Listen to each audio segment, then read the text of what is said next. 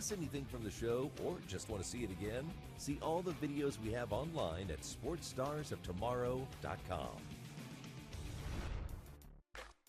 This last segment is always reserved for a highlight tape sent in by a viewer. Meet Simone Jewell. She's a junior at Northgate High School in Walnut Creek, California. Even though she's only halfway through her high school wrestling career, she's already made history. She's a two-time All-American and ranked as the #2 wrestler in the nation in her weight class. Wrestling isn't her only sport either. She plays quarterback for the Northgate Flag football team. She still has a couple of years to decide on college destination, but it certainly looks like she's going to have options. If you'd like to be featured in this segment, we want to hear from you. Go to sportsstarsoftomorrow.com, look under Contact, and click Be on the Show to fill out the form and tell us why you are a sports star of tomorrow. Closed captioning for Sports Stars of Tomorrow is brought to you by Skechers Wide Fit Glide Step. Wearing regular shoes feels this cramped. With Wide Fit Skechers slip-ins, you just step in and go. No bending down, no touching my shoes. Try Wide Fit Skechers slip-ins. I'm here with Chris Cunahan of Leaf Filter. What is the problem with a clogged gutter? Rotten fascia, rotten soffit, mildew, mold in the attic.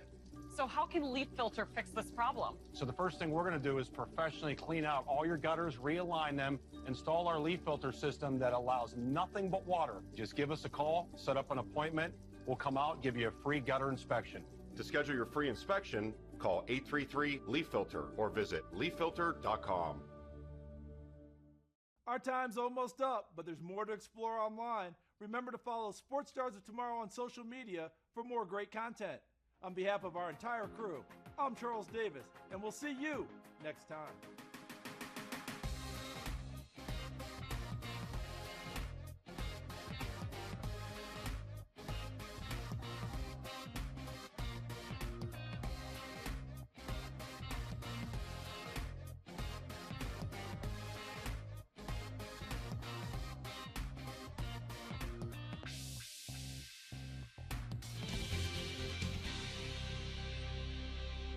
When a parent...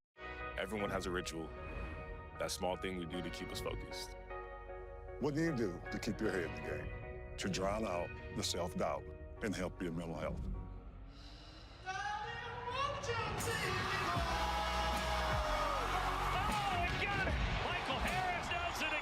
Because being the best isn't just about taking care of your body. It's about taking care of your mind and mental health. Find the resources you need to keep your mental health a priority.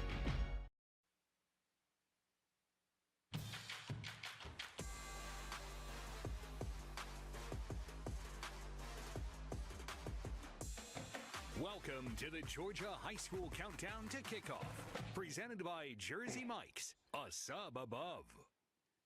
It's Friday night in the state of Georgia. This is the Georgia High School Countdown to Kickoff presented by Jersey Mike's.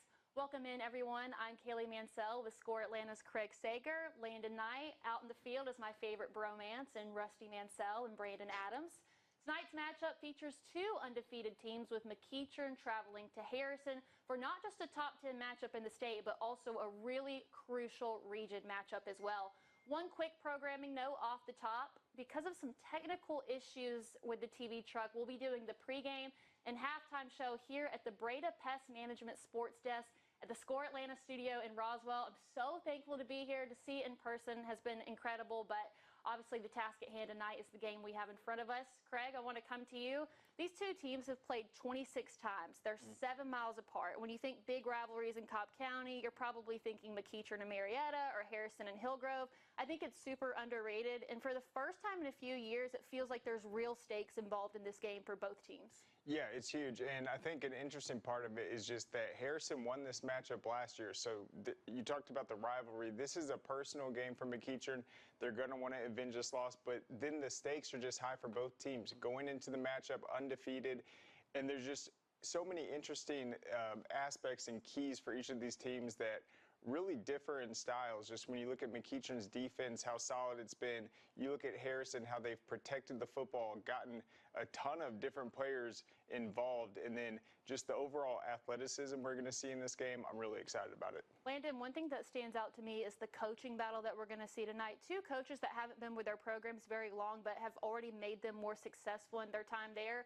Definitely also going to see some old school football tonight. I know you had the chance to talk to both coaches this week. What stood out about those conversations to you? Yeah, Coach Reed just talked a lot about McEachern's defense, and he said he did not notice this strong defense in the regular season. He noticed this early on in spring ball, and they have weapons on their team like Casey Barner. He's the #1 safety in the class of 2028, and he benefits their team not only on defense but on offense and special teams. And then he emphasized the weight room. Just in a matchup like this, you have to have a physical team. So spending a lot of time in the weight room in the offseason is definitely going to benefit tonight. And with Coach Shalom and Harrison, he said the keys to this game were simple: minimizing mistakes and making big plays. They have the ability to spread the ball around, and he said the most important thing to him is that this gives his team bragging rights for the next 365 days. With a Cobb County matchup, it's definitely going to be an interesting game tonight. Yeah, you mentioned the McEachern defense, the Harrison offense. Clearly, when you look at these two teams, Craig, the strengths are vastly different. Harrison's been really great through the air. McEachern only allowing 7.6 points per game. I think what it comes down to tonight is which team is going to be able to overcome the side of the ball that they're weaker on. Yeah, you're 100% right. I think for McEachern, the key is they're going to want to run the ball, but can they pass it and not turn the ball over? And then I'm excited about Aiden Watson. This is a young quarterback that has 15 touchdowns. He's leading them in rushing, even though they have a ton of different contributors. But how is he going to go against this McEachern secondary? Super athletic. The windows are going to be tight. Yeah, I mean, obviously tonight, an elite matchup. You're going to see a lot of downfield passing. I think clock management is going to be really important for both teams. So, with that, we mentioned the coaches' interviews with Landon. We're actually going to see the full clips from both coaches tonight for the first time. So we'll have our Kroger coaches interview coming up right after this. Make sure to stay right where you're at.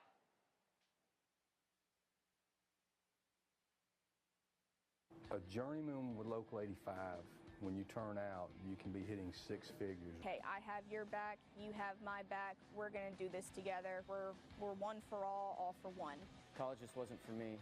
Let's look into actual career jobs that wouldn't take college, where I wouldn't, lose money and all that. Instead of losing a lot more money at the end, why not make money and make more money at the end?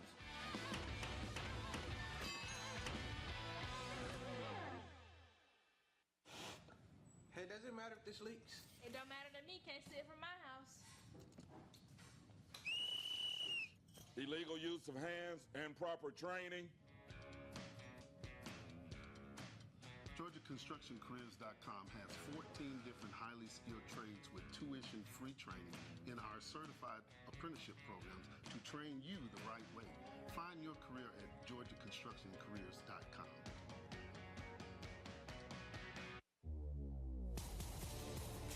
Basic combat training is a 10-week experience that will challenge you both physically and mentally. Each phase of your training will introduce you to new soldier skills, building and advancing them along the way. You and your fellow soldiers will work as a team to accomplish each mission, overcome each obstacle, and earn the right to wear the black beret of an Army National Guard soldier. Welcome back to Georgia High School Sports Daily. We are at the Breda Pest Management Sports Desk, and now we will welcome McEachern football head coach Kareem Reed. Coach, thank you so much for joining us today. Thank you guys for having me on. And so, Coach, your team is 5-0 going into this matchup Friday against Harrison, but a couple weeks ago you faced Paulding County and shut them out 60-0. How impressed have you been with what you've seen from your defense? My defense has been playing really well. Not to the surprise of us, though, as a coaching staff. We know what we had on our hands, since the spring. And so it really hasn't been too much of a surprise to us as a coaching staff. And I just look forward to how we continue to improve each and every week as we continue on this season. And then, Coach, I want to ask about Casey Barner. He is the #1 safety in the 2028 class. Just talk to me about what he brings to your team, not only as a player, but a leader in your program. Casey is an exceptional talent, obviously. I think for him as a player, he's very dynamic. He's really, really instinctive back there as a safety on defense. And then with the ball in his hands, both on offense and on special teams, he's a lightning in a bottle, essentially. He can go, take it a distance at any time and get you 6 points on the board. So as in terms of his leadership, I think he's a kid that kind of leads by example through his work ethic. He practices really, really hard, and he communicates well on the defensive back end and tries to help get people lined up, things of that nature. So he's done a good job of leading by example and trying to be vocal. And then, Coach, you're going to face this Harrison offense. They're very balanced. The passing game has been outstanding for them this year. What are you looking forward to with just this test for your defense? We're definitely excited for the challenge. Harrison beat us last year, so this is an opportunity for us to kind of, right the ship a little bit when it comes to, that series between us and Harrison. I'm looking forward to our kids competing. We're going to be ready to go on Friday night. It'll be a big stage. It's going to be on TV, things of that nature. And so we're excited to play. And then what have you seen from your team just in these first two region matchups? We've gotten better each and every week since we played game one. And so that's the main thing that I look for, regardless of the opponent. I want to make sure that we're improving each and every week in all three phases of the game. And I think we've done a good job of doing that to this point. Obviously, the region games mean a bunch because that's going to, establish playoff seedings and things of that nature. So we want to make sure we take care of business there. And then, Coach, you're talking about how Harrison was able to beat you guys last year. Do you feel like they have this similar team this year, return a lot of the core, or any differences you noticed about them? So their quarterback was a really good player last year. He graduated, thankfully. And so, they do have another kid that I think does a really good job for them. I think defensively, their front is really, really good. They have a linebacker that plays well as well. So we have our work cut out for us when it comes to that. I do think that, we kind of didn't match their intensity last year, and that kind of led to, the outcome that we got. And so we want to make sure that we come out the gate hot and ready to go and playing fast. And then, Coach, offensively, you have players like Henry Pullen. What does he bring to your team? Henry's been outstanding this year, man. He's really, really been good for us on offense. Obviously, he's one of the top leading rushers in the state of Georgia in 6A. He's a really good back that has great body balance control. He can break tackles, and then he can also take it the distance when need be. So definitely excited about Henry. And then, Coach, talk a little bit about Nayland Scott, a big receiver for you, a big target, just his ability to get open, create those mismatches. Nayland has been out for us with an injury, and so we're looking forward to getting him back here towards the end of the season. When he does return, he's going to change the game for us on offense because, like you said, he's big, strong, and fast. He runs a 10, 900-meter dash, so he can really take the top off of defenses and give us a deep threat that we truly need. And so once he gets back in the fold, I think it's going to make our offense even more dynamic. And, Coach, just talk to us a little bit about your coaching experience and what brought you to McEachern and kind of how you implement this winning mentality within your program. Yeah, so the majority of my career was, I cut my coach's teeth on a high school level. I was a head coach previously at both Westlake and Griffin here in the state of Georgia. And then I was an assistant at a few places like Cedar Grove and Pebblebrook along my journey as well. Then I went to college for a few years at UCF down in Orlando with Coach Malzahn, and then most recently at University of Florida with Coach Napier. And so I was at Florida before I took the McEachern job. McEachern was a great opportunity for me to come back to high school and really be at a program that I thought was elite and had the intangibles and the resources to be elite and compete with the best. And so that's why I took the job. And so I just kind of implemented what I've done in the past at Westlake and Griffin, where we had success. And I think I got the blueprint, and our kids have bought in and done a great job of, executing what we asked them to do each and every Friday night. And that's why we're having the success we've had to this point now. And Coach, this is a big region matchup. Harrison won the region last year. You guys took it the year before that. Talk a little bit just about how you feel like your region stacks up to some of the others in Class 6A. I think our region is very competitive. I don't pay a whole lot of attention to everyone else, just to be honest with you, but I do know that we have some really good teams at the top half of our region, and we're all very similar and obviously close in proximity. And so, we're excited to play every single night. It's a lot of familiarity amongst our players with other schools because we all play in the same areas. And so our kids know those kids, and it makes for a good Friday night excitement when we do line it up and play. And then Calvin Pittman put up some big numbers last week against Paulding County. What have you seen from him so far? CJ's done a good job of just kind of doing what we asked him to do. We want to continue to make sure that he's, understanding conceptually what we're trying to get done each and every week. from an offensive standpoint and just take care of the football. If we take care of the football, I think on offense and not turn it over, people are going to have a tough time dealing with us because our defense is so good. And so we don't want to give them extra opportunities. And so we just got to make sure that every week CJ, continues to understand that he doesn't have to be special to be special. Just get the ball to the playmakers and kind of, let them do their thing. And so to this point, I think he's gotten better each and every week, understanding that and executing that to this point in the season. And Coach, just talk a little bit about what your off season and what the preparation for regular season looks like. So our off season, we obviously start in January when we come back from Christmas break. And so we kind of hit the weight room really, really hard. I thought this off season that we were a little bit more intentional about spending more time in the weight room and really dedicating, the time necessary to get bigger and stronger. I thought we weren't where we needed to be strength-wise when I got here initially, and especially last year, specifically year 2. And so we really wanted to make sure we dedicated ourselves to the weight room through the wintertime. We went about 10 weeks there, and then we transitioned to our spring workouts, where we obviously incorporated the football piece and had spring practice, and then we get right back to it again in the summertime, just really dedicating, a few hours in the morning to the weight room, and then we get on the field to do some skills and drills and kind of implement all the scheme stuff that we want to do in all 3 phases of the game. And then the fall is the fall. So that's kind of how our offseason went. And then real quick, Coach, talk a little bit about Ja'Cory Shockley, a freshman that's been able to get involved offensively for you guys. Yeah, Ja'Cory is a really, really good player, man. He's special. And honestly, at heart, he's a defensive guy. So he really wants to play corner, but we're so good at corner right now that we told him, hey, at least year 1, go over on offense, catch some touchdowns, catch some passes, master that. And then next year, we'll start sprinkling you on defense as well. So he has some Travis Hunter-like ability. Not saying he's Travis Hunter, but he's definitely in that mold in terms of just being able to be a great two-way player. And so I'm excited for his future because it's really, really bright. Well, again, that was McEachern football head coach Kareem Reed. Coach, thank you for joining us today, and we are looking forward to covering your game this upcoming Friday night. Appreciate you guys. Thanks for having me. We will be right back after this short break with more Georgia High School Sports Daily. Stay tuned. World-class training isn't just for leaders well on their way. It's for the ones just getting their footing. Seasoned pros learn through real-world experience. But so do young cadets. No other career path gives you leadership instruction that's so tested, so successful, so early. Decide to lead as an Army officer.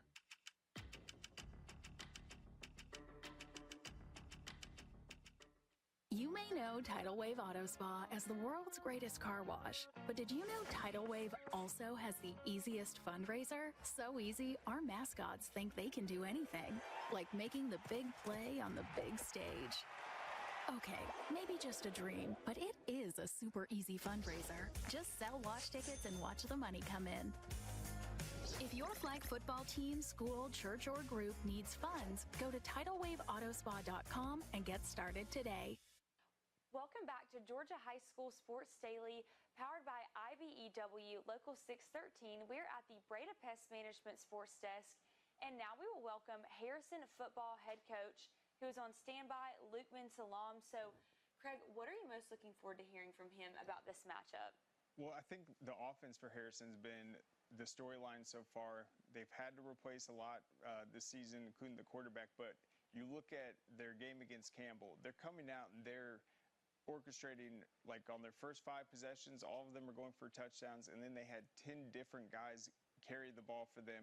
So they're rotating a lot of players offensively, but they've been able to really pick up where they left off this season, and I think this is going to be a huge matchup with potential region championship implications.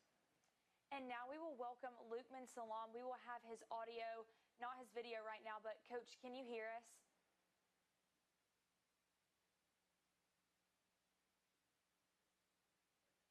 Coach, can you hear us okay?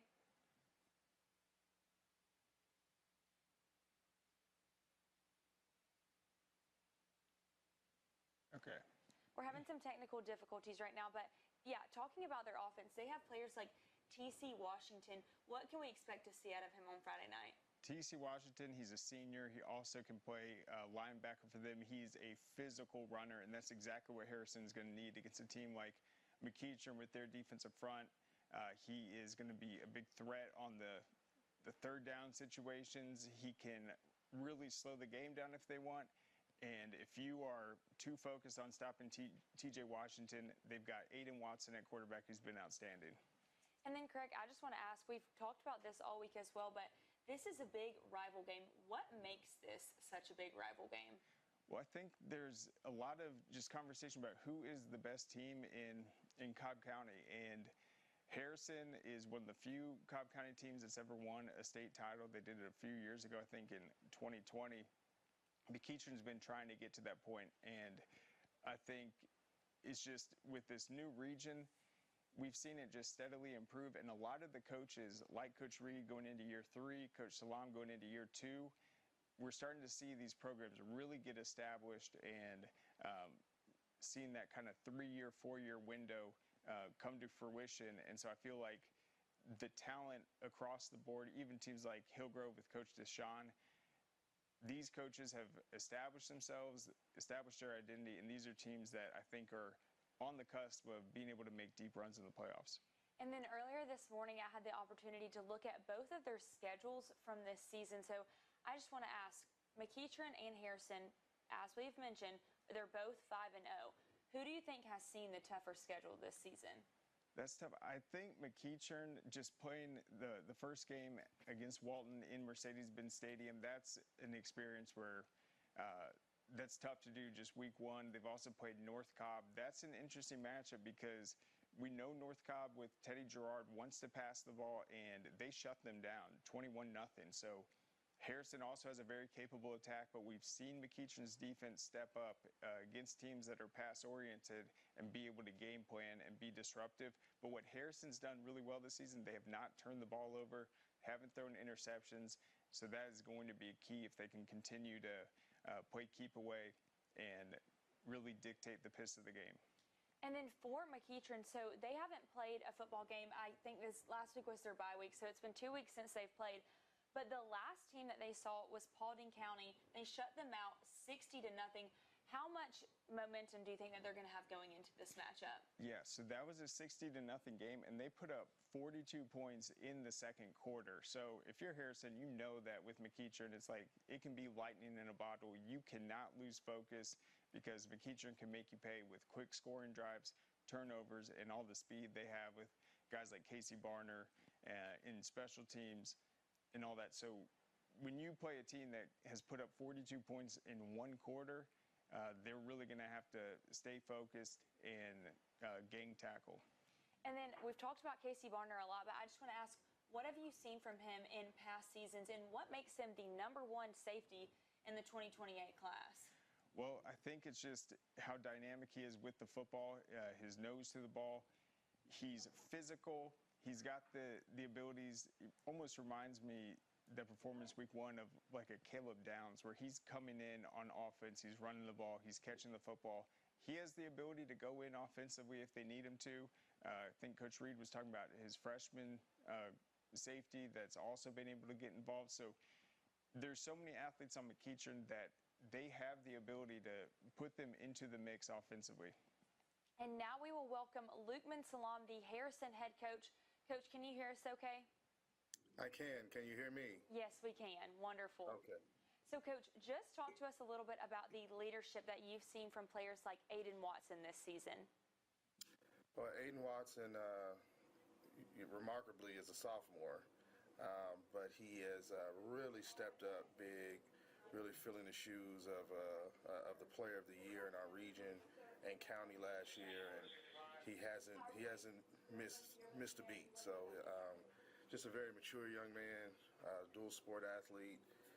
Played varsity baseball as a freshman, so he's a special player, and we're glad that he's wearing blue and green. And so, Coach, going into this matchup on Friday night, your team is 5-0, McEachern is 5-0. What are you going to be capitalizing on in practice this week? Well, they're a fast, athletic football team. And anytime you play a team like that, they pose a lot of challenges for you. So, we have to stay focused on our game plan and what we intend to do, minimize mistakes, and when we got opportunities to make plays, we got to make them. So that's kind of our focus. And then, Coach, I want to ask you about the backfield. You guys have been able to rotate a lot of guys. Is that something you saw that was going to be able to be something you take advantage of heading into this season, or is that something that you guys have adjusted and been able to do? A little bit of both. You never know what things are going to look like when you go into a season, but we've been very pleased. We've got a senior-laden backfield. We've got two seniors that have played a lot of football and can handle a lot of different situations. And then we've got a few young guys that we're able to do some things with. So we have fortunately had the ability to spread the ball around, and that's fun and always creates a great atmosphere on your team when a lot of people get a chance to have some success on a Friday night. And, Coach, what do players like T.C. Washington bring to your offense?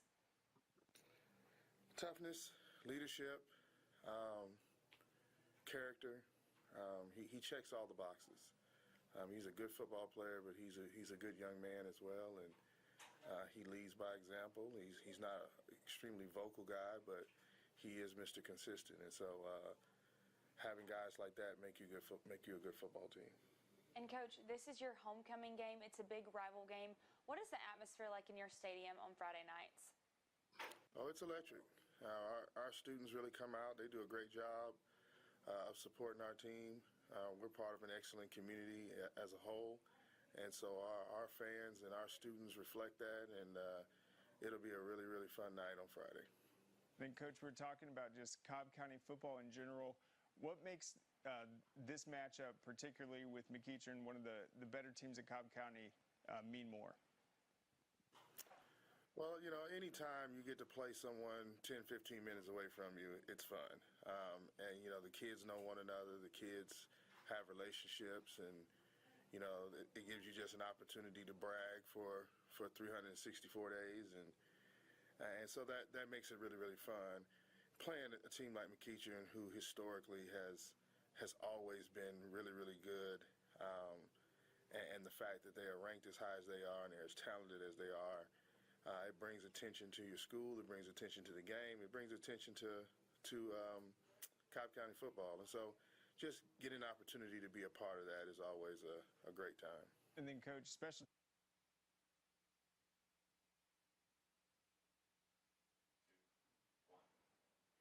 And welcome back. I'm Kaylee Mansell with Score Atlanta's Landon Knight, Craig Sager. We're here at the Breda Pest Management Sports Desk at the Score Atlanta studio, and here's what we're going to do. So we're going to come back here from halftime. One of the things that we're going to do is talk about scores from all across the state. So I want to extend the question to y'all. We'll start with Craig first. What's the one other game tonight you're looking forward to seeing? There's a couple. I think Cass and Cartersville is an interesting one to me. I think Cass has been trying to have a win over Cartersville for a long time. There's a big region matchup. Both these teams have been playing very well. I'm looking forward to it. I feel like you stole my thunder there. So we'll go to Landon, and I'll tell you why I'm also excited about that game tonight.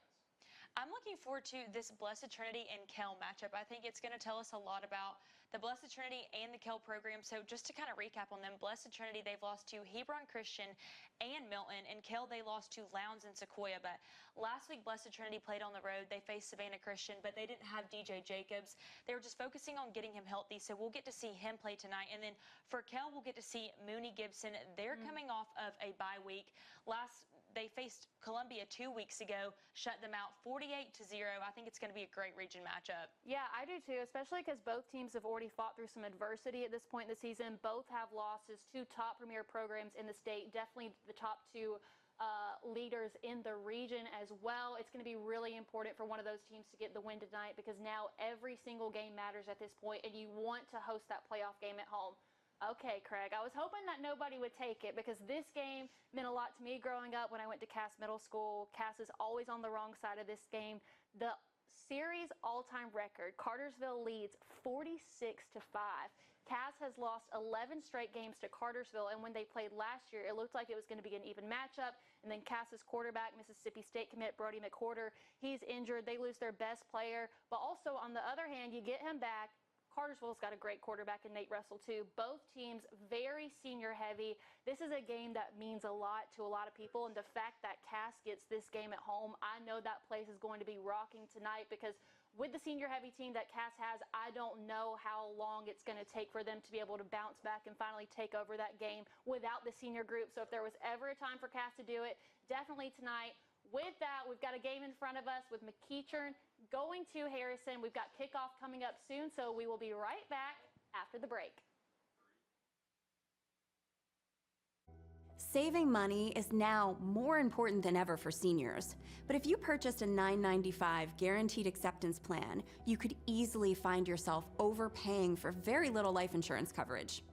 With the $9.95 rate, a 65-year-old male receives less than $900 in coverage. For $10,000 in coverage, he would pay over $110 a month with a 2-year waiting period.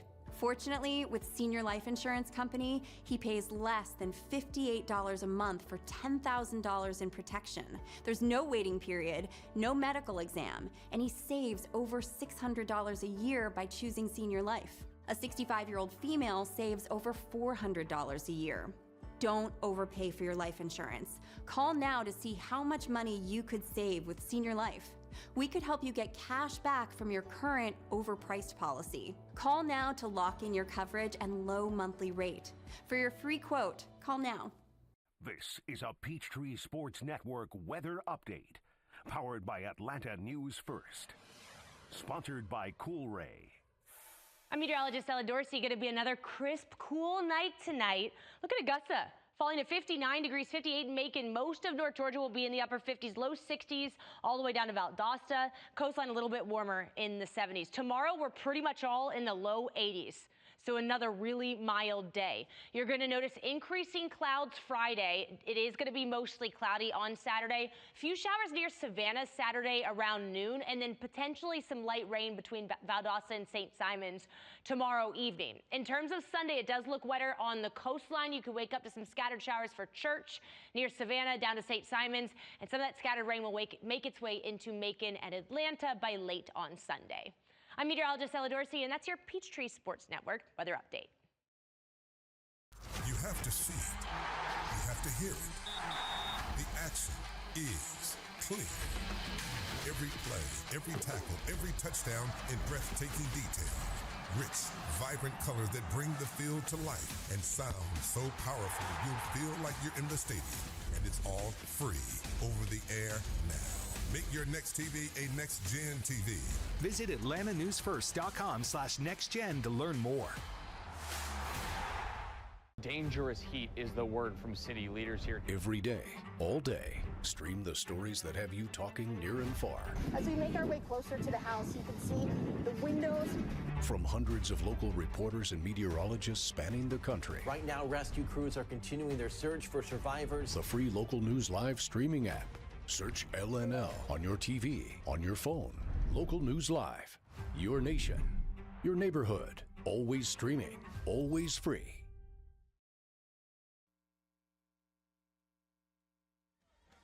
As we say, Friday nights mean high school football in Georgia. And tonight, the drive for the GHSA state title, presented by GeorgiaConstructionCareers.com, brings us to Bruce Cobley Stadium on the campus of Harrison High School in Kennesaw, Georgia, as the McEachern Indians at 5-0 and ranked number 6 in the 6A classification, travel to take on the Harrison Hoyas, also ranked, unbeaten at 5-0. Hello, everybody. I'm Brandon Adams. Happy to be joined alongside Rusty Manziel. A little bit of technical difficulties tonight. We'll tell you about that throughout the evening. But the main thing to tell you about right now is you see our opening coin toss get ready to take place, presented by the Georgia Army National Guard. An outstanding game. Two teams both undefeated this season, also undefeated in region play, and the tremendous turnaround from McEachern. Obviously, when you have a great defensive-minded coach like Kareem Reed, you expect to have a great defensive line. You expect great defensive linemen to produce that. And certainly in the case of the Tennessee commit, Darrell Rivers, that's what they have. Yeah, I'm standing on the fence early in the game, and when you see Tennessee defensive line coach Rodney Gardner walk up, he's protecting his prospect. He's here to watch his prospect tonight. You're going to see Darrell Rivers. He's one of those 6'5", 275-pound defensive ends. They're hard to find, a guy that can rush the passer, play the edge. Big-time player for the McEachern Indians. We'll give you our game-time weather. Of course, it's brought to you by Inspired Landscape Solutions. It's a beautiful day, and it's turning into a gorgeous night. 76 degrees, light wind, perfect fall conditions. And, of course, this game also provides an interesting contrast in styles. McEachern's been awesome defensively, and Harrison reigning champs in this region, also been incredibly explosive offensively.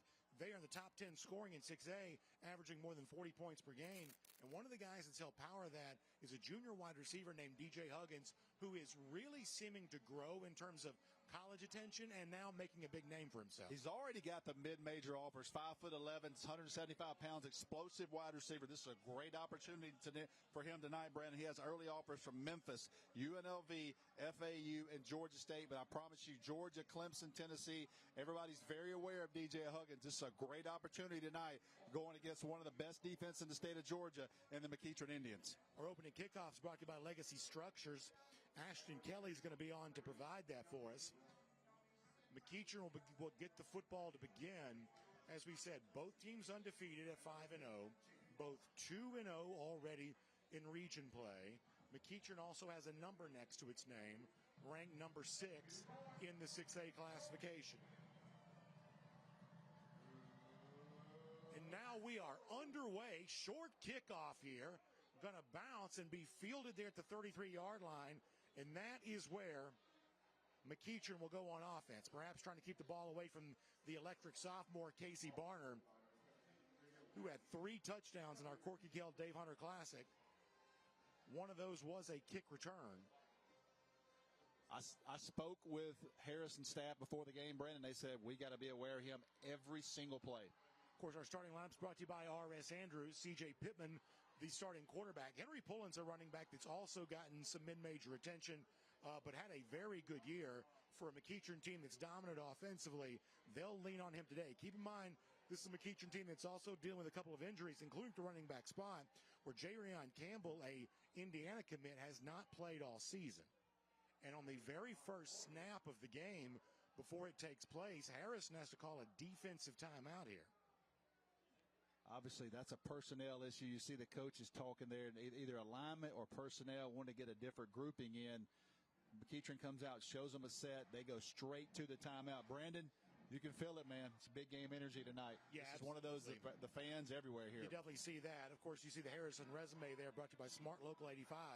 What an incredible turnaround for Lukman Salam here. Wins the region last year for the first time since 2019.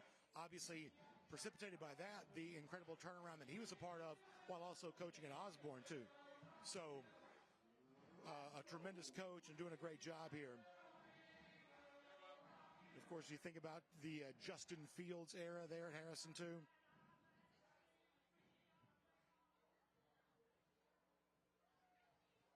So, first snap of the game here coming for Calvin Pittman at the quarterback spot. In motion goes the receiver, Harris. Now Pittman going to look to run. Going to be wrapped up after a gain of 2. That's going to bring 2nd and 8 coming up. That was a great job by the Harrison defense. They tried to sneak a running back out into the flat for a wheel route. They covered it. Quarterback had to just eat the play and pick up about 2 yards, brings up a 2nd and 8. We'll make you aware tonight as you see the Harrison starters on defense, brought to you by R.S. Andrews. Up front, you got Trey Lilly, Oscar McAdoo, Adam Price.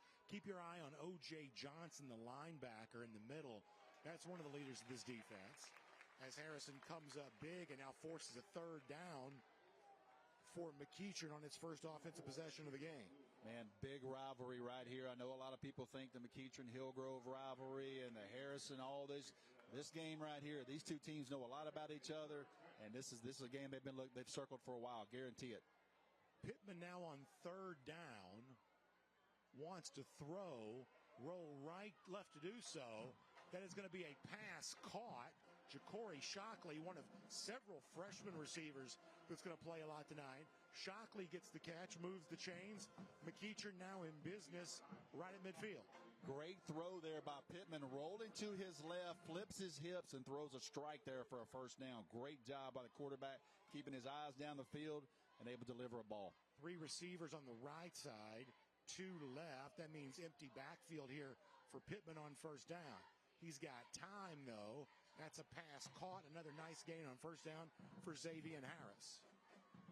Talked about it earlier, Brandon, with Coach Reed on the field. They're going to play a lot of freshman receivers. It's crazy. You look at a 6A team, a program like McEachern, they're going to try out 2 or 3 different freshmen at different times tonight at wide receiver. Some of that necessitated by injury. Nayland Scott, for instance, is a recent transfer to McEachern, a Nebraska commit, has not played yet this season. So McEachern on offense has 2 Power 4 level prospects that neither have played thus far this season, and yet they're still undefeated and ranked in the top 10 in most of the state's polls. Look at Henry Pulling. Coach told us before on the field, he said, listen, this guy's underrated. I still think he's a good player. He's a 2026 prospect. The good job there by Harrison is getting a 205-pound running back down before he gets going. So 3rd and 1. One of the things we'll also make you aware of is tonight, because of some technical difficulties, we don't have our instant replay working for you this evening. And of course, if you want to go back and relive anything from the game, you can see it on the Scoreline YouTube page. And of course, you can rewatch it at scoreatl.com as well. As now McEachern calls a first half timeout. Now both teams have called one here in the early stage of the first quarter. But as you're watching us tonight, one of the things that you will notice is you will not see those instant replays. While we have a moment, let me also remind you of our friends at Breda Pest Management. Of course, a big part of everything we do here at high school football all season long. They know your house inside and out with a customized treatment plan that stops any bugs and critters. Breda does it right, protecting the inside and outside of your home, because it's the bugs inside your house that you want gone. Breda, they handle bugs and critters. So as we were saying, big 3rd down coming up, 3rd and 1.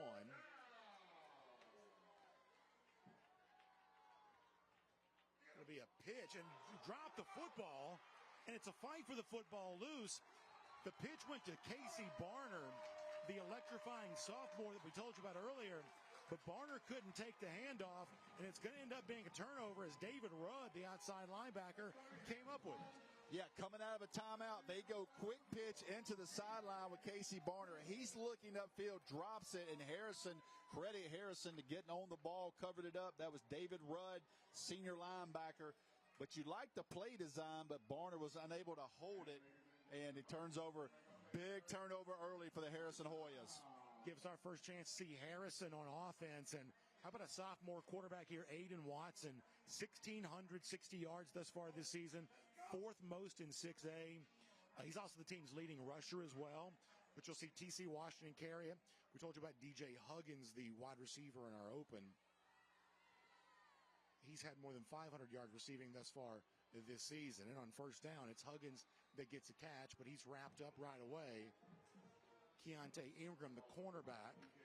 One thing you're going to notice tonight, Brandon, is the speed of McEachern defensively. Out on the edge, you see big Darrell Rivers right there, the Tennessee commit, number 1. They've got Division I prospects. Casey Barner, maybe the number 1 overall prospect in this game, the 2028 safety. Rivers, of course, the name to know up front, but when you also look at a guy like Zakir Abdul-Salam, this is a very deep McEachern defensive line. Yeah, he has 27 offers, Salam, by the way. Huggins goes in motion. Going to be a throw. That's a pass caught, although hit right away. Big stop made by Nasir Banks. We'll see Casey Barner as well there, number 6, how fast he gets to the ball. So instinctive. 2020, he was at Georgia last weekend for the Alabama game, one of the top sophomores in America. Donovan Martin was the receiver. Barner, as we told you, had 3 touchdowns 3 different ways on our first weekend of the season, our Corky Kell Dave Hunter Classic. Aiden Watson surveying the situation. Sophomore quarterback. First year starting here for the Hoyas. Looking to throw again. Pressure coming. He'll now run, getting up to around the 48-yard line. You see Abdul-Salam. You see Darrell Rivers. Just right now, nowhere to really go up front. And the thing that kind of you think about from McEachern, they're able to press you with their front 4. They're not having to bring anybody. It's going to bring up about 4th down and 8. Looks like they're going to go for it. Watson in an empty backfield.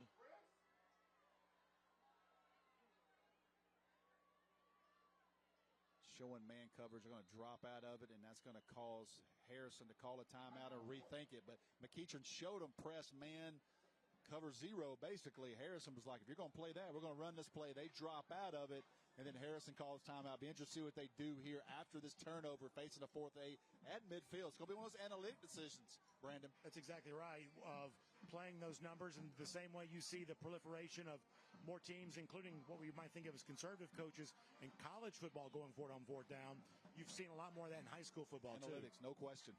And you also saw it last night in the overtime game with the 49ers and 49ers and Rams, as the Rams make the decision to go for it on 4th down, try to win that game late, something that Sean McVay had to probably answer for after the game. But he said, listen, we came here to win. We're going to go for it and try to win the game if we've got a chance to do that. I still like trusting your gut sometimes. And I want Matt Stafford's going to have the ball in his hands if I'm that call. So we've had 3 timeouts called in the first quarter already. Now they're going to line up and punt formation. If I have my facts right, this is the first Harrison punt of the season. Casey Barner going to catch it over his shoulder. Going to go all the way to the goal line to try to find something. And he's going to get wrapped up around the 10-yard line. So Barner is electric, going to roll the dice to make something happen. But in that particular case, it's a great job by Harrison on special teams to wrap him up. So Harrison coming back on offense. We'll take a quick timeout. We'll come back and talk to you more right after this. This is a Peachtree Sports Network weather update, powered by Atlanta News First. Sponsored by Cool Ray. I'm meteorologist Ella Dorsey. Going to be another crisp, cool night tonight. Look at Augusta. Falling to 59 degrees, 58 in Macon. Most of North Georgia will be in the upper 50s, low 60s, all the way down to Valdosta. Coastline a little bit warmer in the 70s. Tomorrow, we're pretty much all in the low 80s. So another really mild day. You're going to notice increasing clouds Friday. It is going to be mostly cloudy on Saturday. Few showers near Savannah Saturday around noon, and then potentially some light rain between Valdosta and St. Simons tomorrow evening. In terms of Sunday, it does look wetter on the coastline. You could wake up to some scattered showers for Church near Savannah down to St. Simons, and some of that scattered rain will make its way into Macon and Atlanta by late on Sunday. I'm meteorologist Ella Dorsey, and that's your Peachtree Sports Network weather update.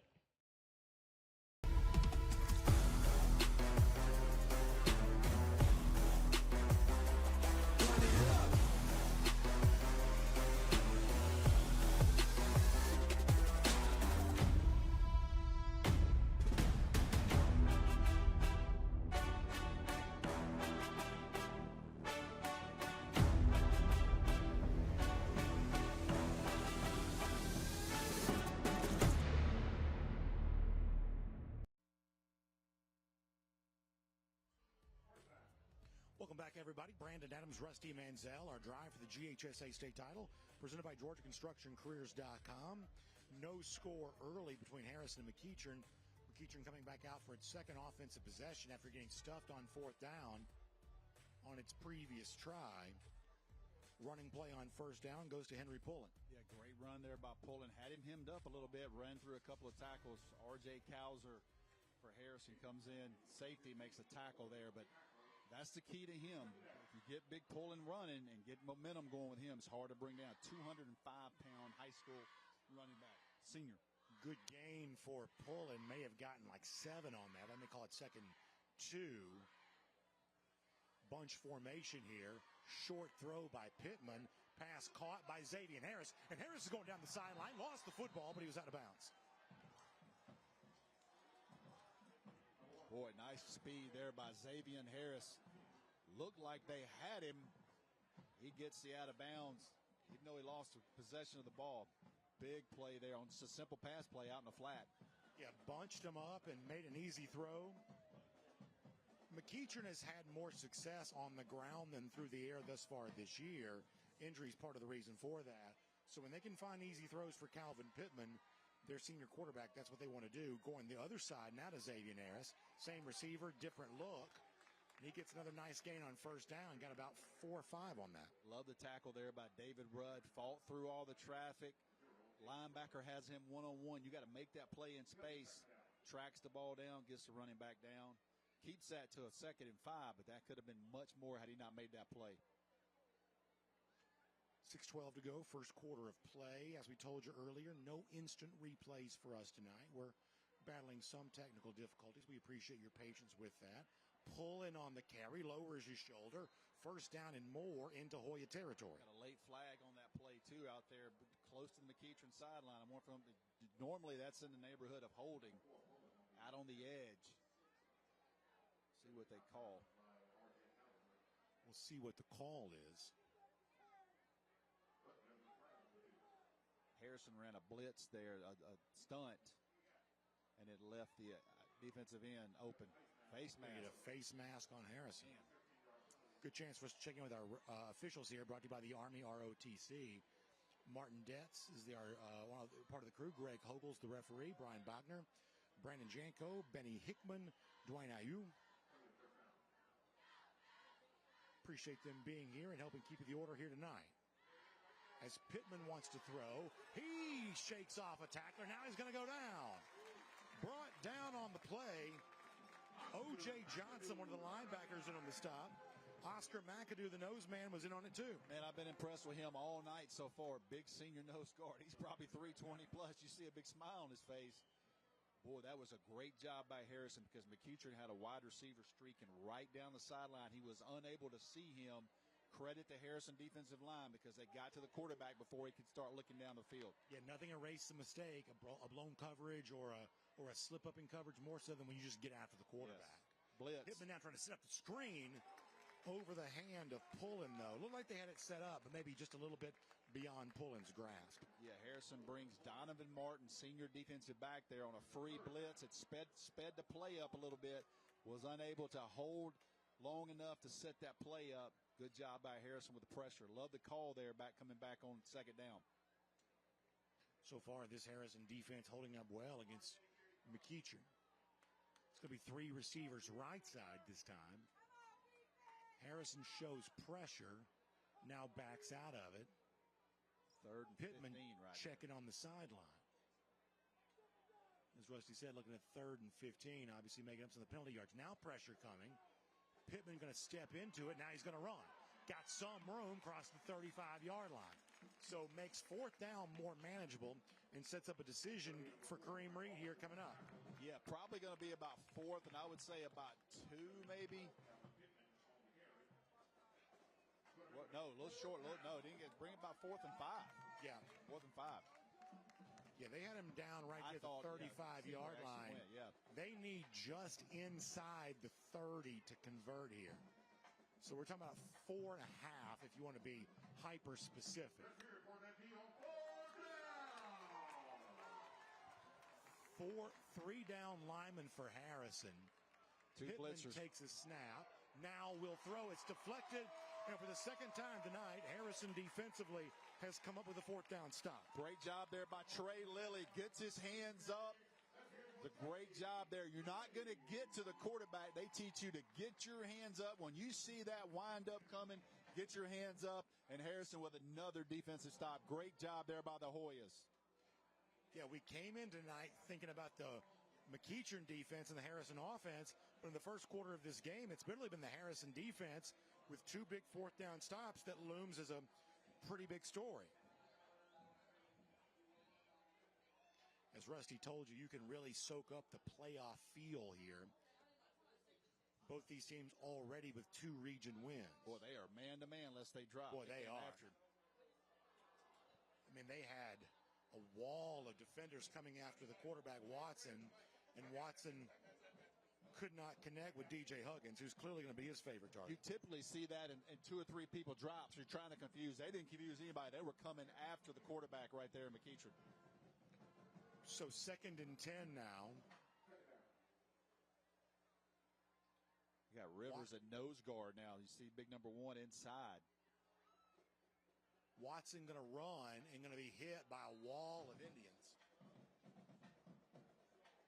Braden Matthews, the Jacksonville State commit, among the linebackers and on that stop. Boy, they are just fast, physical defense, man, up front. Told us before the game, got a lot of upperclassmen on the defensive side. He felt really good about his defense and felt really good about the amount of experience he had over there on that side of the ball. Very young offensively. Yeah, big contrast. That's exactly right. Big contrast. Very young offensively, but a lot of veteran presence there on defense. Empty set. Watson going to connect with Huggins. Now Huggins going to try to come across the field. looking for some angle. Couldn't quite make happen what he wanted to, and now it's going to be quickly fourth down coming up here for Harrison. Yeah, just trying to do anything they can right now to get something, but they're very aware of the pressure McEachern get on their quarterback, trying to get the ball out of his hands. Just unable to get anything going early on.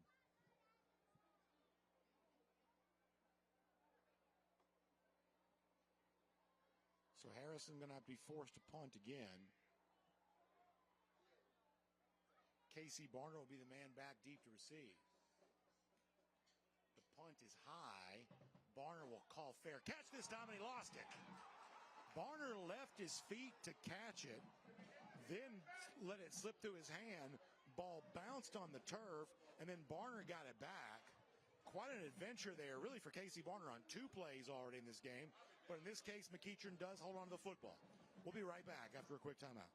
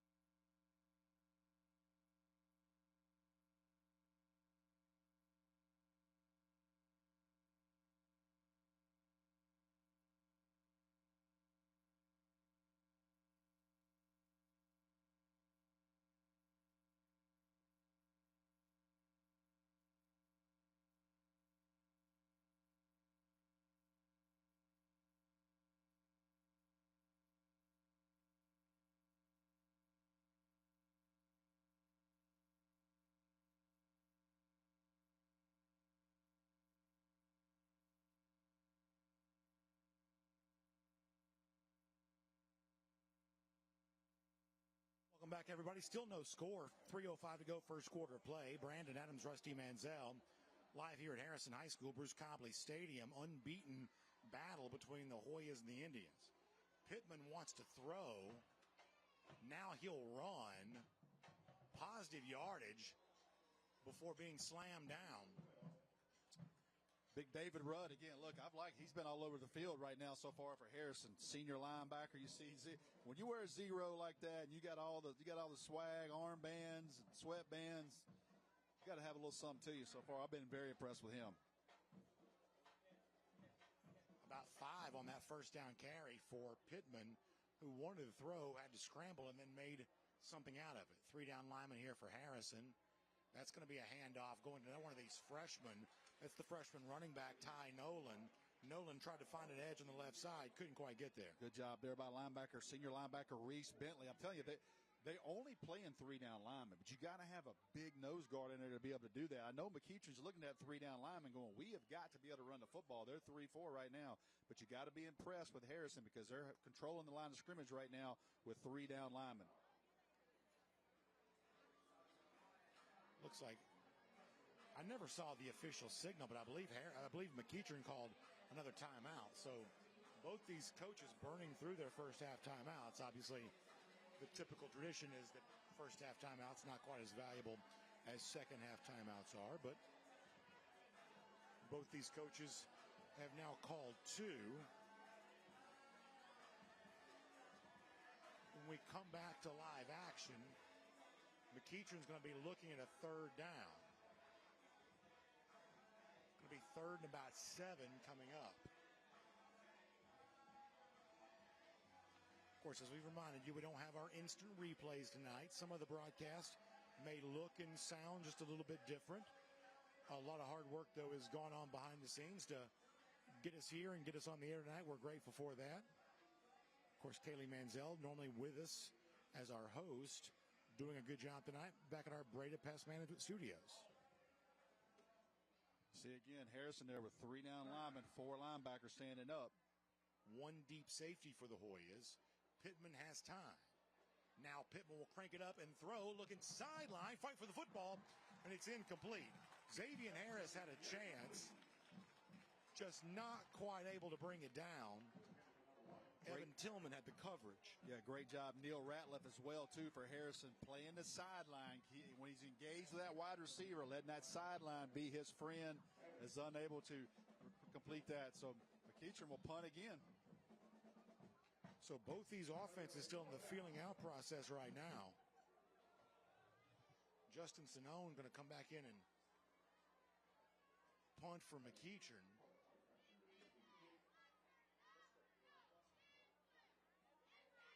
High, booming punt. Fair catch called for. And that's where Harrison's going to get ready to go back on offense again. Corbin Trice, number 34, junior. Sitting up here with his dad beside us, covered his older brother, Holden Trice, who now plays at Georgia Southern. So interesting to see the defensive battle we've seen through the first quarter. Listen, both these obviously defensive played very well. I don't know that we thought this first 12 minutes of action would have been as defensive dominated as it's been. I think McEachern was pretty confident they're going to be able to run the football against a 3-man front. And right now, they have been unable to do anything too much. Costly turnover, but credit Harrison's defense to me. Of course, throughout the night, keep your eye on the Breda Pest Management score ticker. Busy action throughout the state tonight. You can follow all of that on the Breda Pest Management score ticker. We'll see Big Darrell Rivers in here, number 1, the Tennessee commit, making the tackle, and just hard to deal with him when he gets going. You know, Brandon, this is the first night we've had really cool temperatures. These right. Bigger guys are going to get more snaps tonight. Second down now coming up. About to go into 1 minute here in the first quarter. Watson will throw, and that's going to be through the hands of his running back, T.C. Washington, not able to hold on, and now it's going to be quickly 3rd down again. Yeah, unable to complete that pass. Again, just throwing things quick out of his hand, trying to get the ball out of the quarterback's hand. Not really challenging McEachern down the field. 2 things in that. It takes a long time for the play to develop. You don't think you can block them up front. Trying to see if he can get somebody to bust one and miss a tackle. See what they do here. McEachern is showing blitz. Look at the coverage. Look at the man-to-man. It's like basketball, man-to-man. They're going to look at the sideline. They get a rub route here. Something. Can you pick one of these McEachern DBs off? Just challenging them in every way, bringing bodies all across the line of scrimmage. And here they come. Hit on the quarterback. He got rid of it, though. Had a chance to connect with his receiver. I believe we got a flag down, too, on that. We sure do. Listen, McEachern is aware of how successful Watson has been this year. Obviously, the defensive line-minded coach in Kareem Reed stated pregame that we want to get after the quarterback. We want to get Watson on the ground and willing to bring pressure to do so, but maybe getting there just a step too late that time. Huggins beat his man off the line of scrimmage. Quarterback unable to connect, but you're going to get a rough in the passer, so you're going to move the chains and get the first down there. Man, it's been a while since I've seen somebody go straight cover 0. Man, it's almost basketball. We're 5-on-5. Yeah. You're 5 wide receivers versus our 5 DBs. Yeah, you can't be more aggressive than that. They did not drop anybody out of that pressure. Perhaps a little too aggressive that time. Watson wants to run now, step into it, and then finally slides down in Indian territory there at the 49-yard line. Great job there to pick up what you can, get down, pick up about 6 yards on first downs, try to stay ahead of the chains a little bit. Got a little momentum coming out of the penalty. Nothing wrong with 5 yards on first down at all. Not at all. Watson going to hand it off. Rare running play here. And the running back, Colin Williams, going to be driven way back on that. McEachern so tough to try to find any sledding on up front.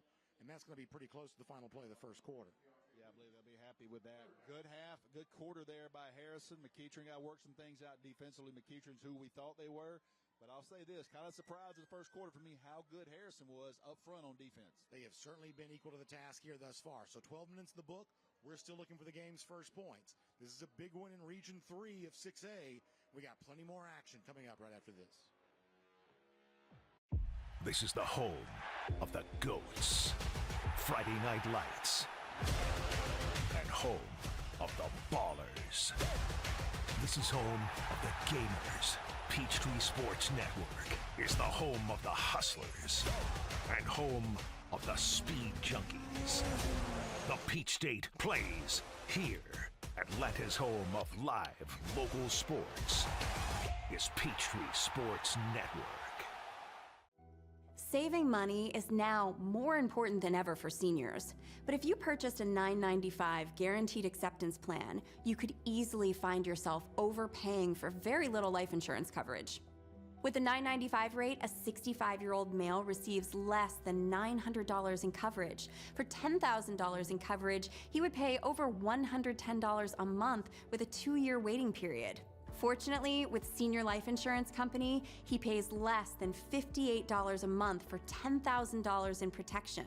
There's no waiting period, no medical exam, and he saves over $600 a year by choosing Senior Life. A 65-year-old female saves over $400 a year. Don't overpay for your life insurance. Call now to see how much money you could save with Senior Life. We could help you get cash back from your current overpriced policy. Call now to lock in your coverage and low monthly rate. For your free quote, call now. On behalf of the Georgia State Building Trades, we're excited to bring you the second quarter. Just like building a great football team, the State Building Trades build strong careers, even stronger communities. From apprenticeships to expert craftsmen, the Georgia State Building Trades keeps Georgia moving Welcome back, forward. everybody. Brandon Adams, Rusty Manziel, Harrison High School for the big battle between McEachern and Harrison. Two 5-0 unbeaten teams, both 2-0 in the region. No score through one quarter of play. Now moving to quarter two, and that's where Harrison's still on offense on a third down. That's going to be a pass caught just short of the line to gain. Is going to be DJ Huggins. Yeah, just catch Huggins on a little crossing route. Going to bring up about, I don't know about the spot there. Going to bring up maybe fourth and about 3 or 4. I thought he got more than that. But I would say, yeah, I would imagine they're going for this one. They're going to try to go tempo too. They're bringing in 2 extra linemen. Heavy set. 4th down and 3. Here we go. McEachern has shown pressure. They call timeout. Tried to catch McEachern off guard there by bringing in 2 extra linemen there really quick. Didn't like the look. Call a quick timeout. And they're going through timeouts on both teams. Yeah, exactly right. That's by my count, the 5th timeout we've had in not even 13 game minutes. And we've seen a number of 4th down stops. It's been a defensive battle, obviously. And now McEachern wants to make sure it gets its personnel right for this 4th down now coming up. Yeah, they get the formation. We talk about it all the time, Brandon. It's the basketball play. You get a timeout, you say, okay, this is what they showed us. Come back here. Now what will Harrison do now to give them a different look?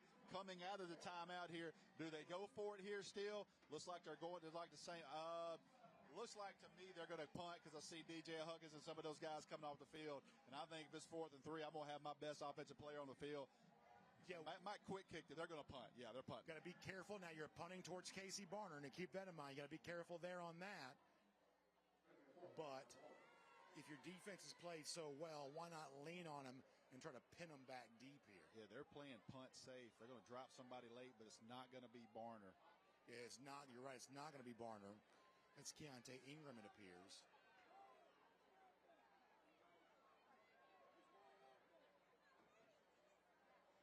Aiden Watson is the punter. Quarterback doing double duty. He's going to fake it. He's going to throw it. And it's going to be stopped short of the line to gain. It's going to be very close. Yeah, I don't think he got it. He didn't get it. They didn't get it. Not even going to measure it. So They go punt safe with one deep back, so they were anticipating just in case. Good job by McEachern there, not getting caught off guard, because you have the quarterback punting. Anything could go at any time there. So McEachern had that read well. Makai Rowe in on the stop. I still would have rather went for it there. You know what I mean? Let's get our best players, let's get our best guys on the field, see if we can get somebody to create something. I think one of the questions for Harrison as the game moves on is, who do you trust other than Huggins to make plays for you right now? That's what they're, I think, still feeling their way through. Yep. Some of that is going to be Watson on the ground, but obviously you've got to establish something to even get that going. Trust in their defense right now. I want you to watch this big nose guard right here, big number 99, Oscar McAdoo. He is controlling things up front. You see him moving around. Pittman going to look left side. Going to be complete to Harris again. Harris going to be hit hard in Hoya territory to the 48-yard line. It's going to bring up a now third down. Quick 3rd and 3. Yeah, we're just going to third down. So quick right now. Both teams got to watch a quarterback run here. Last time he hurt you on the 3rd down conversion running the football. If you run off the coverage, you got to have somebody to make sure you account for the quarterback, because he can run. He needs the 44 for a first down. Pittman, handoff to Pullen. Pullen got there. Move the chains for Harrison. For McEachern. Yeah, like the play call there. Just come right at him. Well, you're 205-pound running back. Let's move the chains. This is where Harrison has been able to kind of bow their back. So let's check ourselves on this. They did not give it to him. They didn't give it to him. Boy, I tell you what, that's an interesting look there. Harrison's running off. Harrison's running in another. They're running, trying to run a guy off real quick. They got him in. Got some confusion on the setup here for the Harrison. Man, I don't know about that spot either. Where we're sitting, we have a great view of that spot. Yeah, that was a very interesting spot. Going to go back on 4th down, and it looks like the signal is going to give it to him, but on first effort, it seemed less convincing to me than one before. The play before was, I think he was completely over the line, but they're going to not even measure that. They're going to side ref there's going to give the call and remove the chains. So I thought that Pullen had gotten on the 3rd down carry. Officials did not give him the spot. That time, on second effort, he probably did, but on first effort, boy, it seemed like he might have been stopped short again. Nonetheless, fresh set of downs here for McEachern. Hand to Pullen once again. Pullen now fighting through and going to get another first down and get this one easily as suddenly McEachern's finding something on the ground. That's, if you're McEachern, that's what you want to get. You want to get our big boy. You want to get the momentum going with him and running the ball coming right at Harrison. Another first down. Ball now sits at the 33-yard line of the Hoyas. Going to give to Pullman again. This time Pullman going to be hitting the backfield. David Rudd again, 0. Senior linebacker here for Harrison. He has been all over the field. Great job there. Penetration. No gain. Going to bring up 2nd 10. Been very impressed with him. Harrison needed that play to up in the momentum that McEachern was finding on the ground with Henry Pullen. Yeah, keeps him behind the chains right here. Pullen, a senior running back, coming in tonight, 688 yards, 10 touchdowns. Gotten some mid-major offers. They think he's got an opportunity for more. Going to hand this time, fake the handoff to the freshman running back, and then staying on his feet is Pittman. And then Pittman's going to go down the sideline, diving for the end zone and a touchdown. Calvin Pittman keeps it himself, and McEachern gets on the board. My goodness, what a read there by Pittman to keep that on the RPO. Everybody comes after the McEachern running back. He gets it, takes a couple of moves. Wow, what a burst. It's a 0 FG energy drink touchdown for Calvin C.J. Pittman.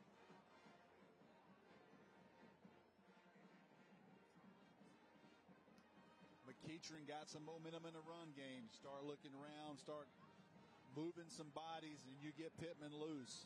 And once you establish the run, it takes eyes off of Pittman. Correct. And made him so dangerous on the keep. Got a flag down, I believe. They're going to back up McEachern here on a procedural penalty.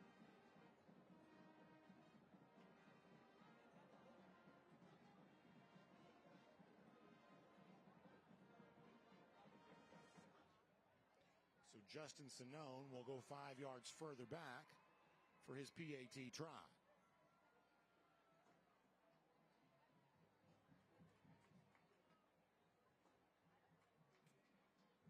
Calvin Pittman rushing touchdown, the only points of the game to this point. Sinone's PAT is good.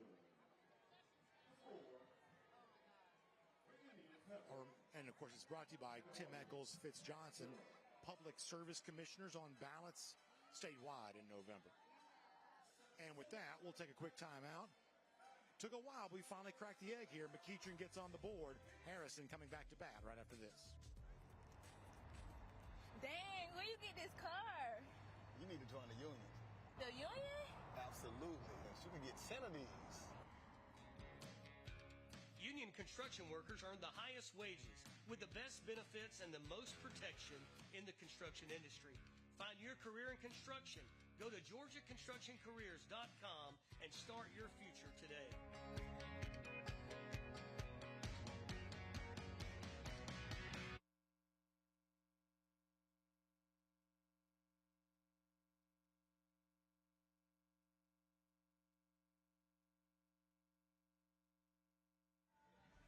All right, welcome back, everyone. Brandon Adams, Rusty Manziel, 7-0 is our score. McEachern on top of Harrison. Calvin Pittman gets the rushing score for the Indians.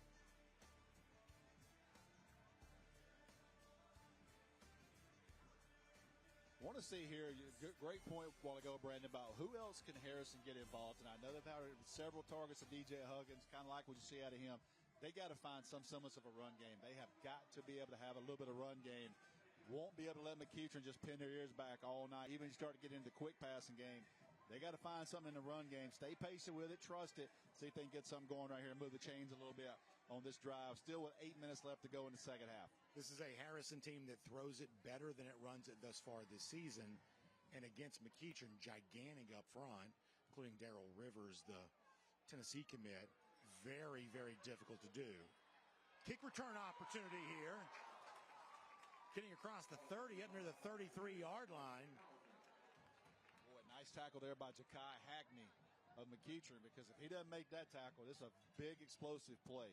Yeah, R.J. Cowser, good return and good starting field position to begin the drive for the Hoyas. Of course, our scoring summary there brought to you by Breda Pest Management. Of course, no instant replay tonight, but you see the action on the sideline. Two great uniforms. Oh, yeah, really nice uniform game. Love the way we talked about this in Mercedes-Benz Stadium to begin the year. The way the light shines in the gold helmets from McEachern looks great. Sharp, man. Of course, that green and blue for Harrison, so striking too. Pressure coming. Going to be a pass complete. That's Jermaine Hill. And a nice gain for Jermaine Hill, and that may be the secondary offensive weapon that Harrison was looking to get involved. That was a great play by Aiden Watson. He saw it coming down. They were coming right at him unblocked. He still was able to deliver the ball, take the hit. Big first down there by Harrison to open up this drive. Ball now at the 45-yard line. Breda Pest Management score ticker rolls throughout the evening. Stay up to date on scores from across the state. Watson going to move his running back, and now Watson going to try to run himself.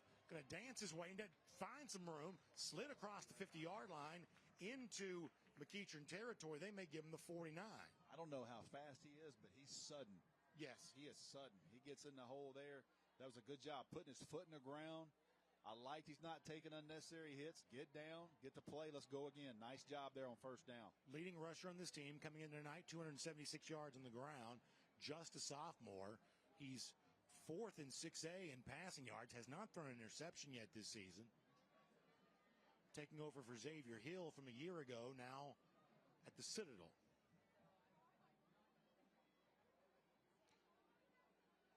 Becomes an empty backfield for Watson. Watson got a big hit, but got the pass away and complete. That time connecting on a huge gain to DJ Huggins. And all of a sudden, Harrison's in business more so than they've been at any point in time this evening. My goodness, Huggins put a move on the McEachern DB. He was one-on-one.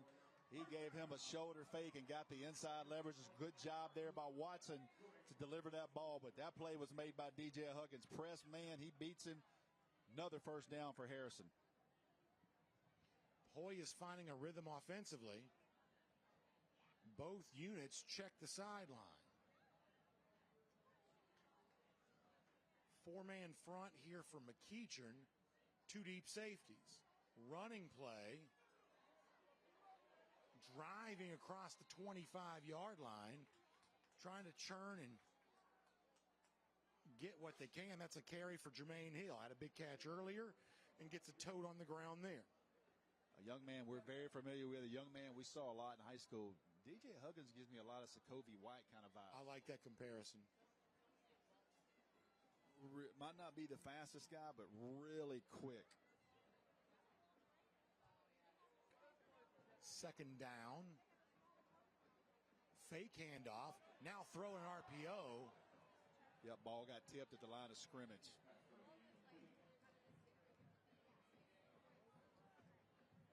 Yep, defensive back cut Huggins off, but the ball was tipped, so it negates it. That's exactly right. So the contact is allowable because of the tip pass.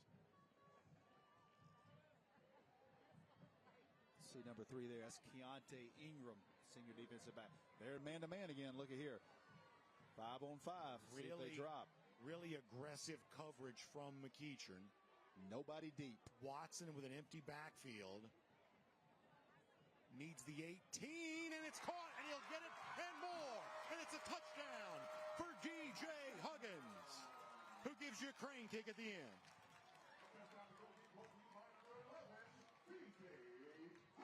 Got a flag down in the middle of the field. Okay, there is a flag. So hold everything.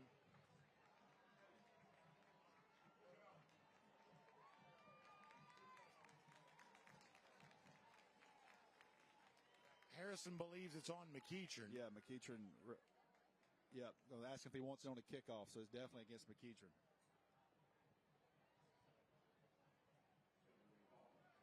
Ian Castro going to come on and try the PAT. So the penalty will go against McEachern and will be assessed on the kickoff. I tell you this, I know McEachern trusts their defense, but they don't have anybody right now that goes one-on-one with 11 if you don't have some help over the top. I'll be interested to see if they come back in that set because DJ Huggins has hurt them twice now. And Watson, to his credit, with great read, knowledge the pressure's coming, yes, makes a great read, and doesn't delivers the full. Did not panic. By the way, brought to you by Tim Eccles Fitz-Johnson, Public Service Commissioners, on balance in November. Good game going here. 7-7 score. Stay with us here in Atlanta News First, the Peachtree Sports Network. Dang, where you get this car? You need to join the union. The union? Absolutely. You can get 10 of these. Union construction workers earn the highest wages with the best benefits and the most protection in the construction industry. Find your career in construction. Go to GeorgiaConstructionCareers.com and start your future today.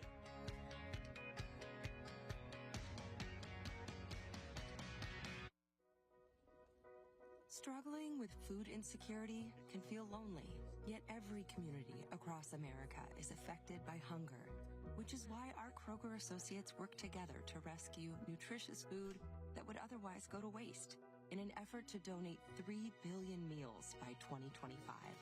Because we believe everyone should have access to fresh, delicious food. Join the Kroger Zero Hunger, Zero Waste Foundation to defeat hunger and eliminate food waste. World-class training isn't just for leaders well on their way. It's for the ones just getting their footing. Seasoned pros learn through real-world experience. But so do young cadets. No other career path gives you leadership instruction that's so tested, so successful, so early. Decide to lead as an Army officer.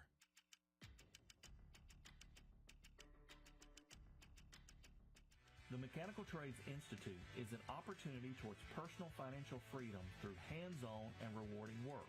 Our school is completely free and gives apprentices the knowledge and skills required to gain access to a lifelong career path. Apprentices learn pipe fitting, plumbing, mechanical service, and welding. They earn money as they learn and graduate with no student debt. Start a career with the Mechanical Trades Institute and change your financial future. The GeorgiaConstructionCareers.com drive for the GHSA state title is sponsored by Score Atlanta. Check out our brand new website at scoreatl.com. Georgia high school sports have never looked better. The International Brotherhood of Electrical Workers, Local 613. Electrify your career. Sports Turf. We pursue perfection because it's your legacy. And by Kroger. Enjoy free delivery, 2 times fuel points, streaming benefits, and more with Boost from Kroger. So Aiden Watson connects with DJ Huggins, and Harrison ties the score 7-7. Second quarter of play. Brandon Adams, Rusty Manziel. We expected a good game. 2 undefeated teams fighting for supremacy here in Region 3 of 6A. And Rusty, so far we've gotten what we were expecting and a whole lot more. Eventually, you saw two teams strength. McEachern wants to run the football. They ran it down for a touchdown. Harrison wants to throw the football. McEachern played man-to-man, and they burned them. And Harrison was able to drive the field for an answer there, 7-7. Harrison also gets the benefit of a short kickoff, and they're going to try to use it for an onside after a penalty. Using the short kickoff to roll the dice, but it looks like McEachern came up with it. And that ball was around for a while. Good job by McEachern covering that.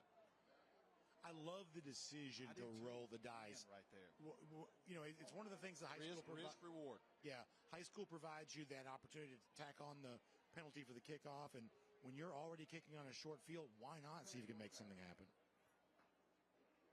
McEachern has some success running the football there last drive. See if they come right back to it. Got plenty of time. Got at least one. I believe they have one timeout left. Kareem Reed said something interesting. I was listening to his coach's show. He was talking about how, as he's grown as a coach, he says, we actually spend a lot more time practicing special teams than we used to. He said, special teams may not win you a game, but it'll flat lose you one. And so he says, we want to make sure we're as sharp as we can be on special teams. And in that case, they were ready. Ooh, gigantic hit made by General Samuela. What? Excuse me, that's Ulrich Johnson. Ulrich Johnson who makes that hit. Man. Massive hit. That is a grown man football play there. Kareem Reed told us before this week that he thought that Johnson could be a college-level player. Looking across the other side, said, that's a guy on that defense that impresses me. And Johnson showed you why there. Big hit on the hot freshman running back, Ty Nolan. Barner in the backfield gets hit. He shakes free. Now he's dangerous. He gets a block. Now he's running 40, 30, 25. Going to go out of bounds. Big game for Barner, and that's how quick the 5-star sophomore can find the seam and then make something happen. Boy, that would drive you absolutely crazy if a defensive coordinator, you got him tackled, you got 2 guys that have shots on him in the backfield, but credit Barner, man, to run out of those arm tackles. Look, we got a flag down, though. We're going to back that up, but what a run by Casey Barner. But going to have a flag, going to get a hold.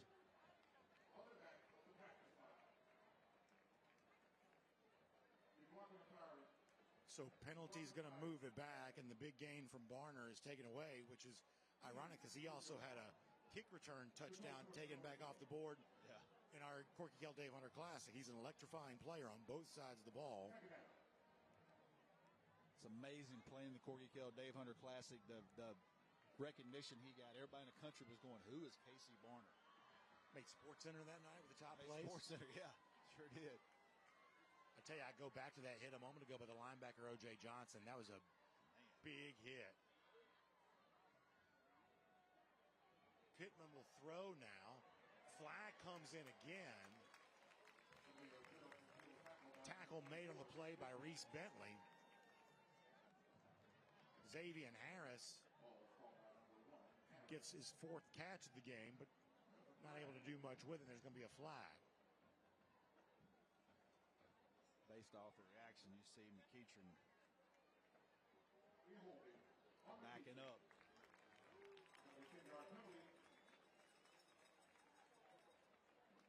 See 17 there for McEachern at the bottom of the screen. That's a freshman wide receiver. We have known him for 2 years, Brandon. We got a chance to see him in the Governor's Cup. Sheriff's Cup. Governor, Sheriff's. It was something. It's some elected official. But man, Already a freshman and impacting high school football. Pittman looking to throw again after the penalty. He's going to kind of man wide open. Xavier Harris is there to haul it in. Now dancing at the 30, running at the 20, and heading towards the end zone for a touchdown. C.J. Pittman to Xavier Harris. Our electrifying play of the half presented by IBEW, Local 613, and a Zero FG Energy Drink touchdown. Man, busted coverage there by Harrison.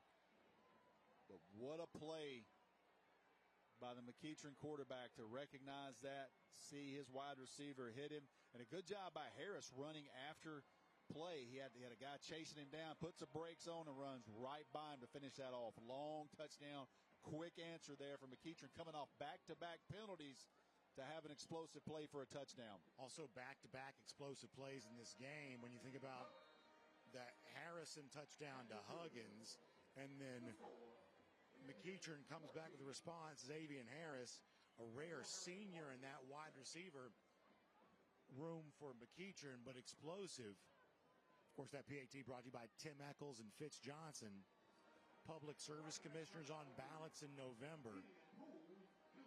While we have a moment, let's also look at the McEachern schedule presented by the Georgia Sheet Metal and Air Conditioning Contractors Association.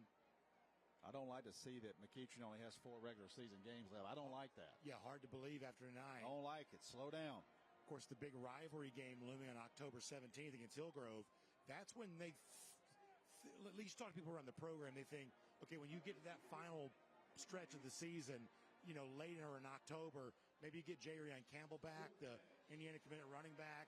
You start thinking about Nayland Scott, the Nebraska wide receiver commit. Maybe he comes back. And obviously the big rivalry game against Hillgrove would loom. Certainly if you're an Indian fan, you'd like to have that circle as maybe a day when that can happen. Sonone going to kick it short and high. Got to cover. Return going to go out of bounds just inside the 35-yard line. Go back to that prior series, Brandon. Think about the special teams there. They almost stole a possession on that onside kick. Almost got it, didn't get it, and it cost them 7 in the end. Yeah, you're talking about a game of inches where, hey, if you do find a way to let that go 10 yards, get on the football, you got all the momentum because you got the football, and you prevent the McEachern touchdown from happening. Plenty of time remains, though, for Harrison to respond. 4:40 second quarter of play. We'll go back to our Breda Pest Management Studios in suburban Atlanta for our halftime show. McEachern does drop a couple of safeties back this time. Watson going to throw into coverage, fight for the football. He caught it. And it's complete. Parker Perkins, sophomore receiver, won the wrestling match and earned the reception, the process, a pickup of 5. That's a great job. Very tight window, but he bodies out the McEachern defender and finishes that play off. Nice job there by the sophomore, Parker Perkins.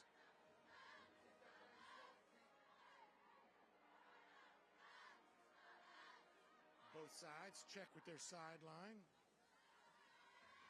McEachern moving bodies around defensively. In motion goes the tight end, Matt Sykin.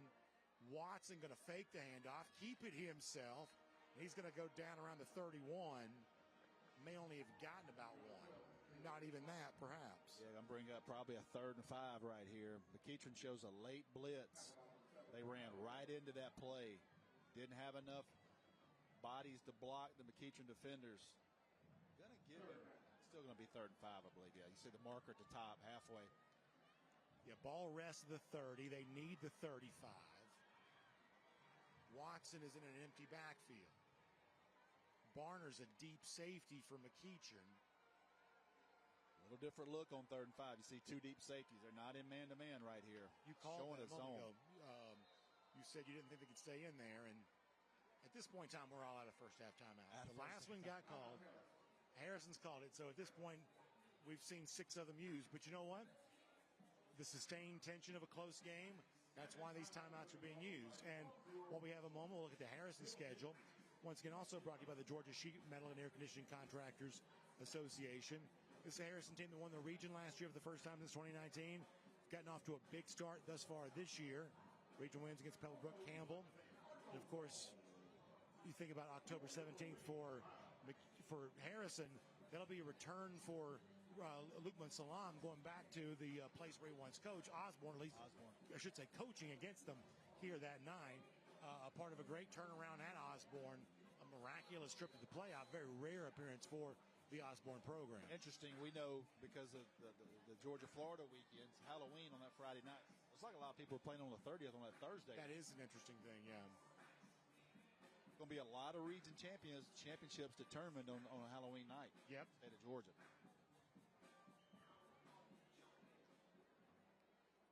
Third and 5.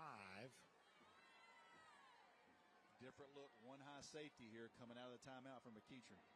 Running back goes in motion. They're going to throw over to him. That's going to be a pass caught there. And now making something happen.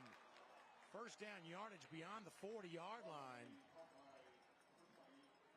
Getting Abu Kanate involved. Love the play call. Yeah, well designed. Loved it. McEachern shows them a different look. They come out of a play, able to move the chains.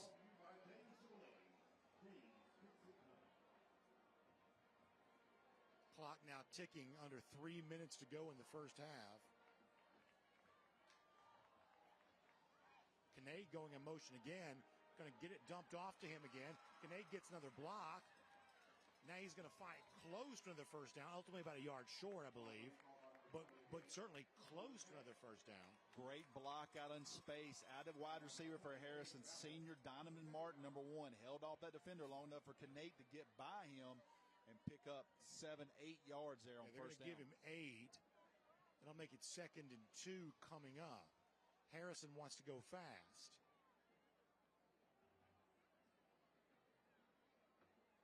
Four across defensively for McEachern.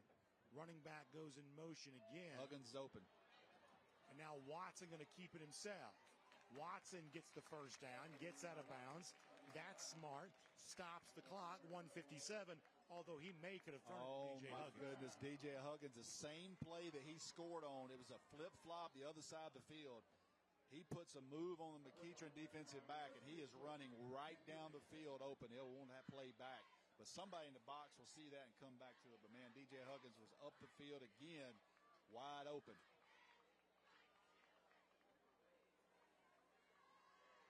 Clock stops, 1:57. Another running back screen. Same going play. back to Kanade. Kanade gets a block. All of a sudden, Abu Kanade has turned into a valuable weapon on this drive, getting 3 catches alone in this possession. Same play they ran a couple plays ago on 3rd and 5. He gets up the field, moved the chains, put his foot in the ground, and made a McEachern defensive back buckle his ankles there. They've connected on it twice on the right side, once on the left side. Huggins in the slot up top. Seconds in the first half. This time it's a different running back, Jermaine Hill going in motion. Watson going to throw. Huggins slipped down. Barner had a chance at the interception. Yeah, they got Barner was open, but he just lost his footing. Bracket coverage on Huggins that time and got lucky. Really, that ball ended up incomplete because they were all over that play.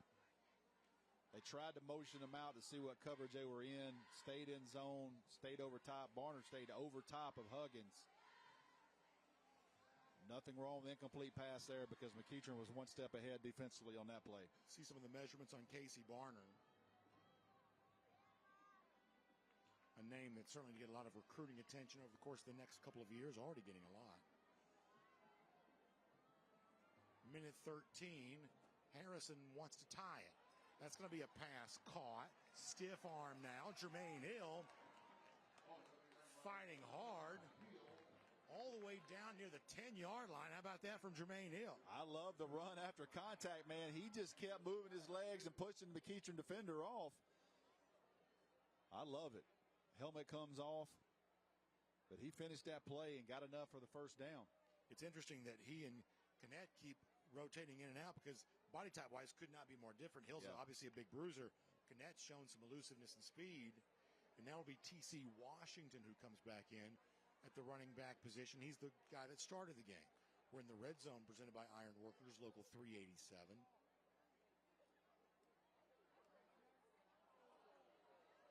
they're going to get Harrison a penalty.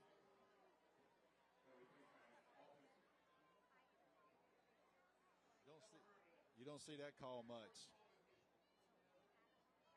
So on the stiff arm, they're going to get Jermaine Hill for a face mask.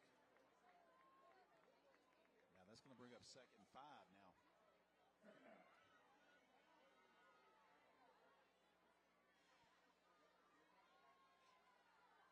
Handoff.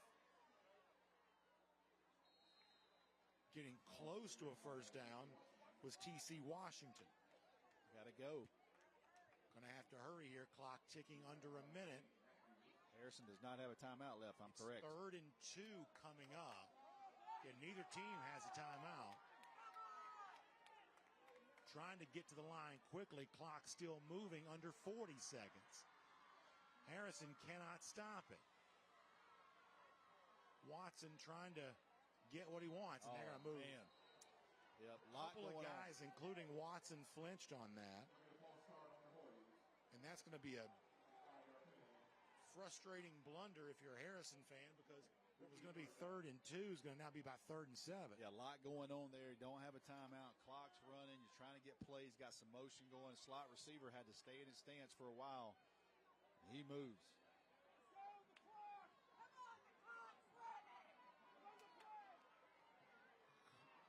Clock still moving.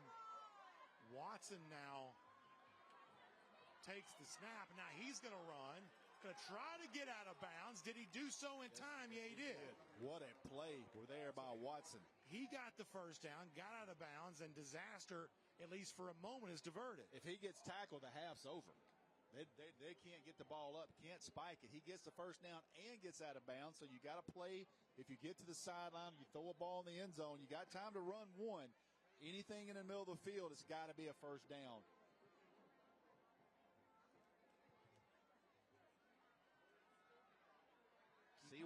See if they got Huggins in the slot right here. See if they catch him. They're going to bracket him. They're going to bring Barner over top. Watson from an empty backfield, looks right, throwing end zone. He's there for a touchdown. Into bracket coverage, Huggins finds a way to get free, and he gets his 2nd touchdown of the night. Listen, they got no answer right now for DJ Huggins. Everybody in the building knows it's coming. They're going to have to double cover him. And I know that's against their philosophy, but right now, number 11, they got no answer for him, and that's 2 touchdowns for the junior wide receiver. 0 FG energy drink touchdown. What a night for DJ Huggins. Ian Castro will try the PAT. I'm going to change my opinion. He reminds me a lot of Caden Lee at Ole Miss. That's a really good one. Yeah, it's a really good one. PAT brought to you by Tim Eccles and Fitz Johnson, Public Service Commissioners. And I tell you, this has turned into be a thrilling game. Points have been a little hard to come by, but both teams now finding their footing offensively too. And I mean, listen, 2 teams undefeated in the region, undefeated on the season. Huge game. And they're throwing slugfest, right big blows back and forth at each other with just 5 seconds remaining in the first half. You talk to people around the McEachern program, they'll tell you this may be the biggest game in their program's history, dating back to probably 2023. They beat North Paulding in Kareem Reed's first year to secure a region title. This is the biggest game for them, probably going on a couple of seasons. And for Harrison, in the midst of this reemergence with Lukman Salam as head coach, I would think they would say a similar story about what this game would mean for them to be able to beat a Cobb County rival. Got a cover here. This would be short. I would squib this short. No way this goes deep. Ashton Kelly will kick it short. They don't want to give Casey Barner the chance. Ball is bouncing around, but going to be falling on. Nasir Banks, I believe. No, excuse me. That was Williams. Samar Williams who fell on that. And so with 5 seconds left, if you're Pittman, do you want to crank it up? You got receivers. Man, we've seen some stuff bad happen when you try to throw the ball late in the half. We have seen that. You do not want to see.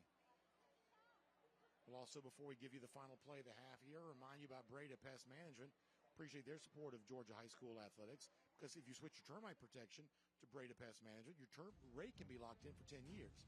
Breda's protected homes from termites for over 50 years. Breda, they'll protect your home with confidence. Breda, they handle bugs and critters. So just 5 seconds remaining. Looks like they do want to run something. Pittman trying to buy himself in time. Now he has to get rid of it. It's a ball that's going to be fired, and it's going to be intercepted. Coming back the other way now with a little bit of room to run. That's Evan Tillman going to finally go down in dramatic fashion, as Rusty predicted. You get crazy at the end of the half, something happens. Tillman gets the interception, and that is how the first half comes to a close. We're going to go back to our Breda Pest Management studios for halftime, and what we think is a thrilling third quarter is on the way. So stay with us tonight, Atlanta News First, the Peachtree Sports Network. My name is Mike Hammond, founder of Cigna Relief.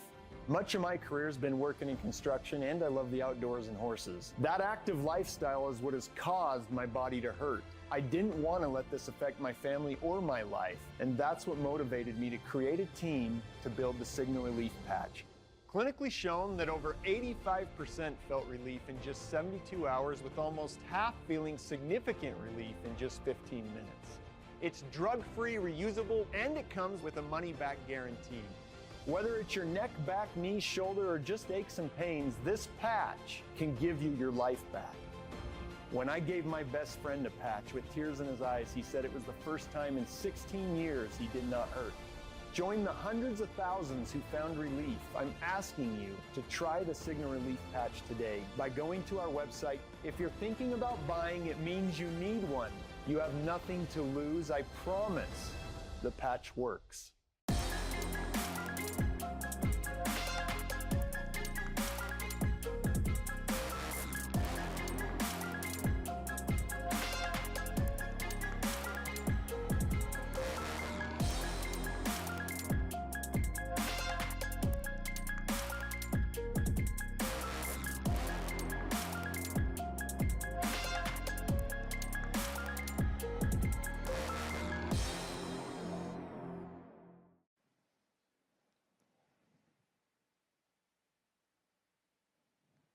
And welcome into the halftime show presented by GeorgiaConstructionCareers.com. This is our halftime hit presented by the IBEW Local 613. I'm Kaylee Mansell with Score Atlanta's Landon Knight, as well as Craig Sager. Here at the half, 14-14, all tied up after a scoreless first quarter. Both teams get it going on the offensive side of the ball. I'm not going to lie, Craig, coming into tonight, I had no idea what to expect out of this game. Certainly was not expecting a scoreless first quarter. What just surprised you the most about how the game's played out so far? You know what? I just think it's the way they're trading punches. It's just answer after answer. We saw McEachern kind of punch it in at the beginning, and then that drive Harrison had to answer was incredible. Just marched right down the field. DJ Huggins doing a great job getting open, and Rusty was pointing out that McEachern, with their talented secondary, they're going man coverage. So if Harrison can continue to win that matchup, it's going to put pressure on them. So fortunately tonight, for the first time, I did not have to make a pick, and I have no idea what I would have done with it, but you guys have to make picks every single week. Clean sweep for McEachern. That includes you, Landon. At this point in the game, especially with Harrison scoring that last touchdown right before the half, would you double down on McEachern to win right now, or would you change it up? You know, I'm still standing by my McEachern pick. I do think this game is going exactly how we expected it to go. It's a big region rival game, and as Craig said, they're going punch for punch. They're answering each other, but what I think is going to be key in this game is limiting turnovers. I'm still standing with McEachern. Both offenses have been able to move the ball. We've seen that Harrison can throw the ball. We expected McEachern to come out with this powerful defense, but you've seen Harrison's had a good defense tonight as well, but I'm still going to stick with McEachern for this one. Yeah, Craig, I think what surprised me the most at this point, especially when it comes to the McEachern offense, is how well they've been able to pass the ball. Little to no passing offense in the 4 games prior to this. When you look at Calvin Pittman on the year, coming into this game, just a 47% completion rate, 5 passing touchdowns to 5 interceptions, but that's what's been working well for them tonight. So moving forward, I don't mind continuing to see Pittman take some shots downfield, forget about those past mistakes, and lean heavy on that, because that seems to be what's really going for them at the moment. Yeah, and even though McEachern's been running the ball more, and it's a surprising stat, we're talking like 75% of the time, this is a team that put up 42 points in 1 quarter against Paulding County last week. So they have an explosive offense even with a run-oriented attack. I thought Pittman's done a good job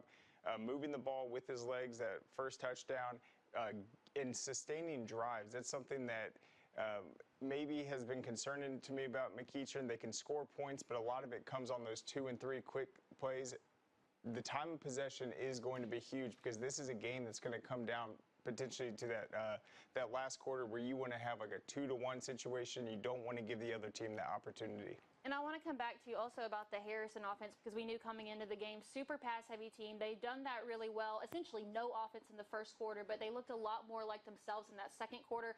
Both touchdown passes on the night were to DJ Huggins, who you discussed earlier. And I think for Harrison specifically, the passing game is working, but I would like to see more of the run game out of them too, because I feel like where McEachern has really excelled on the defense is when they're in man-to-man coverage. Now, you can't do that every single play, but that seems to be what's working for them. So I know they've got a great passing game, but I think I would like to see Harrison try to establish some run game early on just to mix it up. That's a great point. I do think Harrison's been aggressive. We've seen them kind of look at these fourth down situations. Are we going to go for it? Are we not? They had that fake punt. So I think they're willing to be aggressive, but you're right. If they can get the run game going, that's really going to open things up. Yeah, so one of the things that feels uncharacteristics for both teams at this point in time is the early turnovers that we saw, as well as early penalties throughout the game. Landon, when you look at those, this is not two teams that typically does this. Do you think it was a matter of nerves, knowing the importance of the rivalry, the talent of the opponent, or is that one of the byproducts of coming out of a bye week for both teams? You lose some momentum. Do you point more towards the nerves or the off time that both of these teams have had? Honestly, I think it's a little bit of both. As you mentioned, there's already a lot of nerves going into this game. It is a big region game. It's a big rival game, a big Cobb County matchup. Like I said, I think if McEachern is able to eliminate the penalties, they're going to be able to capitalize and get the win. All right, Craig, so we got a whole nother half to play ahead of us. Again, tied up 14-14 if you're just now joining us. Give me one key for each team that you want to see coming out of the half. I think it's just going to be the momentum and it's the aggressiveness of Harrison. If they want to beat a team like McEachern, they're going to have to stay aggressive and gamble on some of these fourth downs. Well, what it's really going to come down to is how do these two teams respond out of the half? Do you look at it more like the first quarter where you lose some momentum, scoreless, or is it going to resemble more of what we saw in the second half with some offensive shootouts? Of course, I would like to see the latter, but you never know what halftime does to a team. So we've got a good game on our hands. We'll come back for kickoff, but also, too, in just a moment, we're going to have more scores from across the state. Saving money is now more important than ever for seniors. But if you purchased a $9.95 guaranteed acceptance plan, you could easily find yourself overpaying for very little life insurance coverage. With the $9.95 rate, a 65-year-old male receives less than $900 in coverage. For $10,000 in coverage, he would pay over $110 a month with a 2-year waiting period. Fortunately, with Senior Life Insurance Company, he pays less than $58 a month for $10,000 in protection. There's no waiting period, no medical exam, and he saves over $600 a year by choosing Senior Life. A 65-year-old female saves over $400 a year. Don't overpay for your life insurance. Call now to see how much money you could save with Senior Life. We could help you get cash back from your current overpriced policy. Call now to lock in your coverage and low monthly rate. For your free quote, call now. Okay, going back to one. This industry is my life. The Georgia film industry feeds my children, and it feeds my dreams, which are two very important things. The film community is a real vital ecosystem. You can make a living in it in an incredible town. Real jobs, real impact. Support Georgia Films. Visit whygeorgia.com.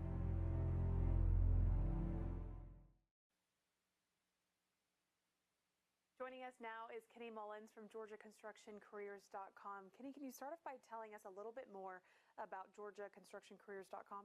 So at Georgia Construction Careers, we're 19 different construction trades that build everything. And for people that are interested in getting involved, you've talked about this could be an alternate for college, high school students can get involved. What are some benefits that come along with that? So you get a family coverage for your insurance. Your health care is for your full family. And you have pensions. You have a defined contribution and you have a defined benefit. What that means is the contractors, our partners, pay your pension for you every hour you work. So it's not like a 401k. A 401k is just an ad hoc savings where you defer your wages that you make. They actually pay your pension. So you're able to build a pension, and when you retire, be able to retire really well. And talk a little bit about being able to earn while you learn. So the way that works is it's one of the oldest models in history. So you join, you get your on-the-job training, and that's where you go to work every day. You have no college debt. The only thing you have to pay for are your books, and it's minimal cost. But you go to work, you learn your craft, you go to work every single day, and then you go to do your classroom hours after work. You know, it may be you get assigned a day, you may go on a Monday or you may go on Wednesday, but all that earn while you learn is you're working. You're not waiting and trying to learn the book work and then getting a job. You've got a job, you're learning your craft and learning the academics part of it at the same time. With that said, what are some success stories you've seen from young people entering the trades? So I don't know if we have enough time to answer that question, but there's so many success stories. But we're not just for young people or high school kids. We're for maybe your parents. Maybe you're looking for a career change. I have a sister, and she's been out of work for 18 months because she works in corporate America. It's hard to get a job, and that's due to AI. You're never going to have to worry about AI in the trades. You're not going to lose your job. So as far as the success stories goes, they're daily. I mean, they're happening all the time. We do so much in the community. It's changed so many lives. I don't have enough time to tell you that, but it's good. And then, Kenny, why is it important for high school coaches to learn more about the opportunities at GeorgiaConstructionCareers.com? Well, one of the things is it's bothered me for years is we've always been the best kept secret unions, but if a high school football coach knows what we do, we kind of embody the same principles as that team environment, that brotherhood, that sisterhood, that unity. So we want the coaches to know who we are so they can offer this option to their players that are not going to the next level, because it's a great career. A really good career. For those interested in finding out more, you can go ahead and head to GeorgiaConstructionCareers.com. Kenny, thanks for joining us, and we'll be back right after the short break. Nothing is as pure and special as high school sports in the state of Georgia. And Score Atlanta is its #1 fan. High school sports are about families, kids chasing their dreams, communities supporting their teams year in and year out, neighborhood signs, and off-season workouts when nobody's looking. It's the biggest stage that young athletes get to climb for the very first time. And Score Atlanta wants to connect your brand with Georgia high school sports in ways that have never been available before. In addition to our Georgia High School Sports Daily Show, Score Atlanta provides continuous coverage of the Georgia high school football season through its televised games, stories, and rankings. Score Atlanta puts on some of the most notable events like the Corky Cal Dave Hunter Classic, the Georgia High School Football Hall of Fame, and the Georgia Elite Classic. All of these elements offer sponsors exclusive opportunities and exposure. So let's talk about how you can reach millions of people who enjoy Georgia high school sports. For more information, contact Score Atlanta today. A journeyman with Local 85, when you turn out, you can be hitting six figures. Hey, I have your back, you have my back, we're going to do this together. We're one for all for one. College just wasn't for me. Let's look into actual career jobs that wouldn't take college, where I wouldn't, lose money and all that. Instead of losing a lot more money at the end, why not make money and make more money at the end?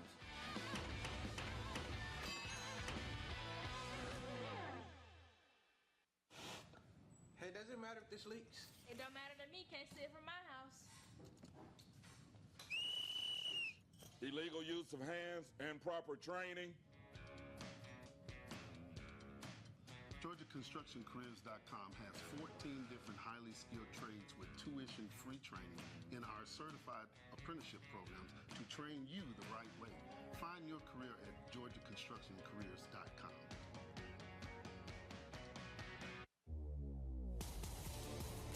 Basic combat training is a 10-week experience that will challenge you both physically and mentally. Each phase of your training will introduce you to new soldier skills, building and advancing them along the way. You and your fellow soldiers will work as a team to accomplish each mission, overcome each obstacle, and earn the right to wear the black beret of an Army National Guard soldier. Nobody wants to hear the word roaches because who wants to admit they have roaches? I actually found some weird roaches. I didn't know what they were. I decided to choose Breda. I reached out to them. They check in routinely. They're explaining what they're doing. So there's a lot of clarity in the process as well. I think that just speaks to the level of safety that I feel with the organization. The facts are, roaches are everywhere in our environment. So what are you doing to keep them out of your home? Breda, no need to be afraid of bugs. World-class training isn't just for leaders well on their way. It's for the ones just getting their footing. Seasoned pros learn through real-world experience. But so do young cadets. No other career path gives you leadership instruction that's so tested, so successful, so early. Decide to lead as an Army officer.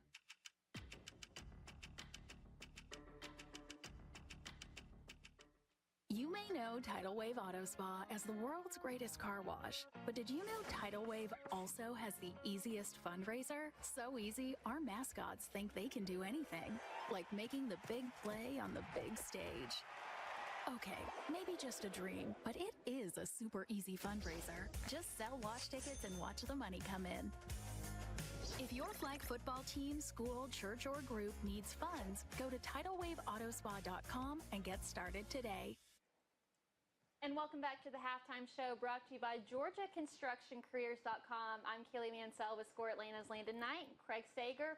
We're going to take a look at scores from all across the state. But first, let me give a quick shout out to my girl Ashley Carey in Score's debuting commercial tonight. It debuted how gorgeous this studio is. She did an incredible job. Want to tell her that I miss her if she's watching this. She is at Harrison right now. So want to give a shout out to her as well as the Score Atlanta studio. Now with that, we'll go ahead and take a look at some games from tonight. We've got 12 to talk about, but if you don't see a score that you're looking for, then you can go to scoreatlanta.com, hit that scoreboard, find any score you need from all across the state tonight, but we are going to focus on 12 here. We'll go ahead and kick it off with, we've got Bowden at Manchester right now in the third quarter. 28-6, Bowden 4-2 on the year, Manchester 2-4. This is a really important region game, and for Bowden, 2022, 2023, and 2024 state champions. I don't care what classification you are. That's really hard to do at any level. So Bowden looks like they're bouncing back after 2 losses, getting it done over Manchester in the third quarter, Landon. Yeah, so this was actually one of our pick'em games this week, so I'm super excited to see that Bowden is winning this matchup.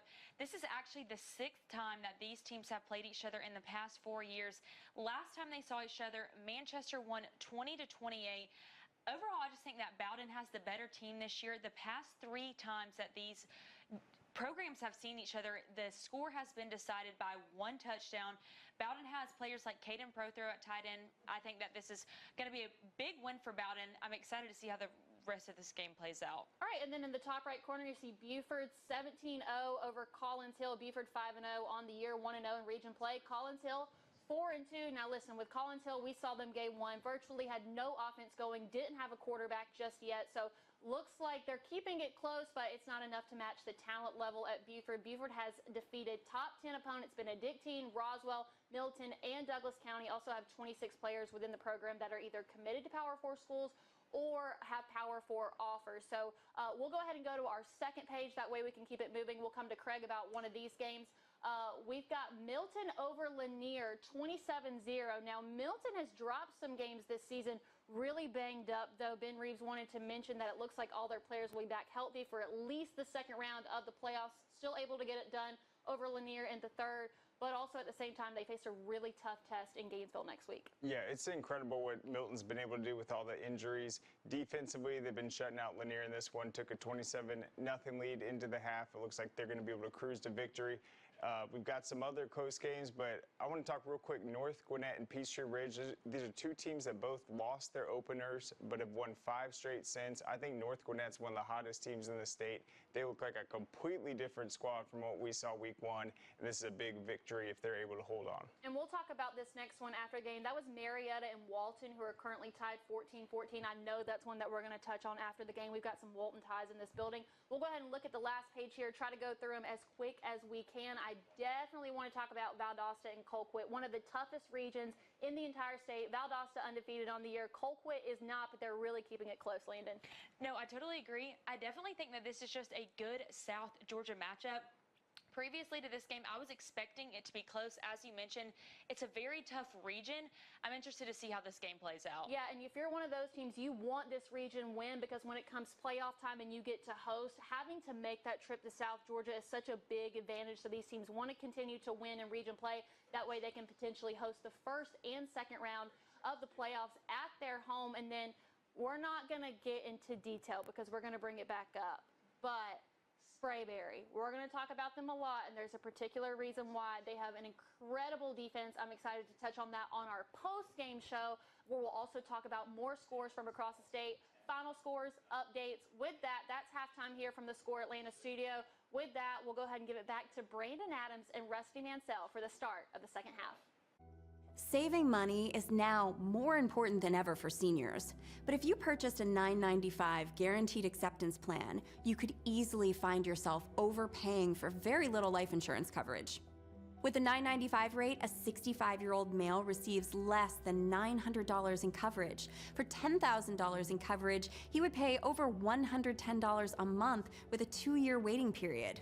Fortunately, with Senior Life Insurance Company, he pays less than $58 a month for $10,000 in protection. There's no waiting period, no medical exam, and he saves over $600 a year by choosing Senior Life. A 65-year-old female saves over $400 a year. Don't overpay for your life insurance. Call now to see how much money you could save with Senior Life. We could help you get cash back from your current overpriced policy. Call now to lock in your coverage and low monthly rate. For your free quote, call now. We're here for the walk-offs. And that'll do it. Start the buses. The shutouts. Struck him out. 10 strikeouts for Strider. The RBI singles. Double plays. The triple threats. 3-run home run. The moments that make you nervous. And the ones that keep you coming back for more. As clutch as it gets. No matter what your favorite Braves moment is, it happens here. Peachtree Sports Network. The Braves play here. Welcome back, everybody. Brandon Adams, Rusty Mansell. We're here at Bruce Cobley Stadium, Harrison High School. Unbeaten matchup. McEachern and Harrison both tied at 14 here right now. You know, the first quarter completely dominated by both defenses. Multiple fourth down stops, for instance. Both offenses found some explosive plays in the second quarter. C.J. Pittman for McEachern got a rushing touchdown, the quarterback, and also hit Xavier Harrison on a long scoring play. And on the other side for Harrison, how about 2 receiving touchdowns for DJ Huggins?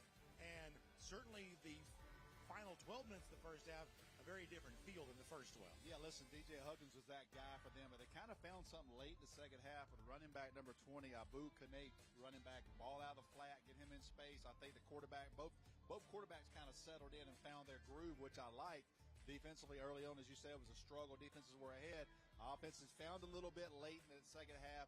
I expect another this is going to be a 4-quarter game, Brandon. We've been due one. I think we're about to get one.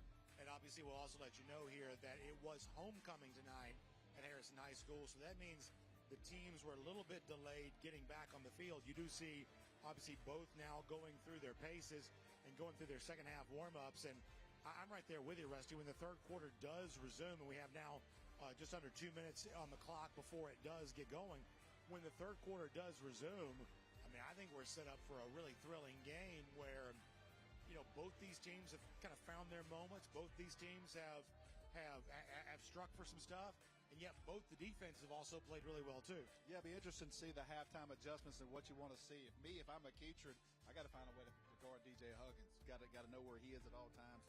But also McEachern, I think you want to get the run game going a little bit. I know you had explosive play to Xavier Harris, and he busted a tackle for a touchdown. But I think you want to get the run game established. How do you keep DJ Huggins in the gate on the sidelines? Running the football, controlling the clock second half. And it's interesting, you know, and by the way, we'll take a look at some scores here from across the state. Douglas from Atlanta on top of Riverdale getting the win 48-0. Another shutout coming from Mount Zion Jonesboro over Stone Mountain. Let's keep the shutouts going. Carver. What's going on tonight with big win now for our guy as the head coach down there at Carver right now. Jefferson County getting the best of Central Macon tonight. Ware County on top of New Hampstead, about 57-19, a final there. ECI on top of Savannah, 47-0, and of course the big one from 6A, Valdosta and College County. Yeah, can you imagine down there, Region 1, those two teams locking up?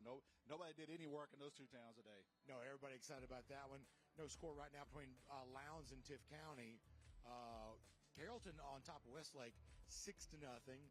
East Coweta, how about this? If this were to make a little early upset with East Coweta on top of Douglas County out of the 6A classification. So those scores continue to roll through. But what we were saying about McEachern a moment ago is that you get the impression that McEachern has the size advantage in this game on both lines of scrimmage, and yet really haven't been able to assert that. I'm telling you, it's the 3-4. You look at Harrison, they got a big defensive lineman. They got two big defensive linemen, but it starts with Oscar McAdoo, big number 99. If you're going to run a 3-4, you got to have a space eater in there. No matter what level of football you're on, you got a guy that can control the line of scrimmage, and big 99 right now has been giving McEachern some trouble inside. Of course, both these coaches, tremendous story. Kareem Reed obviously spent a lot of time in Georgia high school football, went away, coached in college, including with Billy Napier at Florida, saw the opportunity to come back here to Georgia high school football and get really what for a lot of people, because of the prestige and the resources, McEachern really a dream job for a lot of folks, and that's what brought Kareem Reed back to this state into high school football after it seemed like he was well on his way to a college career, stepping back into high school football. And here in year 3, you know, if you look at the Maxwell ratings, things like that, McEachern is the single most improved team in the entire 6A classification. Speaks to the job that he's doing. Hard to believe a program like McEachern doesn't have a state championship. I said this quickly after Kareem Reed got hired. He's going to be the guy. They're going to win a state championship under him and McEachern at some point. And, of course, another great story, the Lukman Salam on the other side for Harrison, leading this team to a region title last year for the first time since 2019, after having really done almost a miracle job at Osborne High School. Gets the job here at Harrison and seems poised to continue building here, too. Some coaches are just builders, and that's what Salam seems like he is. Yeah, it's a great program here at Harrison. A lot of players, a lot of great community support. We talked about it before. I can't even imagine trying out for baseball or cheerleading here. Yeah. I mean, what a school. Great student body here. Wish we could get the camera on that. They're doing a USA theme tonight. Justin Sinone's second half kickoff. They let him take it out. They did. Yeah, you almost thought, but keep in mind, by rule in Georgia, if it goes in the end zone at all, that's touchback. But according to the officials, that's not what happened there. So to begin the third quarter, Harrison going to go back on offense. The number to watch for and the name to know is number 11, DJ Huggins. He has been the favorite target tonight for the sophomore quarterback, Aiden Watson, and he's got 2 touchdowns, despite the fact there have been gold helmets and white jerseys blanketed around him every time they throw to him. They've tried to play him different ways, tried to bracket coverage, they tried to play press man on him. They have not had an answer right now for number 11, so we'll see the halftime adjustment. You see McEachern right here, 2 over the top. He's in the slot right there. You see 12 there guarding inside, and you see Casey Barner over the top. H-back in front, tailback back behind Watts. It's going to be a running play on first down. Up near the 25-yard line. And a big gain by T.C. Washington, senior running back. Yeah, we've got Braden Matthews maybe to make that tackle, but that's about 8 yards first down there for Harrison. A good job. If they want to run, if they can establish a run, they got a good chance to win this football game. Really wasn't able to do that in the first half. Give him 8, make it 2nd and 2. Watson going to keep it himself. Spun free of one tackler, but going to be hit by Casey Barner right after that. And Zakir Abdul-Salam getting involved in that one, too. And Darrell Rivers there was an initial penetration. The Tennessee commit, Big One. He beat the guard, was able to get up the field. No gain, brings up 3rd and 2. We will remind you that our technical difficulties tonight prevent us from being able to show you instant replay, so you're used to seeing that. Not tonight. Of course, a lot of folks working hard to get us on the air here today, and of course, if you want to rewatch the game, the Score Atlanta YouTube page, scoreatl.com, great places you can go to do that to relive any of the big moments. Now on 3rd and 2, Watson going to crank it up and throw. Got Huggins again. Hit right away, and they're going to say incomplete after that. So nice job to break free that pass. Was that Casey Barner in on that? Yes, Casey Barner. He comes right in right at the end, able to knock that ball out. again, they're not hiding it. They're going to go to Huggins. He's their guy. But Barner comes over the top there, makes a great play with the ball in the air, finishes off, knocks it down. Big stop there, Brad. They had 2nd and 2, gained no yards. They're going to have to punt here early in the second half. It's Aiden Watson who will punt. Interesting, Barner not returning punts. Yeah. Boy. Well, you know, he was out there earlier and had the Yeah. miscue and has not Yes. been back out Yep. there since then. Left his feet to try to catch one, could not secure the catch and was lucky to fall on it. Also fumbled at the running back position earlier today. Watson going to fake it again, and this time he's going to get it. Just going to take it off and run. Leading rusher for this Hoya team got the read that he wanted to see. I'm not sure that was a fake. I'm sure if he gets the read, he has that permission to take off. Great job there by Harrison to convert on 4th and 2. I believe that's a rule. I believe he has a play where if he gets a certain read, when that defensive end comes up the field past him, he can run. They ran everybody off on punt coverage. Second attempted fake punt tonight for Harrison. They failed to get the first in the first half and convert right there. Washington goes in motion. They run the same screenplay to him. It's going to be incomplete. Is that a backwards pass? Washington falls back on it again. No signal yet. Yeah, they're going to say it's a backward pass. They're going to say a backward pass. They're going to say a backward pass. They're going to call that a lateral. Yeah. Big loss. Going to lose about 11 yards there on first down on that play. Got to catch that football. Taking his gloves off right off the back. As soon as he come to the sideline, took his gloves off. But, man, cost him about 12, 13 yards there. Completely negating the momentum as well from the fake punt by Watson. Man, tough play on first down. Yeah, huge loss on that. Ball now sits all the way at the 21.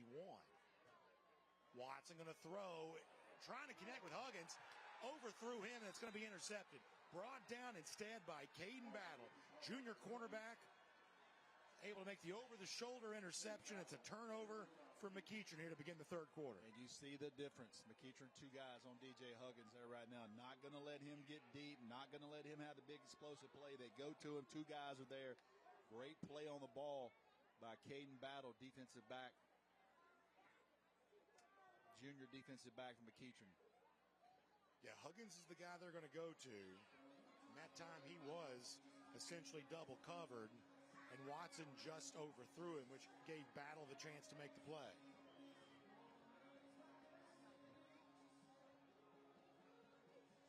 So C.J. Pittman and the McEachern offense goes back to work here with the ball at the 43-yard line. Pullen goes in motion. Pittman will throw. That's going to be a pass, and it's going to be caught. Ja'Cory Shockley, freshman wide receiver, gets his second catch of the night. Great play there by number 9.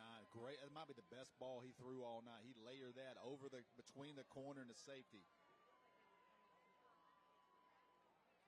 Great ball by Pittman there.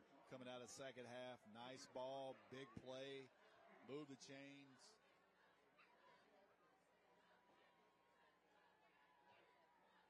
Ball to 38. Pittman going to dump off to Harris. Harris got a touchdown already today. And Harris going to get down to the 26-yard line. Basically just an extended handoff. Just throw the ball out here to him, a little flare route, and he does the rest. Gets another first down. McEachern, back-to-back plays, moving the chains already close to the red zone here early in the second half. 13 yards on that gain for Harris. Ball now at the 21. Pittman, handoff, Pullen on his feet. Still fighting inside the 10-yard line. Big game by Henry Pullen. Boy, they are hitting them quick there. Nice run, condensed formation. A little bit of eye candy hits. McEachern also wants to go fast here as well. Hand off to Pullen again. Pullen dancing right. Still grinding and driving. Going to be down right near the goal line.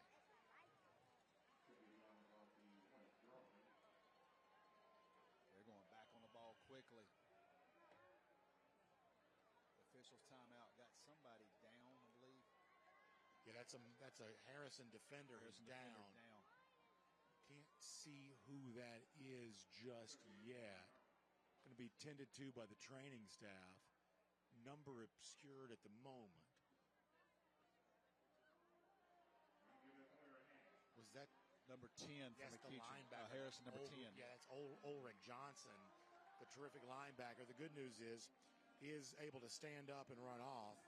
Johnson had one of the most vicious hits we've seen all season in the first half. Looks like he's okay. He's frustrated, but it looks like he's okay. That's good news for everybody, but also if you're a Harrison fan for sure. Milton on top of Lanier, 27-0. Breda Pest Management score ticker.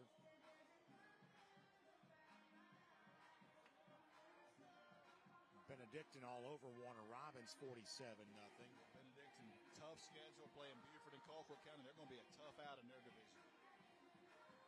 Yeah, Benedictine spent most of the early portion of the season playing against top 6A teams. And what a schedule. You see their record next to their top 10 ranking, it may not look quite right. But when you watch them play, it makes all the sense in the world. So we got a timeout, McEachern. Yeah, so McEachern did call a timeout.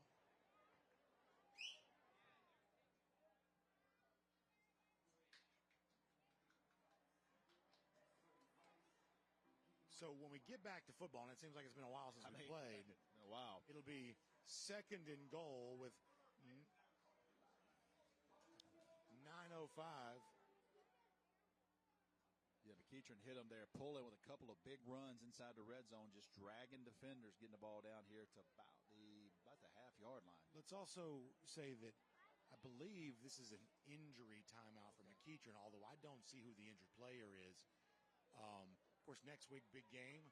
We'll head out towards Woodstock, where River Ridge going to host Sprayberry. Of course, Georgia fans tuning in on that one. Yep. Get a chance to see one of their commits in action, and Alabama fans the same way. And, of course, River Ridge. Wow, beat Sequoia. Big, surprising result just a couple of weeks ago. So, setting up for a fun one next week on the Peachtree Sports Network and Atlanta News First. Our drive for the GHSA state title with River Ridge and Sprayberry. And during the injury timeout here, we'll also step away from live action. We'll come back and show you a second goal play when we return. This is the home of the GOATs. Friday Night Lights. And home of the Ballers. This is home of the Gamers. Peachtree Sports Network is the home of the Hustlers. And home of the Speed Junkies. The Peach State plays here. Atlanta's home of live local sports is Peachtree Sports Network. Yeah, dude, that doesn't look good. I know what to do. I'm going to cashnetusa.com. I can apply in minutes, and if approved, I can have the money as soon as the same business day. Go to cashnetusa.com to apply for the money you need.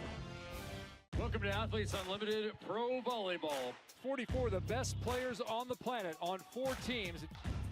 The excitement and anticipation are over. Time to lace them up and go play. We've seen some of the best players in the world come through these doors, but the overwhelming sentiment, excitement.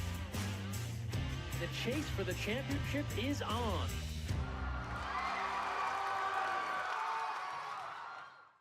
At Gray Digital Media, we develop the right message to grab attention and drive leads. To grow your brand across the streaming apps you know best. Gray Digital Media. We know local. Let's connect today. GDMAtlanta.com.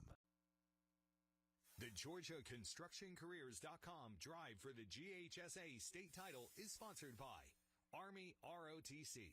Be all you can be with Army ROTC. The Georgia Sheet Metal and Air Conditioning Contractors Association. CareersInSheetMetal.com. Building a solid future. The Gwinnett County Sheriff's Office. Serve and protect through dedication, professionalism, and active cooperation with the community. And by the Mechanical Trades Institute. The best kept secret everyone should know about. All right, welcome back, everybody. Brandon Adams, Rusty Manziel. Let's give you an update on what's going on here, where while we were away, the stoppage in play, we're made aware, is because of a medical situation on the McEachern sideline that we do believe involves a McEachern player. We don't have details beyond that here right now, other than medical personnel is over there.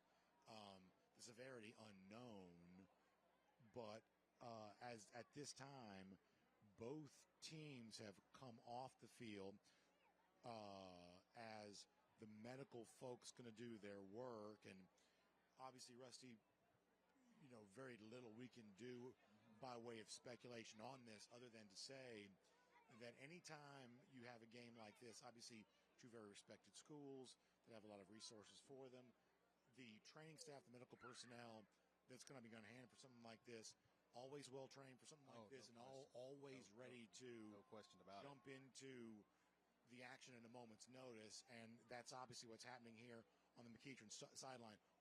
It is the far side of the field away from we are, so we really have very little in the way of details right now, and obviously our broadcast is a little bit different tonight too, so we don't have the same communications abilities that we have, but it certainly looks like there's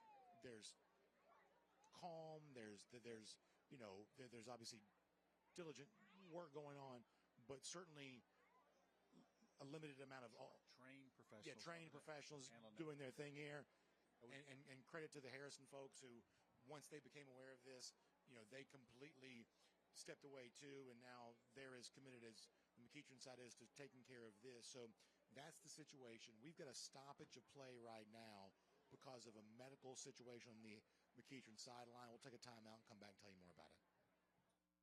What sets us apart? At the Gwinnett County Sheriff's Office, we are guided by the mission to serve and protect through dedication, professionalism, active cooperation with the community, and respect for human dignity. Our core values, integrity, service, respect, and progress, are at the heart of everything we do. If you are ready to make a difference, join our law enforcement family. Start your career today with the Gwinnett County Sheriff's Office by applying at GoGCSO.com. Your future awaits. Tidal Wave Auto Spa as the world's greatest car wash. But did you know Tidal Wave also has the easiest fundraiser? So easy, our mascots think they can do anything, like making the big play on the big stage. Okay, maybe just a dream, but it is a super easy fundraiser. Just sell wash tickets and watch the money come in. If your flag football team, school, church, or group needs funds, go to TidalWaveAutospa.com and get started today. The Georgia Sheet Metal JETC equips apprentices with the knowledge and skills required to start a rewarding career in the sheet metal industry with programs in HVAC, industrial welding, and testing, adjusting, and balancing. Training is 100% free and allows apprentices to earn as they learn. Journeymen graduate with no student debt and have the potential to earn more than most college graduates. Visit our website to learn more about this opportunity at careersinsheetmetal.com.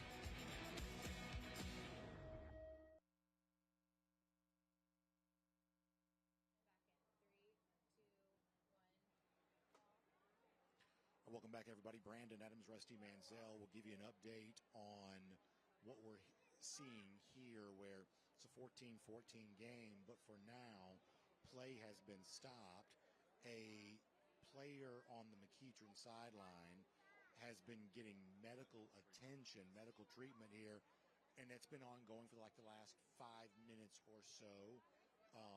Obviously, everyone tending to that there will give you more information as it becomes available to us, and we'll also take some time here while we wait to go through our scores. And obviously, Rusty, a score that we'll be paying close attention to is Colquitt County on top of Valdosta right now. Just told that Valdosta just missed a short field goal.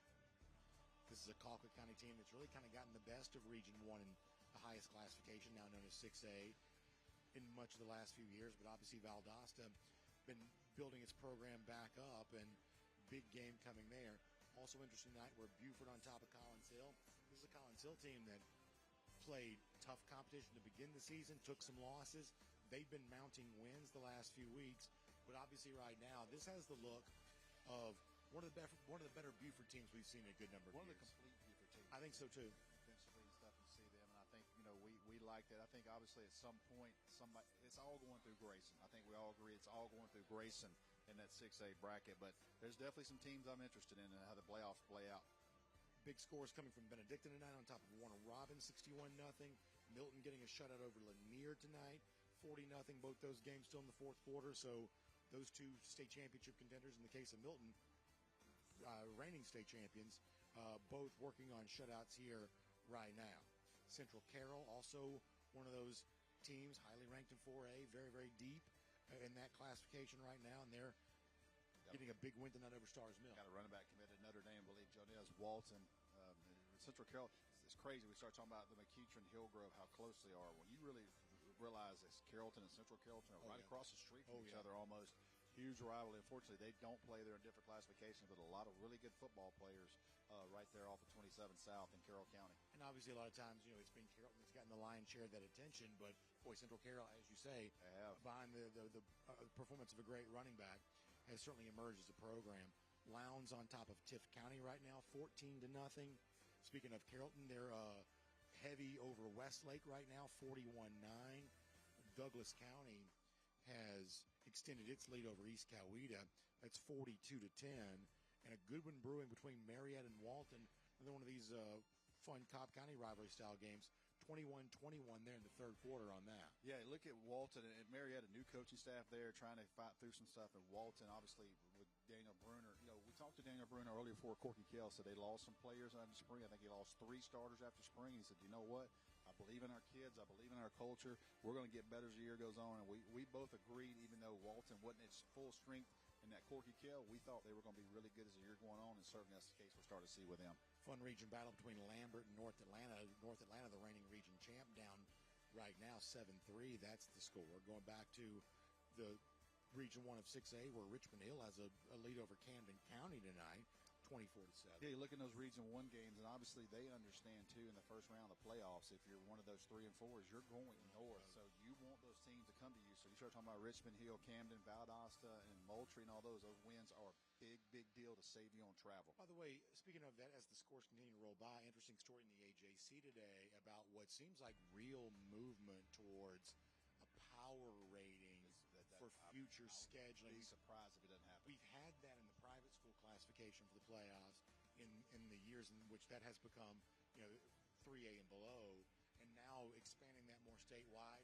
Seems like it's probably time for that. Yeah, I do, because you and I are so entrenched into the world of high school football, especially in the playoffs.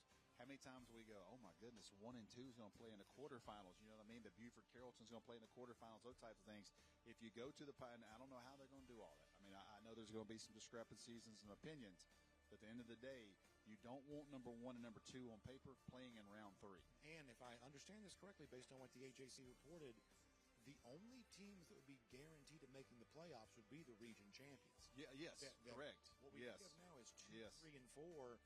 That would be based on power ratings in those classes. Just because you're in the top 4 in your region doesn't guarantee you a playoff.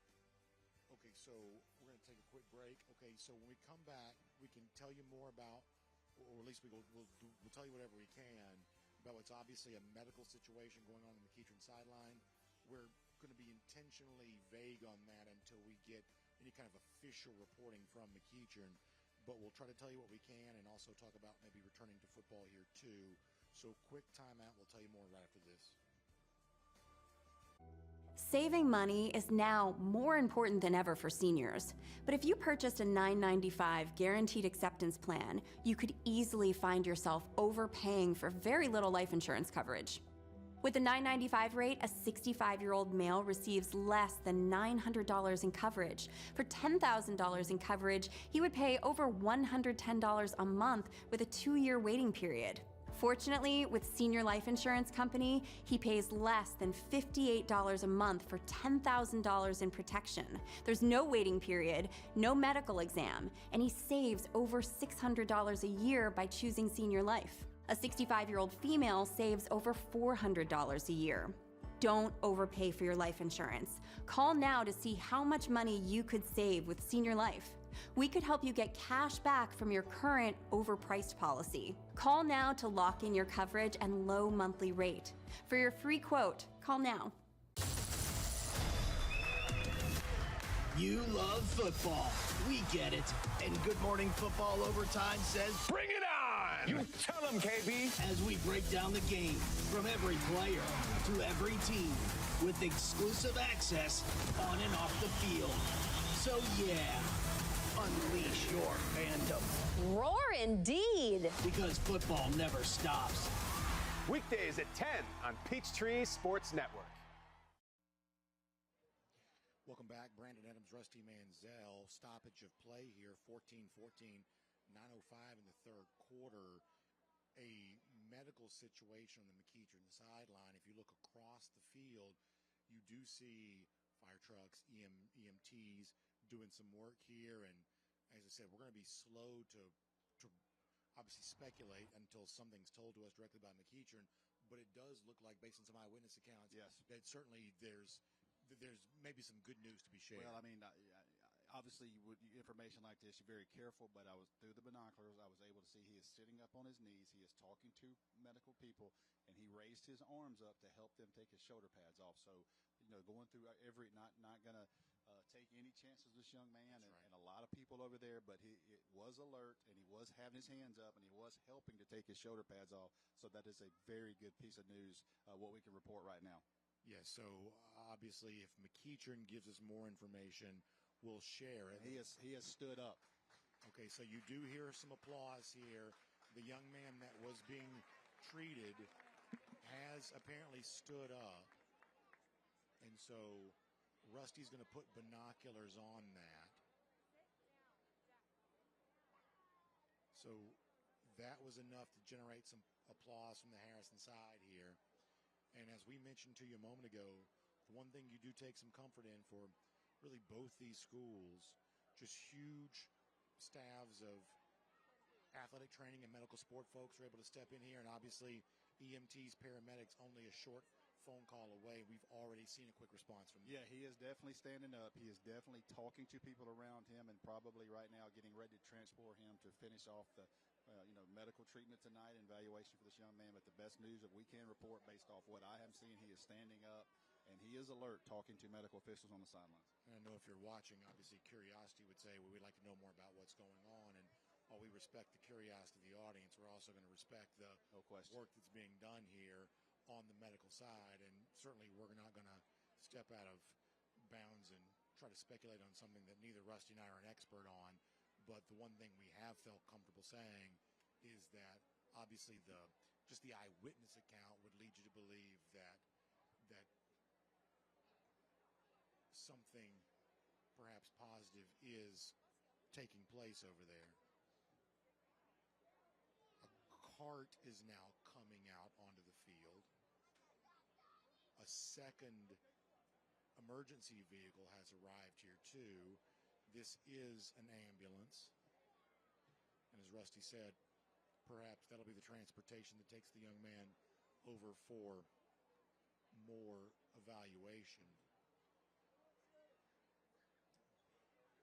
Yeah, I believe they're going to get into the golf cart and get him over to the medical truck. And, obviously he's standing, and that's the best news we can report right now. But certainly, hats off, man, the medical officials. There must be 10 or 15 over there. I'm reminded it's a completely different situation, but I had a long conversation with John Reed, the Rome football coach before the season began.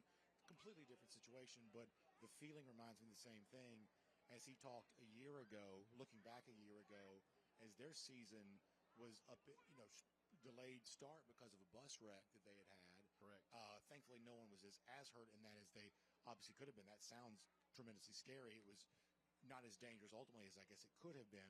And he talked about how as a coach, there's so many things that happen that there is no book for, right? There is no manual for how you bring a team back together after something like that. And obviously, that's what, Kareem Reed and his coaching staff will do is they tend to a player's health, but also try to keep the players around that young man calm. And, we know Coach Reed's demeanor. We know that of his staff too. And we certainly know their capabilities when all that's concerned. But boy, you think about high school football coaching is such a glamorous job because of the adoration you get from your community. But there's also a lot of really hard work that goes on here too. And we're seeing some examples of that here right now. So Harrison is beginning to stretch on the field, perhaps an indication that we'll be playing football again. And a medical update, too. We'll give you that again when we return. Dang, where you get this car? You need to join the union. The union? Absolutely. You can get 10 of these. Union construction workers earn the highest wages with the best benefits and the most protection in the construction industry. Find your career in construction. Go to GeorgiaConstructionCareers.com and start your future today.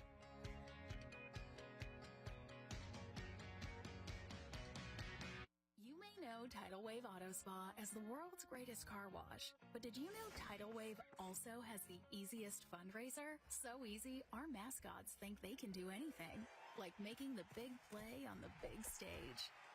Okay, maybe just a dream, but it is a super easy fundraiser. Just sell wash tickets and watch the money come in.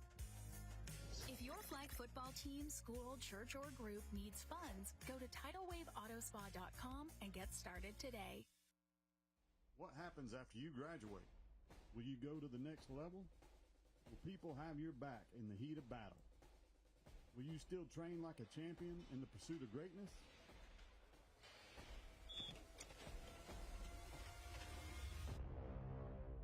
You will when you become an IBEW electrical worker. Join our team. Visit IBEW613.org. You'll still have common days. Get caught in traffic during your commute. Overthink a text message. Get a song stuck in your head. This is not one of those days. A few weeks a year and you'll discover the most uncommon time of your life.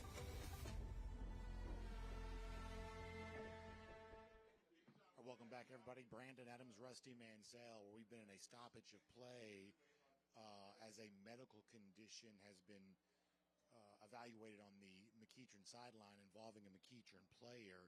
We're going to get it back to football in a moment. While we wait for that and while we hope to give you more information as it becomes available to us, we'll also give you a read here for our friends at Breda Pest Management. If critters are creeping in your attic, you better call Breda Pest Management to a highly trained expert to kick those critters out. Under the Breda Wildlife Guarantee, if any critters return, you're covered at no additional cost. Breda, they handle bugs and critters. So you hear the applause, or at least I hope that you did. The player who was tended to has been put on a stretcher and then will be put into an ambulance, and we assume taken for further evaluation. And it's important to keep in mind, oftentimes stretchers are just a mode of transportation. Well, I'll tell you, I was watching. He did not want, he wanted to walk. Yeah. So the best part of that is he jumped off the golf cart and went laid on the stretcher. That's good. You know what I mean? So that gives you that he's got that. And sometimes when you see a wheelchair or a stretcher, something like that, it's just simply a way of training, especially when it's a football player. Correct. You know, if you're a medical, if you're an athletic trainer or a medical personnel, you know, not always easy to help a football player if need to be. That's what a stretcher or a wheelchair can perhaps do. We're jumping right back into it. We're going to get right back to it here. We'll remind you that it's 2nd and goal for McEachern. Getting right back into action here. Pittman going to hand it off. You're going to be hit right at the goal line. Second effort trying to fight for it. But Harrison's going to stand up and stop the ball carrier pulling short of the goal line. Yeah, interesting, Brandon, coming out of something like this, both teams standing around, you know, long time right there. And now we're 3rd down and goal here. So after a lengthy delay, McEachern tried to get up and see if they could just power it in, and Harrison was able to stop it, and now it's 3rd down coming up. 3rd and goal. Points were hard to come by in the first quarter. Both teams struck for multiple big plays in the second. We're 14-14 here right now. Pittman handing to Pullen again. Pullen fighting again. Trying to drag his way over. Harrison trying to hold him up. And they do. They do. Man. They stop him again. 4th down. Harrison got 2 4th down stops in the first quarter of this game, but none would be bigger than this, as the football is a foot from pay dirt. I would watch Pittman right here with a keeper. got a rushing touchdown already today. Trying to break the tie. Bunch formation, handoff to Pullen.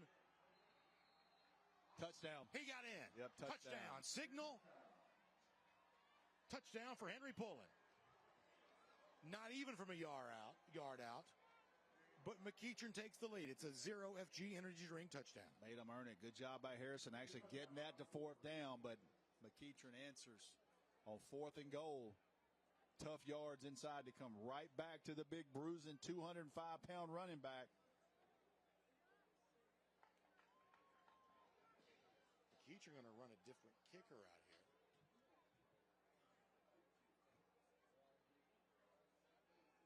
That's going to be Wes Sheehan. Try the PAT, and now looking for the running some personnel on here late. The long snapper. Yeah, long snapper. It's hard to run an extra point without the long snapper. So he runs on. Sheehan will try the PAT.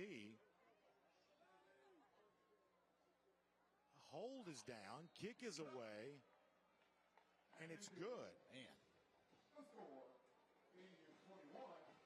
That PAT brought to you by Tim Eccles and Fitz Johnson, Public Service Commissioners on ballots in November. New score 21-14. You see a look at our fan section of the game brought to you by Gordo's Cheese Dip. A lot of folks making the trip over from Powder Springs to cheer on their McEachern Indians tonight. And they've got a 21-14 lead.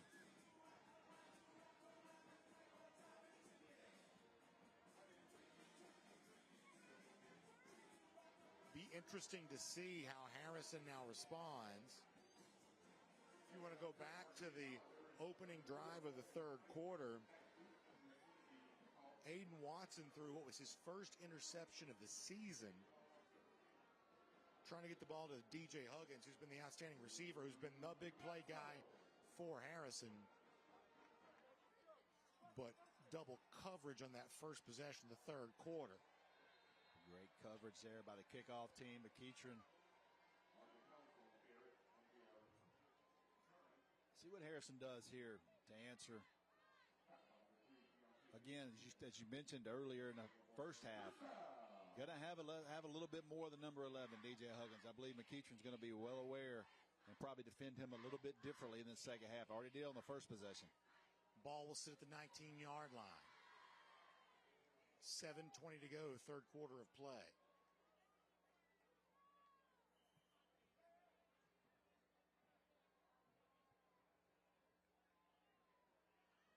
The five-star Casey Barner not in at safety right now. He's been a mainstay throughout the night. Watson will throw. It's going to be a pass caught down the sideline. Getting up to the 46-yard line. Barner is in the game now, too. In the game, yeah. Donovan Martin this time making the catch. Love the play call there. Looked everybody off to the right. Came right back to Martin on the left side. 27 yards on the pickup for Donovan Martin. Watson's gotten more comfortable as the game went on. Big numbers for him coming in tonight. 1,660 yards, among the tops in 6A. Watson will throw. Nice RPO. There goes Huggins. He's on his way for his third touchdown of the night. Electrifying play of the half presented by IBW Local 613. And what a play for DJ Huggins. Getting his third touchdown, and he is doing it all. I've been doing this long enough, Brandon, to know when a night changes your future in football. DJ Huggins tonight, this is one of those games. 0 FG energy drink touchdown as well. Wow. What a performance. They can't single cover him. Castro's PAT is good.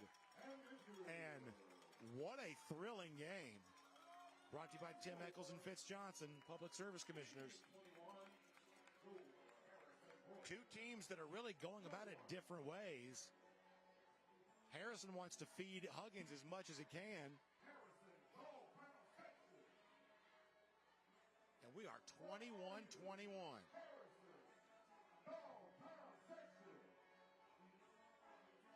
Hoyas came in tonight top 10 in scoring in 6A at more than 40 points per game.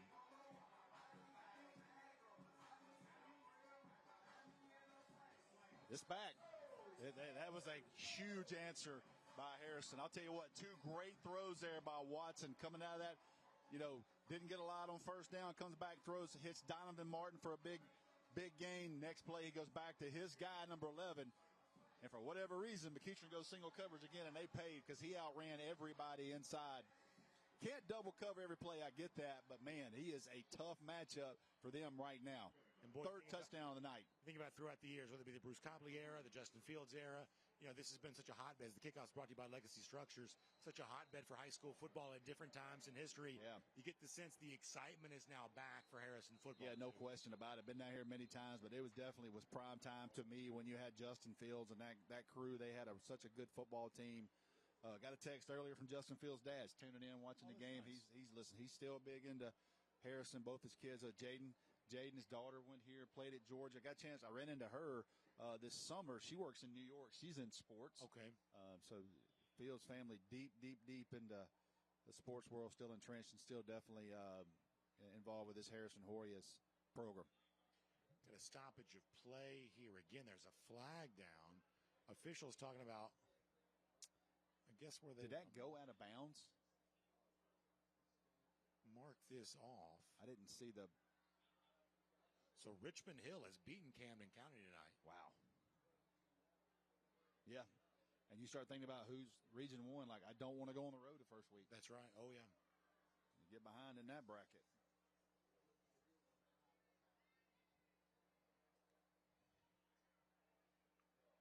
Well, let's see if we can get the call here.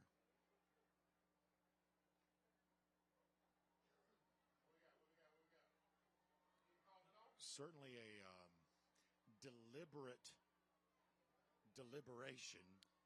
Yeah, we got to get this call, guys. I'm all for being as accurate as we can. Trying to get us a Blessed Trinity Kale final. Kale was up 3-0 late, and Blessed Trinity had the ball on the 10-yard line. Two very tough defenses playing a grinded-out defensive game. My goodness. Boy, how about Colquitt County defeated Valdosta late. Speaking of Blessed Trinity, obviously already a hot prospect, but it seems like the recruiting arrow for DJ Jacobs pointing up even more now than it was before, right? Yeah, he got ranked number 1 by 24/7 Sports in the country. So you bring that attention on you. All right, McEachern back to work. Pittman from an empty backfield. Running back Nolan goes in motion. Pittman going to keep it himself, trying to find a block, gets room to run. He's midfield, and that's where he's going to go out of bounds. Like him, too, man. He's played a lot better. Both these quarterbacks are really getting going. By the way, Kale held off Blessed Trinity, won 3-0. How about that? I mean, you think that wasn't a grown man game? How big of the smile on Bobby May's face? Oh, game after 3-0. that one. Yes.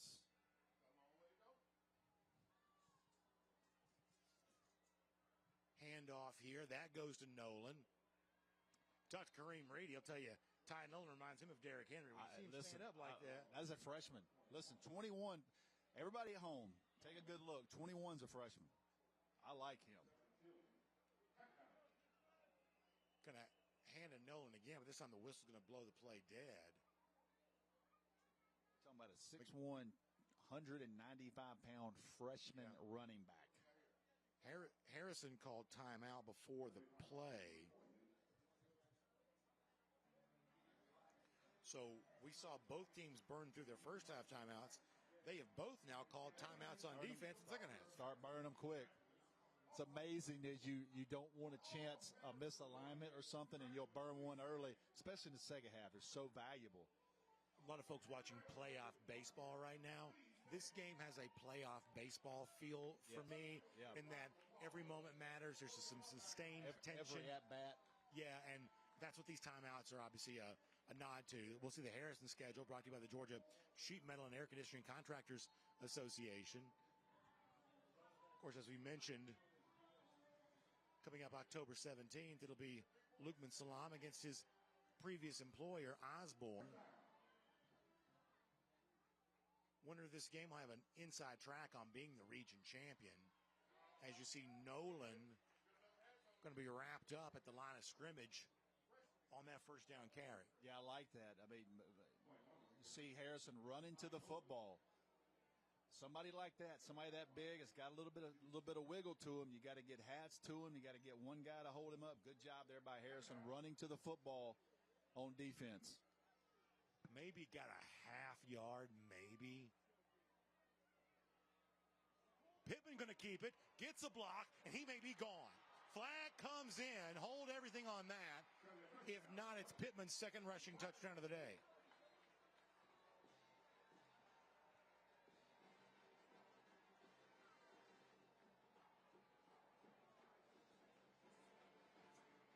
Yeah, I got the referees. Looks like, we'll see what they're doing here. So the flag came down on the far Harrison left. sideline. Yeah, Harrison sideline. Well away from the play. A long way from the play. Sideline warning. It's a sideline warning. That means the Pittman touchdown is going to count. And this has turned into be quite a shootout. Explosive plays. After 12 minutes of action, if you told me we're going to have a shootout on our hands, I don't believe I'd have believed you. Man. We kept getting the third down so quick. I was like, what happened to first and second down? That's what this one's turned into. And second rushing score now, the 9 for Pittman. Back to Justin Sinone to try the PAT. After Wes Sheehan tried the previous one. And now it's 28-21, and we're going back and forth here. Tim Eccles, Fitz Johnson, boy, they're getting a lot of love tonight.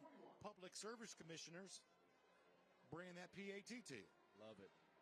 Love the explosive plays. Love the speed. Love both teams just counter punching, man. Take This a has blow, been give a one. very fun football. We didn't do one. Yeah, we really have. I think last year we had the Prince Avenue Hebron Christian was our best regular season game. That was a region championship game. This very well could wind up being a Very much region so. championship game down the line, and both teams probably know that. Zero FG energy drink touchdown for Pittman.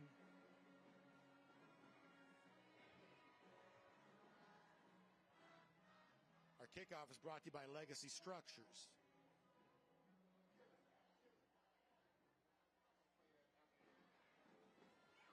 Sinone will kick it short and high, returnable at the 5-yard line. Room to return, but a nice special teams tackle prevented that from that. That was Evan Tillman who wrapped him up, made a nice tackle. Kai Rowe, number 7. Yeah, let's just say it was one of the 7. Okay. When you got this many players, a lot of 7s. Douglas County came back and won 42-17. They got rolling. See a final. That will be a final now when we get to our shortly here update on the Breda Pest Management score ticker. So all of the Harrison points tonight coming via DJ Huggins touchdowns. Watson going to hand off on first down. Carey gets up across the 25 to the 26, maybe 3 that time.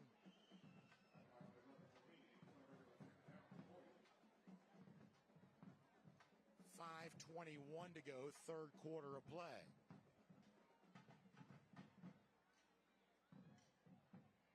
We told you about Huggins. He's got number 11 on. He'll be the slot receiver on the right side. Watson looks away from him. Now gets away from a pass rusher. And going to go out of bounds. He may have picked up an additional yard. Invaluable play. Invaluable play. You're looking at 3rd and 15, 3rd and 16 minimum. He's able to break the tackle, not only get back, gains a yard. Yep. Keep that negative play. Keep you within the chains on offense. Good job, I'm telling you, man. Aiden Watson, sophomore, 2028. He has grown on me as this game has come on against a very talented defense. Pretty big moment here. You got to find 11, huh? You see him in the slot at the top. 3 receivers left side. Watson looking that way. Hit as he throws, and it's going to be chance at an interception, but not able to hold on to that was Caden Battle. That would have been his second. Ball probably just beyond his intended target, which I believe was Donovan Martin that time. Yeah, and right there you look at a young quarterback. If he looks at DJ Huggins, he went straight to the marker. He's wide open there for the first down, but he takes the shot at the end. We got a flag down. But just a young quarterback trying to get a little bit too much there. You got to take what the defense is giving you. End up with a hold decline, but man. So they decline that, bring up fourth down, which is essentially football 101. But keep in mind, Harrison's faked their last 2 punts. Yes. And by the way, the quarterback punts. Yes. Yeah, I'm playing punt safe if I'm McEachern. No question about it. Not running up the field. I'm making sure my eyes are on this snap and kick before I do anything else. Watson ran for the first down on the last one. We'll just punt this one. Got it pretty good away. Free Barner release. to take it over his shoulder. You better Casey cover. Barner looking for some room. Haven't seen the real big play from Barner yet tonight, although he does give his team pretty good field position right there. He's not looking to go out of bounds. He's looking for contact. And we'll remind you, and I talk about this frequently, he had one of the most electric performances we've seen when we saw him at Mercedes-Benz Stadium in the Corky Kell Dave Hunter Classic. As you said in the first half, made SportsCenter that night, had a rushing touchdown, a punt return for a touchdown, and an interception for a touchdown, kick return got called back. Yep. It was a national introduction in many ways. No question. A lot of people on social media afterwards kind of showing that looked like Greg Reed from Lowndes High School back in the day. Yeah. Former 5-star safety, punt return, a guy that could impact the game from both sides. Obviously special teams too with Barner. Pittman going to hand it off. That's Pullen back in at running back. Pullen down to the 41-yard line. He got 8 on first down. Yeah, you look at the big man right there running through an arm tackle. Got a chance to stop him for about a 2-yard gain. He just runs through an arm tackle and picks up another 6 yards. Now it's 2nd 2. They're back on the line going quick. Going to give it to Pullen again. This time, though, Pullen going to be hitting the backfield. That's how you do it. Good play to jump in and get the initial hit on that by one of the Harrison linebackers. That was Owen and Tyre who got in there to make that happen. Got to get the big man before he gets going. Good job there. Going to lose 2 yards, I believe, or at least 1.5 yards. Much better job there getting some penetration, not letting the big man get rolling downhill. So McEachern got the third down stop. It needed a moment ago. Harrison hoping to return the favor and keep this as a one-score game. Pittman going to throw through the hands of his intended receiver. 4th down for us. Jaleel Page not able to come up with that. Man, the freshman who wants that ball back. Listen, young player, crucial drop right there. Ball was on the money for 4th down. Would have been a 3rd down conversion. McEachern is so deep everywhere, but they play a lot of freshman wide receivers. Boy, they got a freshman running back, freshman wide receiver, freshman lineman. They are very excited about this young group. McEachern is also keeping its offense on the field for 4th down.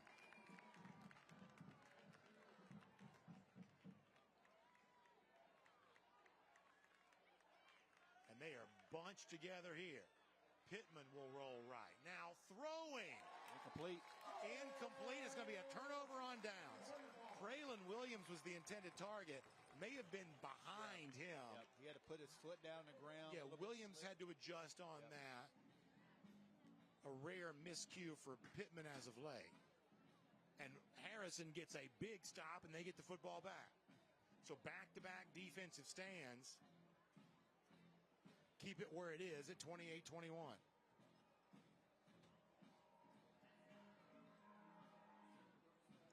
Man, how good those McEachern helmets look. I love it. I mean, we were in New Orleans last year, the Georgia Media Day, and you see that Notre Dame helmet up close. It shines with the light. Don't want to like it, but you like it. You know what I mean? Yeah, I know what you mean. But look at that. I know what you mean. Sharp that McEachern helmet is. Yeah, it's the perfect look for Friday Night Live for sure. Going to throw the double screen pass again. Oh, they wanted it. That's to Kinate, who's been a weapon near the end of the first half on that specific play. That ball was so far behind. I thought it was going to be a double pass. That's right, yeah. He threw that way behind. And maybe they're trying to set something up for later in the game, but, man, he threw that ball deep. Harrison lost big yardage on a behind the line of scrimmage pass in the first half. Lost yardage on that, too, for what it's worth.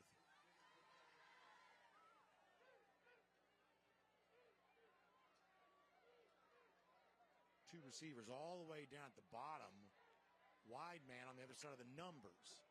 Watson gonna get hit as he throws, and it's incomplete. I think that was Zakir Abdul-Salam who had the pressure on the quarterback, Watson. Salam's a 3-star senior defensive lineman, a bunch of offers for him. Yeah, looked his profile up, 27 offers.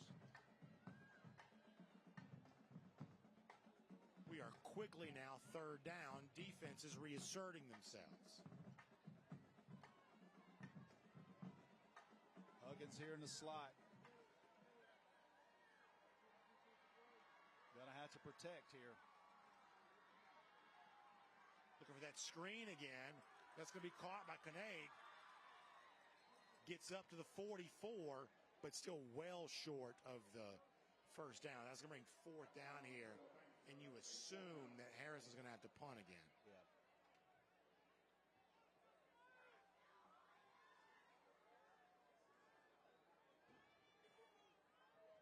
So Barner is going to once again be the punt return man. He is obviously dangerous in that role. Watson as the punter is also dangerous too. McEachern acts like they want to come after this one. Watson gets a punt, going to be fielded low by Barner, and he had to basically scoop it up like a ground ball. He's not coming by him. I mean, it's not coming by him. The competitive fire that he has is so entertaining. I know he drives Kareem Reed crazy sometimes about, but I'm telling you right now, that ball's not going by him.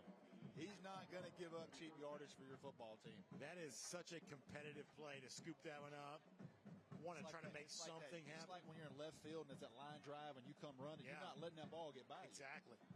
It's also the thing that if you've ever played outfield or tried to field a punt, you also know, too, is whatever you do, you can't hesitate. You got to make the decision. You can't get caught in between. I'm going to short hop it, I'm going to get it. That's right. Not that I ever played outfield, but I have a feeling that's the way it was.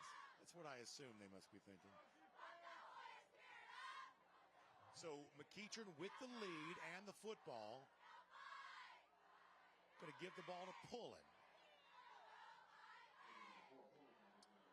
Pullen gets up near the 27. Brandon, we're getting into some of that territory where Harrison defense has been on the field a good bit. Start those snap counts, starting to get up. Don't let McEachern wear you down. Don't let them lay on you right here. Get a stop, get off the field. And conversely, you think that's exactly what McEachern There's no question McEachern right now is wanting to do. Pittman with time. Surveys the field, comes back, trying to throw it the right side. Trying to connect with Ja'Cory Shockley. Graham Aldridge, nice play by the senior safety coming up. Right as the ball comes in, he knocks it down. They rush 3, drop 8. They're trying to make this quarterback throw the ball into some tight windows in the zone. Going to bring up 3rd and 8 right here. See if Harrison sits back right here or comes after him. Shockley goes in motion. Pittman will throw. Shockley is there. He's still fighting and wrestling up to the 48-yard line. It's a first down for McEachern on another big catch for the freshman. People, I believe we got a flag down. Do we have a flag down? I don't know that I see. They were blowing the whistle. No, they're moving the chains. No, didn't see a flag. I thought I heard them. Couldn't see from right here, but the way the officials were talking, see what he says. Roughing the passer. Okay, so they're going to add that on there. Okay, that makes sense. Roughing the passer. It's a big penalty there. So, to the benefit of McEachern, tacking on more yardage after the reception to Shockley.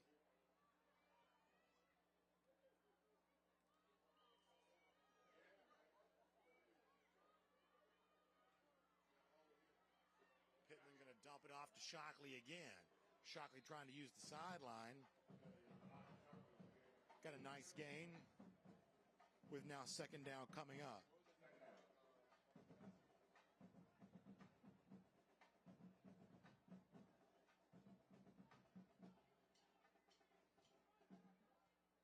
Got about 5 that time, or 6 we'll call it. Same thing again, going to go right back to Shockley in the sideline. This time he got first down yardage. So McEachern not overthinking it right now. No. Get the ball out of our quarterback's hands. You see Harrison start to see that with the hands on the hips and those type of things. Been playing a lot of snaps right here. Need to find a way to get a stop right here at this end of the field. A lot of snaps for Harrison defense starting to add up. We're under a minute in the third quarter.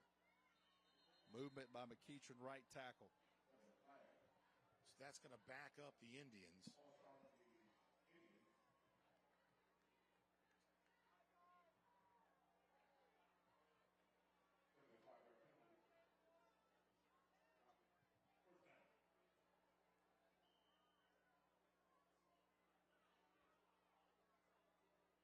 Ball sits at the 30. It's 4 receivers. Shockley goes in motion. Pittman with time. Throwing. Diving catch, and the ball came free. Incomplete. He's hit Shockley over and over and over again. Shockley found the seam between the defenders, but as he slid, just could not hold on. I'm to absolute dark by the quarterback right there. Got to help your quarterback out right there. What a great throw in a tight window. Unable to get it.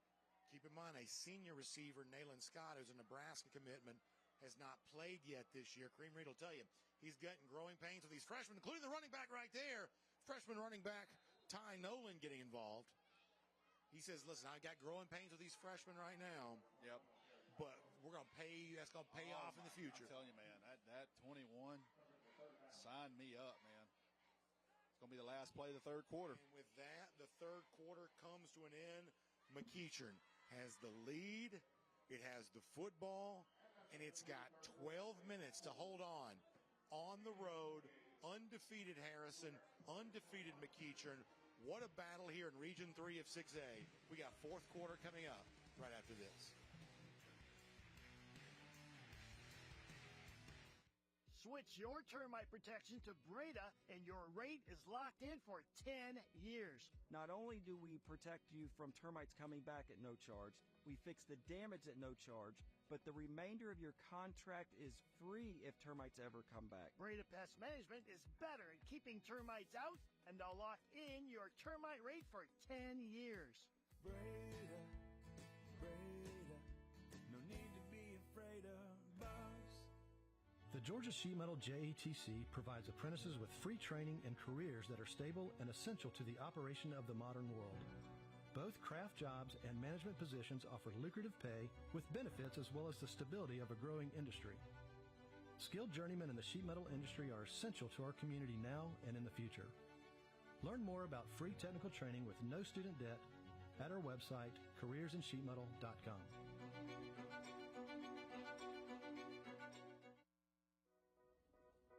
Struggling with food insecurity can feel lonely, yet every community across America is affected by hunger, which is why our Kroger associates work together to rescue nutritious food that would otherwise go to waste in an effort to donate 3 billion meals by 2025. Because we believe everyone should have access to fresh, delicious food. Join the Kroger Zero Hunger, Zero Waste Foundation to defeat hunger and eliminate food waste. Transform your outdoor space with Inspired Landscape Solutions Incorporated. With 34 years of expertise and a passion for innovation, we offer full-service maintenance, custom hardscape, outdoor living design, irrigation, lighting, and so much more. Whether you're envisioning a serene garden retreat or a vibrant outdoor entertainment area, we bring your dreams to life. Inspired Landscape Solutions, where creativity meets craftsmanship. GeorgiaConstructionCareers.com Drive for the GHSA state title is sponsored by The Georgia Elite Classic, Georgia's largest all-star games. The Georgia High School Football Hall of Fame, Georgia's best high school football tradition. Gordo's, Fiesta every day. Dog Nation. Visit dognation.com for the latest Georgia team news and recruiting information. And by Georgia High School Sports Daily, live weekdays at noon on the Peachtree Sports Network and Atlanta News First. Welcome back for what we think is going to be an outstanding fourth quarter. McEachern leads 28-21. Staring at a third down play right now. Trying to move the chains and keep this drive alive. Nolan, freshman running back, gets the fake to him. And then Pittman's going to go on himself. Going to get a first down carry down near the goal line. Already 2 rushing touchdowns, and Pittman almost got a third. Yeah, great keep right there. You love the read there on that mesh. Everybody jumps to freshman 21. Pittman keeps it on 3rd and 9, brings up 1st and goal. McEachern threatening to go Calvin up. Pittman's legs have become a real weapon. Yes. Nolan now powering into the end zone for a touchdown, and the freshman extends the Indians' lead. 0 FG energy drink touchdown. Tell you what I liked about Pittman. He came off the best throw of the night, had a drop, and he turns it and makes a great read and run like that. You see that young quarterback right here, 2026 quarterback out of McEachern. Put a great sample size up tonight. Yeah, keep in mind the other thing that he's done is taking great care of the football. You know, coming in tonight, McEachern has had a little bit of an issue with interceptions. 5 as a team thus far this season, but that hasn't even been close to being true tonight. They alternate kickers. Yeah, Wes Sheehan is back in for the PAT.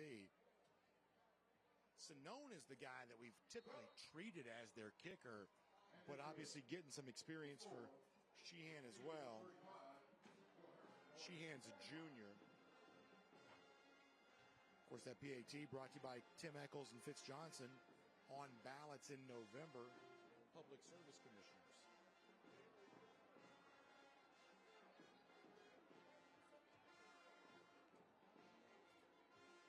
So 11:35, you wonder, can Harrison now respond back? They've certainly proven to have the firepower to do that. Yeah. They've had quick strike. You got to imagine, though, that the Indians defense is going to be very keenly aware of where number 11 is at all times. Yeah, the biggest thing right now to me, if they can score, is being able to stop McEachern to run into football. I just feel like Harrison's had a lot of snaps right now, getting in late in the second half. All the weather feels great. It's getting really cool. Start to see people with jackets in the crowd. Yeah, you definitely get that little taste of fall. Now, we're always on guard of, is it going to really last? Is it going to stay here? But we're definitely on guard for fall right now. Or we're enjoying some of that fall right now. Sonone will kick it off. His kicks have been returnable. This one will be 2, although it is high. At the 20, running across the 40. Boy, nice run. Good field position for McEachern, for Harrison there, after a nice return by C.J. Cowser. R.J. Cowser. He wasted no time. He went straight, got straight into 5th gear, got north and south, and good job there to get this offense plenty of time. You like to think with 11:30, Brandon, if things go well, you'll get 3 possessions. If things go well, but you're most likely going to get 2. You need points right here. Good opening field position. Starting at the 4, about the 41. Knate was the running back again. He went in motion for a screen, as he often does, but this time a little bit of a counter on that, trying to throw back to Donovan Martin instead, and Martin couldn't quite hold on. I hate to see that, because it reminded me a lot of Gunnar Stockton and Zachariah Branch last week. It's a really good point. On that play in particular. Maybe a little too much zip on that throw, man, a little much like the Gunnar to Branch throw last week. You see that one there, and it's too soon, Brandon, too soon. Yeah, bad memories for both of us, unfortunately, and our respective audiences. They know who we cover, I promise. It's been a rough week in the home state here. Watson will throw, fight for the football, a lot of contact, but no flag. And I don't know about that one. I know we don't have a replay tonight because of technical difficulties, but I'm telling you, I believe that a little bit too much hands. They go slot fade there, 1-on-1 to DJ Huggins. Love the play call coming out of, but yeah, I believe it's a little bit too much hands there for me. Definitely some bumping. Yeah.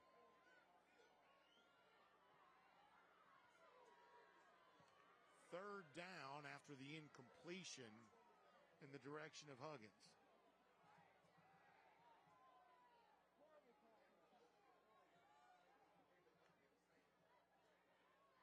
Two safeties back for McEachern. They'd been more aggressive with man coverage earlier. Now Watson trying to run. Going to go out of bounds around the 43. Yeah, good job by McEachern defense there. They kept a guy in just in case he broke contain.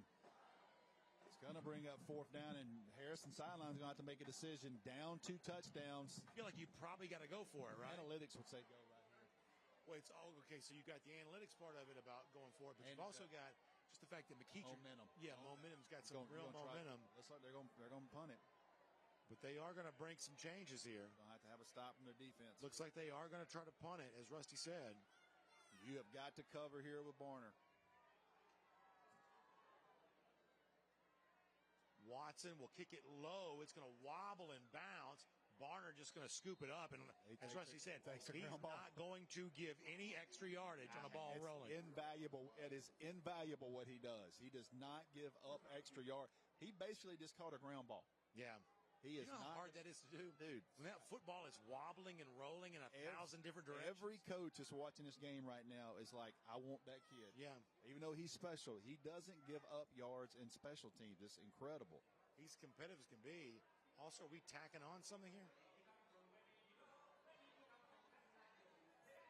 They have Is that illegal touching? Yeah. I wonder if it was. Did he kick it into the back of one of his guys? Could have, obviously, with it being as low a kick as it was. Kicking, you would assume kicking it low intentionally. Stay away from Casey Barner. Could have been one of the up men that perhaps touched it. So it's 11:08. Henry Pullen is back in at running back. Need a stop here. Shockley goes in motion. Flag comes in. I believe that's going to be a false start, but Harrison had to kind of plead their case on that. Yeah, they did. Yep.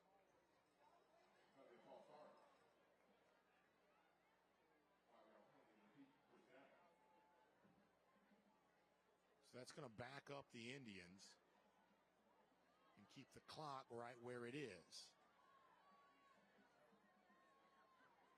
We will tell you, because of some of the issues we've dealt with tonight, we won't hear from the winning coach immediately after the game, but we'll have plenty of post-game coverage for you going back to our Brady Pest Management studios, and then with MVP and everything. And you see the run by Pullen, and Pullen's going to go right down the middle of the field to the 20, 15, 10, 5, touchdown. That may have been the capper for McEachern. Henry Pullen. Zero FG Energy Drink touchdown. Man, if you got any questions on fifth gear on that big man. Wow, did he find it? What a run. And again, we talked about earlier, Harrison on the field, a lot of snaps. But great job by McEachern there with that drive, blocking up front. But you see Pullen at 206, 207 pounds, they told us pregame, outruns the Harrison secondary for a touchdown.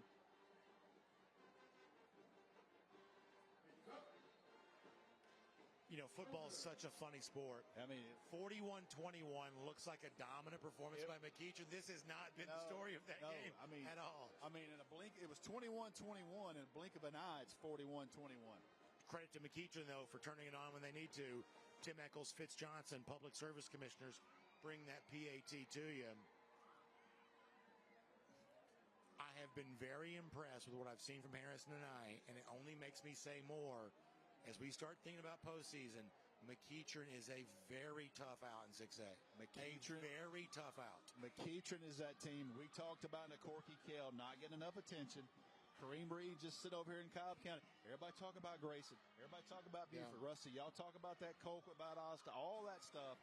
Let us just keep getting better. And they're so young on offense. They got so much season left. And, oh, by the way, what you mentioned earlier, they got 2 Power 4 commits that are going to come back. They're going to come back. They expect to get them back. Of course, this kickoff brought to you by Legacy Structures during the season. Certainly for the postseason. This is a team that went and played Gainesville on a scrimmage, and Gainesville lit them up. That's how far they have come. Now, they're undefeated in the regular season, but Gainesville got into them pretty good in a preseason scrimmage.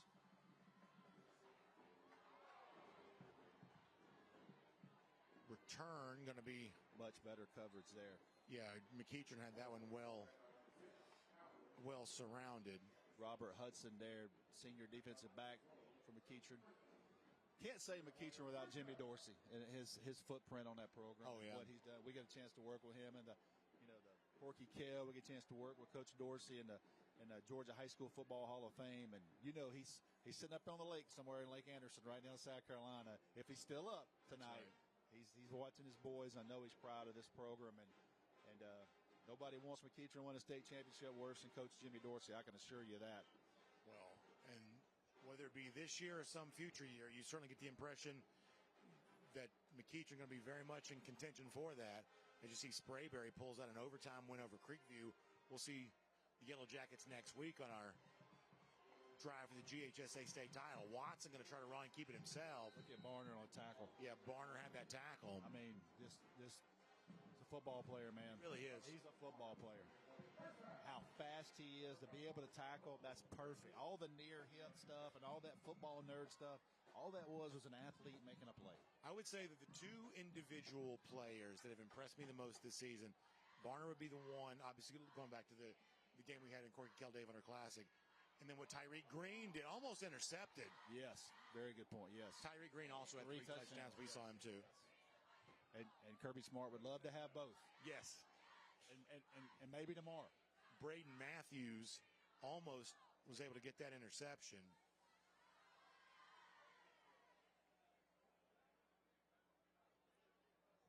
It's looking at 10:26 to go in the game. Harrison trying to pull a rabbit out of a hat here. Watson, empty backfield, goes to Martin, and now McEachern just flying around defensively. And they understand they got to throw the ball. They understand they got to throw the ball, flying around, and when you start being able to just let those athletes play like that and not have to worry about that run game, that's danger zone. You got a 6'5", 275-pound defensive end out tackling in space. They're not worried about the run game right now.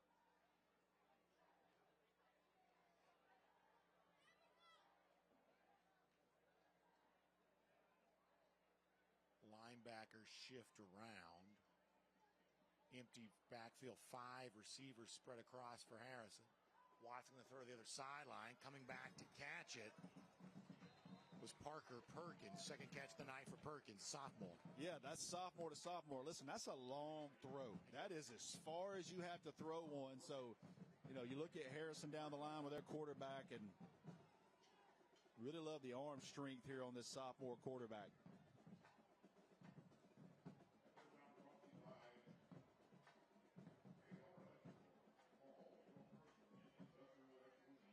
Abu Kane back in at the running back spot. That's been a guy they've dumped the screen off to. Tried to run the jet sweep. The football came free. Never quite held on to it. Now Watson's going to pick it up himself, and now Watson's going to run and get out of bounds. So it is a forward pass, keep in mind, on the jet sweep. And I believe they're going to call that an incomplete. I believe so.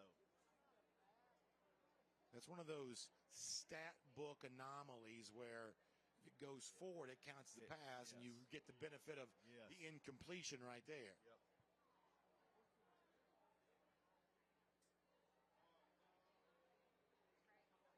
It's almost like that screen goes for 80, and you already got 80 in the books for the passing yards.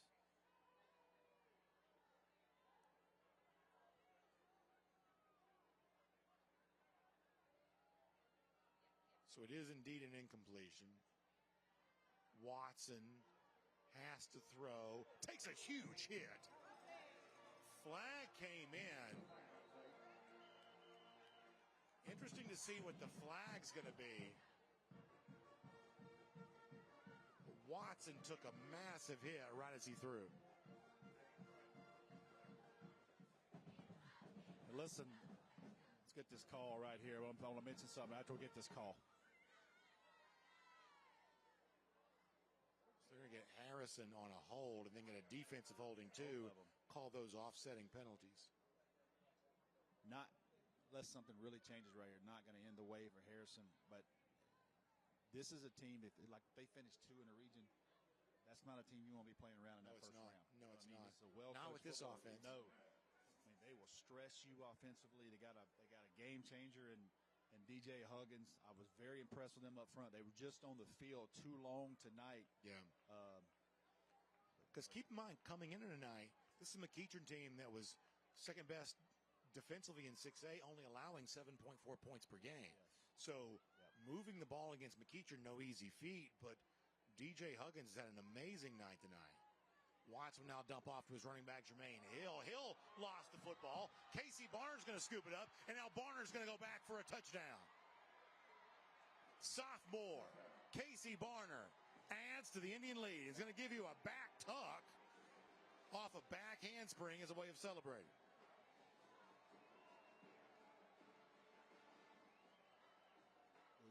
Little flare route there to Jermaine Hill. He comes up the field. McEachern defender puts his helmet right on the ball, and it just when you're like that, the ball bounces to you. It bounced right into Casey Barner's hands, and he did the rest. It had been a relatively quiet day for him prior to that. But he doesn't stay quiet for a full game. Keep one of those down, I promise you. He is a football player, man.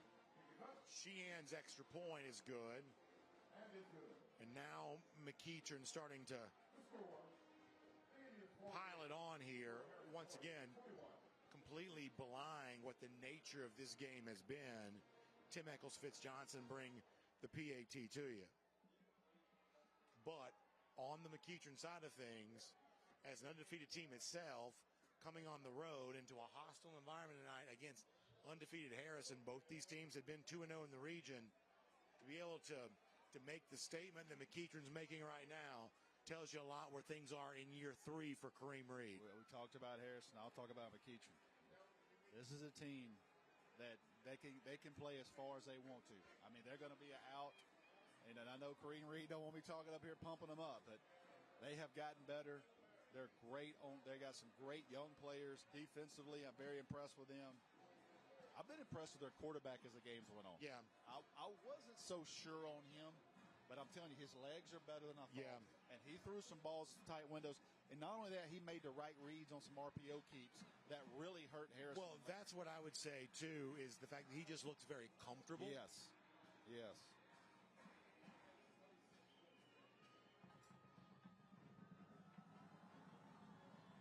Sinone back for the kickoff. Returnable inside the 10.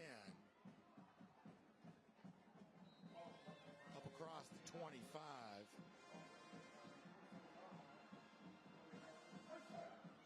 R.J.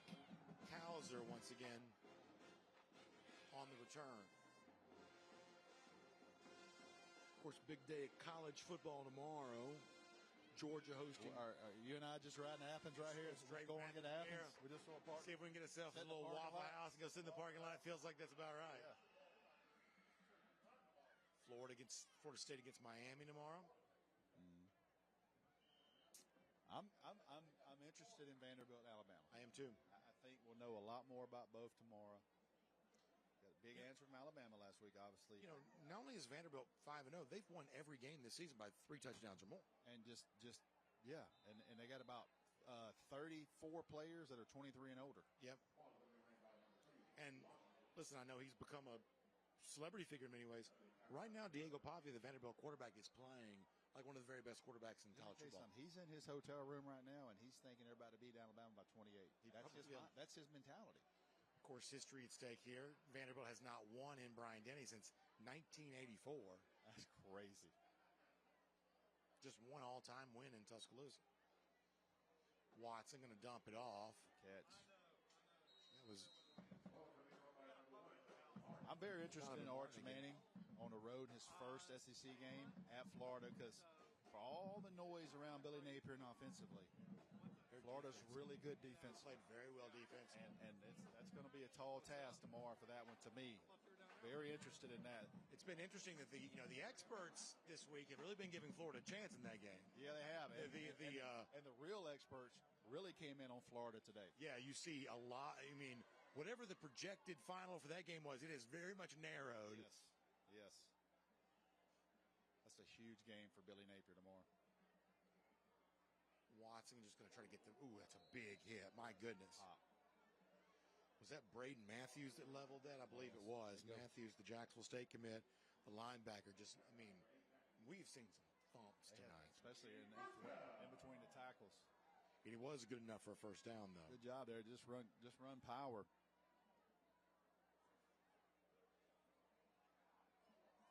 At this point, you get the sense that Harrison would just like to finish the game on a positive note. Going to be a handoff again. That's going to go to T.C. Washington. That's the one thing we probably did not see from Harrison tonight. And to be honest with you, given the quality of the McEachern defensive line, I'm not sure how much we expected to see. But the traditional running game, did not see as much of that. No. What you did see by comparison from McEachern was, because you got Nolan, you got Pullen going. Well, that gave you the chance for Pittman to make the read and keep it himself, and then his quarterback run game became more effective. Watson's a terrific runner, but I don't know that McEachern was ever forced to truly respect the running back running game from Harrison and I. Yep.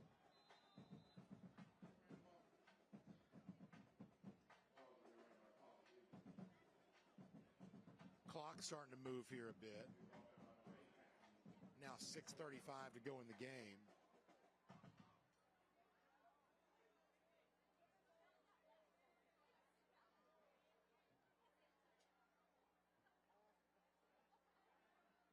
Watson's been a competitor all night. Oh, tried to dump off to his running back, Colin William, and that gave Braden Matthews a chance to hit just another big hit. Well, Matthews he's seeking it now. He really is. Harrison Two sideline. monstrous hits on this possession alone. 6 foot, 210-pound senior linebacker. Jacksonville State commit.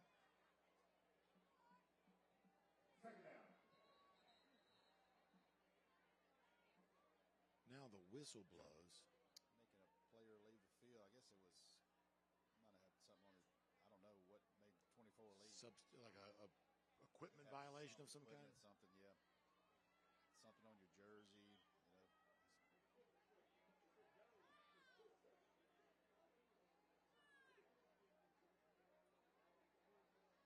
As we said, we'll see you next week for River Ridge and first time we've been there. Sprayberry. I'm looking forward to that. Come back on the screen. And I'm talking about all over that was Darius Harris, senior cornerback. The defensive back that came in cold off that play, he just trailed it. Like he was in his hip pocket the whole time. That's exactly how you play that. You don't let that outside tackle come in and knock you off because you're in that wide receiver's hip. That's when you know you understand what's going on in front of you. You see the splits. You see him take that one false step, and you're on him.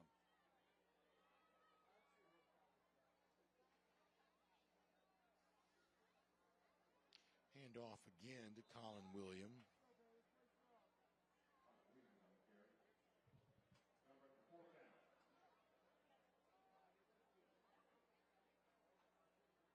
Clock now moving under 6 minutes to go in the game. Once again, I want to give a shout out to our crew today who overcame all kinds of odds just to get us on the air. Let me tell you something.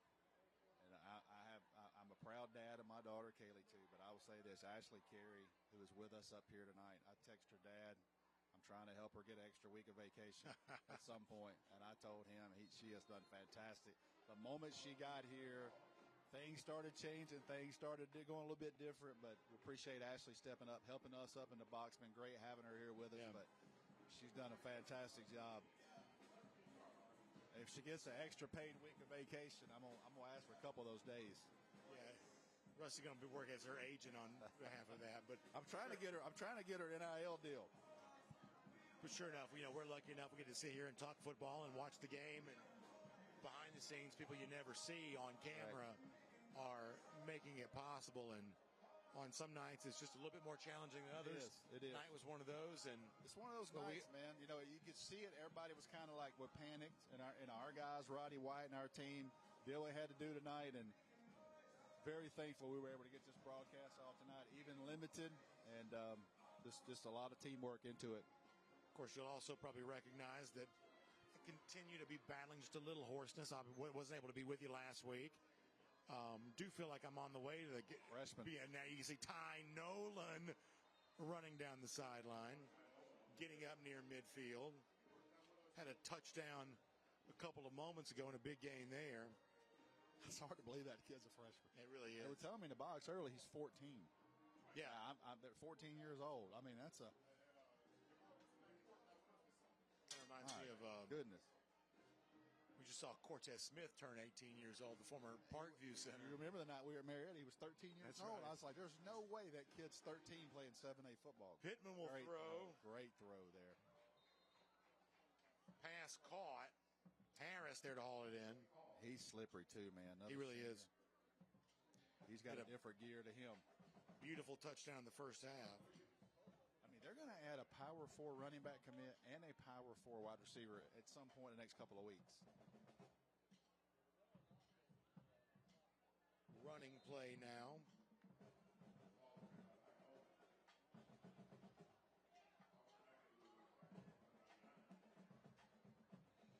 McEachern content let some clock run here. As I said, when the game concludes, we'll go back to our Breda Pest Management Studios in suburban Atlanta. Kaylee Manziel standing by there. We'll have plenty more post-game coverage coming to you from the field.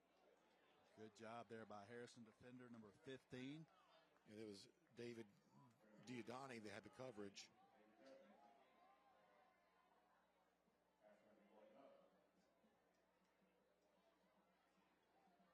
So you love to see, even though in this case the final score, the outcome is determined, the fact that the competition's ongoing. You love to see that. Oh yeah, these two teams. Somebody may say, "What are they doing throwing?" They're working. They're working. They're trying to get offensive reps. Not running a score up in this game. Yeah, as you see, Pittman try to set up the screen. Great big hit. Play. Wow. Big play defensively. Reese Bentley. Love it. As McEachern works through some things offensively, gives Harrison a chance to also feel good about itself defensively. You love it. Speaking of why McEachern may still be throwing it, our friends at Georgia High School Football Daily had a note that about 75% of McEachern's offense this season has come on the ground. That we've seen more passing success for them probably tonight than they have most of this year. So if they want to be more balanced, they're going to have to find a way to connect on a few more passing plays. If you're going to play into November and early December, you're going to have to be able to push the ball down the field. You're not going to be able to mash teams. We've seen that in the past with Buford. You know what I mean? That's right. You just want to mash people, and eventually it catches up with you, especially if you get behind, you get in a shootout. So kind of invaluable reps. Called timeout right here to discuss, see how they want to do this.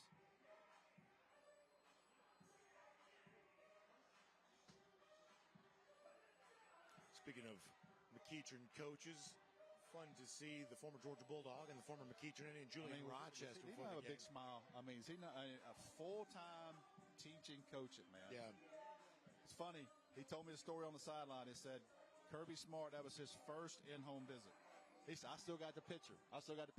He said, man, I wish I could play tomorrow. A lot of Georgia fans wished they had a 6'5", 320-pound defensive lineman. You could put it there tomorrow. He's in the box over here, not on the sideline. Well, I tell you, you have a lot of these moments where you made to feel your age. Now, I can remember broadcasting Rochester's games when he was a sophomore. Yes. He was just kind of getting Chuma Dogue and all that crowd. Oh, yeah. And here he is now, as fully grown man. coaching. He looked that way at 16. Yeah, he did. You're right. Yeah, but I went down and talked to him a little while pre-game and shared with me that Kirby Smart's first visit as a head coach at the University of Georgia was his house. So he got a picture of his mom and dad say he still has it. He said, Kirby's my dog, man. That's great.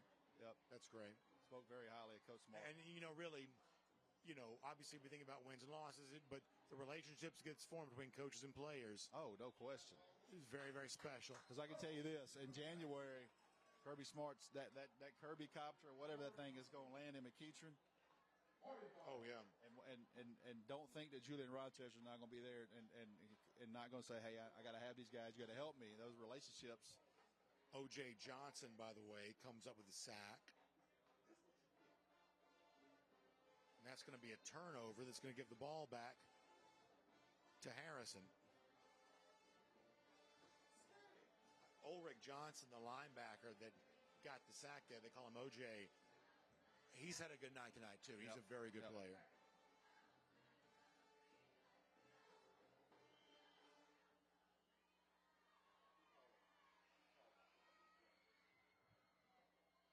.331 to go in the game. Oh, I mean, I'm telling you right now, just another massive hit. That was Barner that time. Between Barner him and eight. And Matthews, they're laying some lumber here late in this game.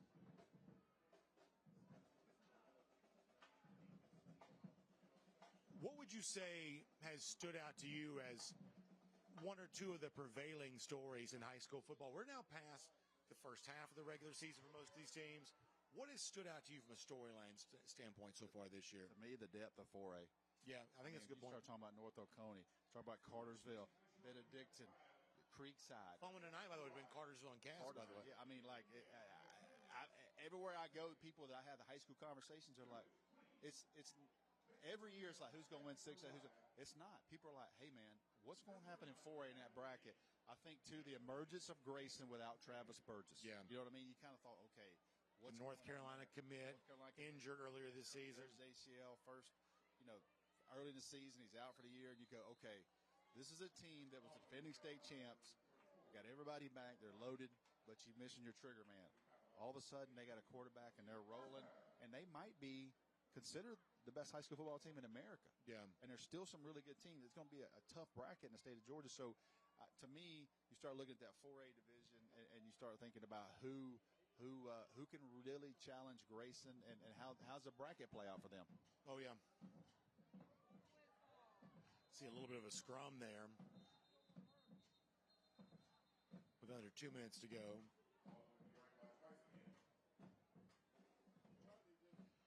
Harrison getting into some of its depth here a bit. Corbin Trice getting a chance to carry that. We've seen Trice in a couple of kick returns today. Got a chance to carry that one.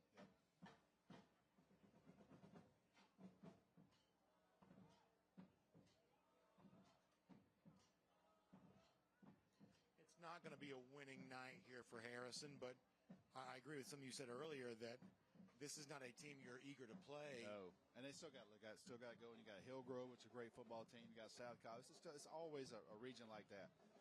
But if things were to end up, if this ultimately wind up being a region championship, Harrison as a 2 seed would make me really, really nervous. And something I know that you love doing the brackets. Being the 2 seed is almost as important as being the 1 seed. Yeah, oh yeah. You get the first game at home too. Yeah. You want, if you're at least according to the current format with some changes expected to come in future years, if you are a 2 seed, you get that at least that first round game at home, and that can be almost as important as being the 1, because you don't want to be. Every year we'll see a 4 advance, and then there are always going to be upsets because not all regions are created equal, which is why they're thinking about doing the power ratings anyway.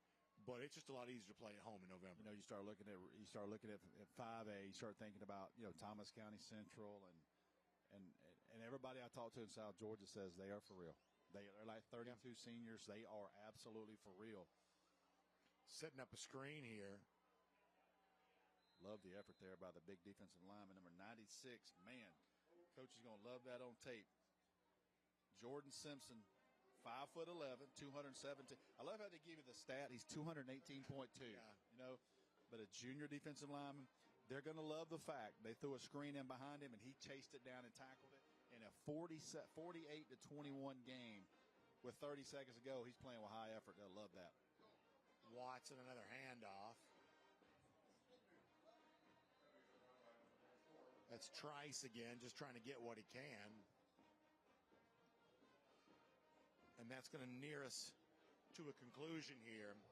And what a night it's going to be for the McEachern Indians. Coming on the road, protecting their undefeated record, 48-21. Now standing atop Region 3 and 6A with full status as a top 10 team, and certainly a team that'll be getting big-time attention as you start to think ahead to the playoffs. Obviously, a rivalry game coming up in a couple of weeks against Hillgrove, but quite a statement by McEachern tonight. Listen, I know he wants to be sleeping and kind of under the radar. He's not under the radar anymore. McEachern's going to be 6-0. McEachern definitely is not. What a win there. Okay, we've got more post-game coverage coming to you here from Harrison High School, but for now, we're going to send it back to our Breda Pest Management Studios where our Kaylee Manziel is standing by. Kaylee, thanks for all your coverage, and we'll give it to you right now.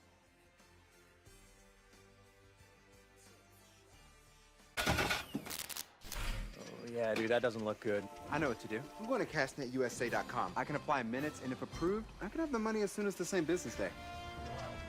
Go to cashnetusa.com to apply for the money you need. Everyone has a ritual. That small thing we do to keep us focused. What do you do to keep your head in the game? To drown out the self-doubt and help your mental health?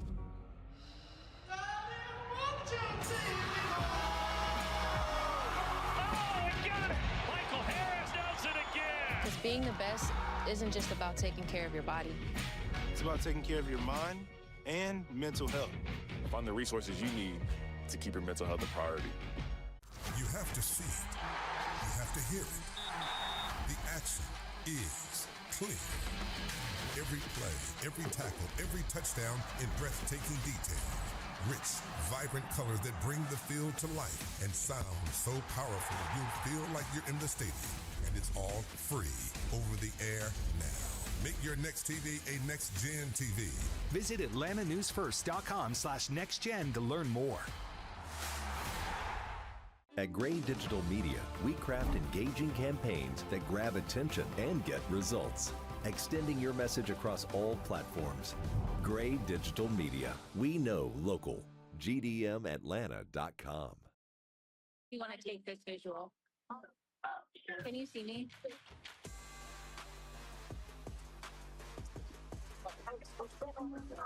Okay, Graham, I'm not going to have him. He's breaking the team down, so just talk for a minute. Post-game show presented by Smart Local 85. Sheet metal is a smart move. Right, and this is our Smart Local 85 Georgia High School post-game show. I'm Kelly Mansell with Score Atlanta's Landon Knight and Craig Sager. So here's the game plan for the rest of the night. In just a minute, we're going to hear from our winning coach, which is Kareem Reed. It's our Gwinnett County Sheriff's Office winning coaches interview. Also going to hear from our GeorgiaConstructionCareers.com Robbie Hunter MVP. The MVP tonight was very clear for all of us, even the guys in the booth. So excited to talk to those guys. We'll have Ashley Carey on the set with them in just a moment. Final score of the night, McEachern 48, Harrison 21. It was really all about the second half for the Indians, and they are moving forward with so much momentum. So big road win tonight. It's not an easy place to go and play with a Harrison team that came into the night undefeated, also won that game last year too, so extra motivation on the McEachern. And Craig, before we get to those interviews, really quick, what's just your first reaction thoughts to the outcome of this game? I think with McEachern, they have been a team that we talked about. It has been heavily predicated on the run, but I think we started to see the passing game come alive and the confidence that was building with Calvin Pittman, the quarterback. I think this is something that's going to help McEachern down the road. The fact that they had to rely on the run game early on, they're going to get some guys back. They're going to be healthy in the second half of the season. I think this offense is going to be very explosive. And then as for the defense, they let up some touchdowns early in the game through the air. Credit to Harrison, that incredible young quarterback, some of the receivers they have. But they went out there, they played man coverage, and I thought they tackled very well. They were great on third downs. They were great on fourth downs. And then just really a great team win. Probably one of the more exciting celebrations for Coach Reed since he's been there. Yeah, and speaking of Coach Reed, we're going to hear from him in just a moment, but I want to talk about what he's done at McEachern. First 2 seasons, not at the McEachern standard, now came into not as a desirable of a position, but this team so far has been able to do it for him, and he's got an incredible story because he was coaching at the collegiate level at Florida. Looks like he was going to continue that path, decides to come back to high school football, which, I mean, is night and day despite close age difference. So, what has it been about this team that you think's been able to get it done so early for Kareem Reed? For year 1, they had a rough start to the season, then they won the region title. The next year, year 2, they started off strong, they hiccuped down the road.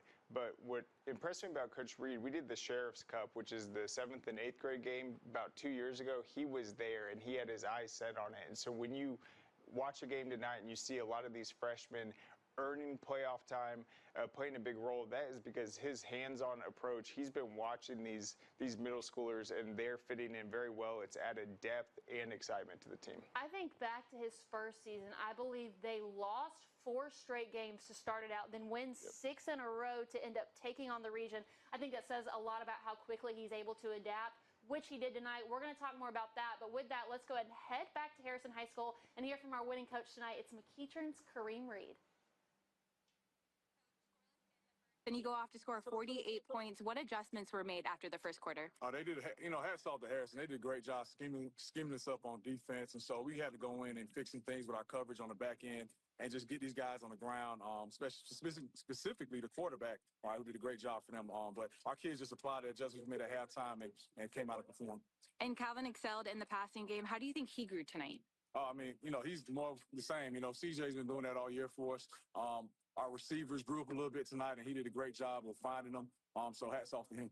6-0 for the first time in your career. What are you so excited about with your team? The continuous growth and our kids just believing and trusting in everything we do and we teach and taking their training to the game on Friday nights. And so I'm just excited to see how far we can go because we still have a lot of improvements in making. A great post-game speech. You told the guys enjoy it for the next 24. Then we're back getting ready for next week. What did you tell them as you broke it down? We told them this was a playoff game on Monday, and that's exactly what it felt like for us. We knew this would probably set up a matchup for the region championship down the road, and so we had to make sure we got this one. We knew it'd be a tough environment here on the road, homecoming, a lot, TV, all that good stuff. So we just wanted to make sure we took care of business, and our kids did that tonight. And CJ, congratulations. You are our Robbie Hunter MVP Award presented by GeorgiaConstructionCareers.com. Give it up, give it up.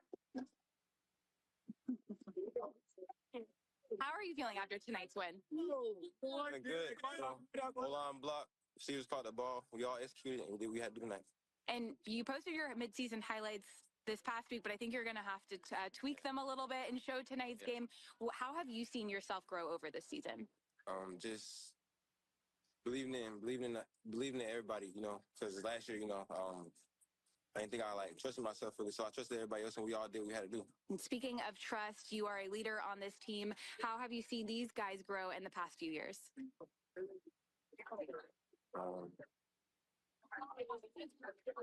What are you looking forward to seeing them do in the next half of the season? Just doing their job so we can just make it to where we want to go. Awesome. Well, congratulations, guys. What a great win. We will see you guys soon. Guys, back to you in the studio. And we'll say one last congratulations to head coach Kareem Reed as well as Calvin Pittman. I agree with Ashley. I thought we actually saw Calvin grow up over the course of the game tonight. We're going to talk about him more on our Smart Local 85 post-game show. After the break, we're going to do our offensive and defensive players of the night chosen by our very own analyst. So I'm excited that we finally get to say in tonight's MVP. So right after the break, we're going to do that. And then, of course, we've got scores from all across the state. So stay right with us. A journeyman with Local 85, when you turn out, you can be hitting 6 figures. Hey, I have your back, you have my back. We're going to do this together. We're one for all for one. College just wasn't for me. Let's look into actual career jobs that wouldn't take college, where I wouldn't, lose money and all that. Instead of losing a lot more money at the end, why not make money and make more money at the end?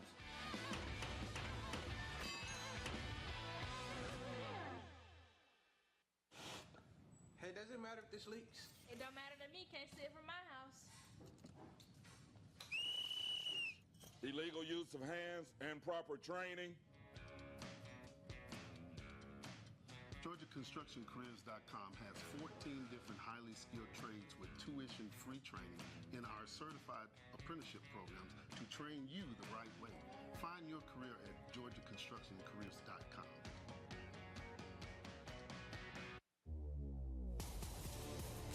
Basic combat training is a 10-week experience that will challenge you both physically and mentally.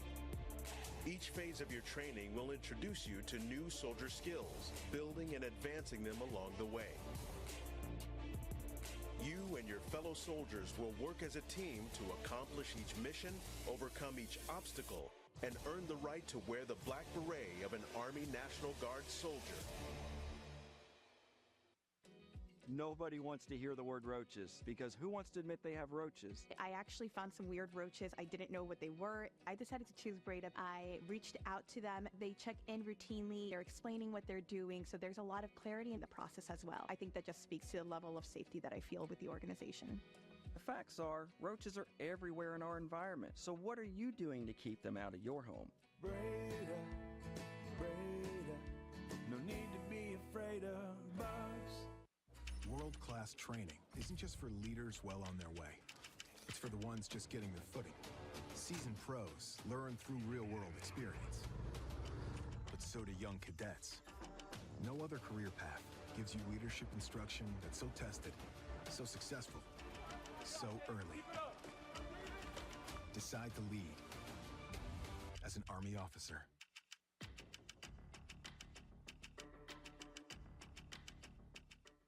You may know Tidal Wave Auto Spa as the world's greatest car wash, but did you know Tidal Wave also has the easiest fundraiser? So easy, our mascots think they can do anything, like making the big play on the big stage.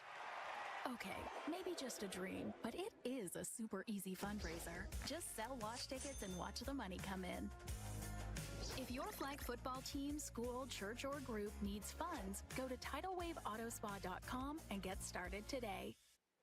And welcome back to the Breda Pest Management Sports Desk. This is the Smart Local 85 postgame show.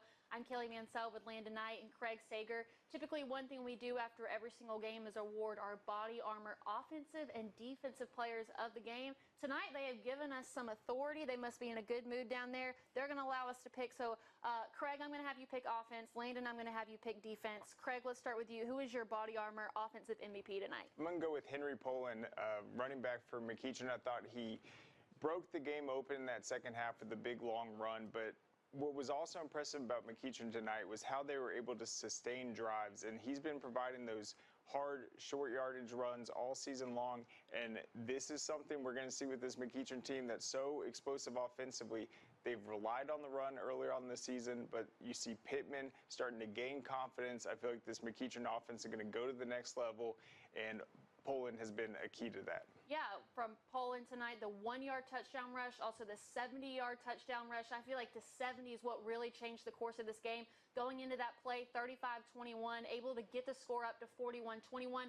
That gave McEachern the momentum they needed to really close out this game. I thought it was also a tremendous defensive performance from the Indians, but we knew that coming into it, that was going to be on the table because that's where the heart of this team is. Who is the defensive MVP tonight for you? Well, it was only going to be a matter of time before he made a big play, and that has to be Casey Barner. He was a little quiet until the fourth quarter, and then he had a scoop and score and was able to put up 6 for the Indians. And when we talked to Coach Kareem Reed earlier this week, he just talked about the versatility of Casey Barner. He's been a great player for them, offense, defense, and special teams. He has more than 25 offers, and Coach just talked about how he has really been able to do anything that Coach Reed has asked of him. I'm excited to see him play out the rest of the season. And Landon, I got to give you credit too, because you called that in the second half. If this McEachern team is going to pull away with it, Casey Barner is certainly going to be an important part of it. Coming into tonight, I thought I would want to see Casey Barner more on the offense, and now, like she said, he can do just about anything for this team. But after watching this Indians team, they may not need him on the offense. That's where they impressed me the most tonight. If you're just now joining us, what we'll do is we'll go ahead and look at highlights from the game so you can see all the things that we're about to discuss here on the Smart Local 85 postgame show. Scoreless first quarter, so the score that finally started it all. It was the Calvin Pittman Jr. quarterback sneak.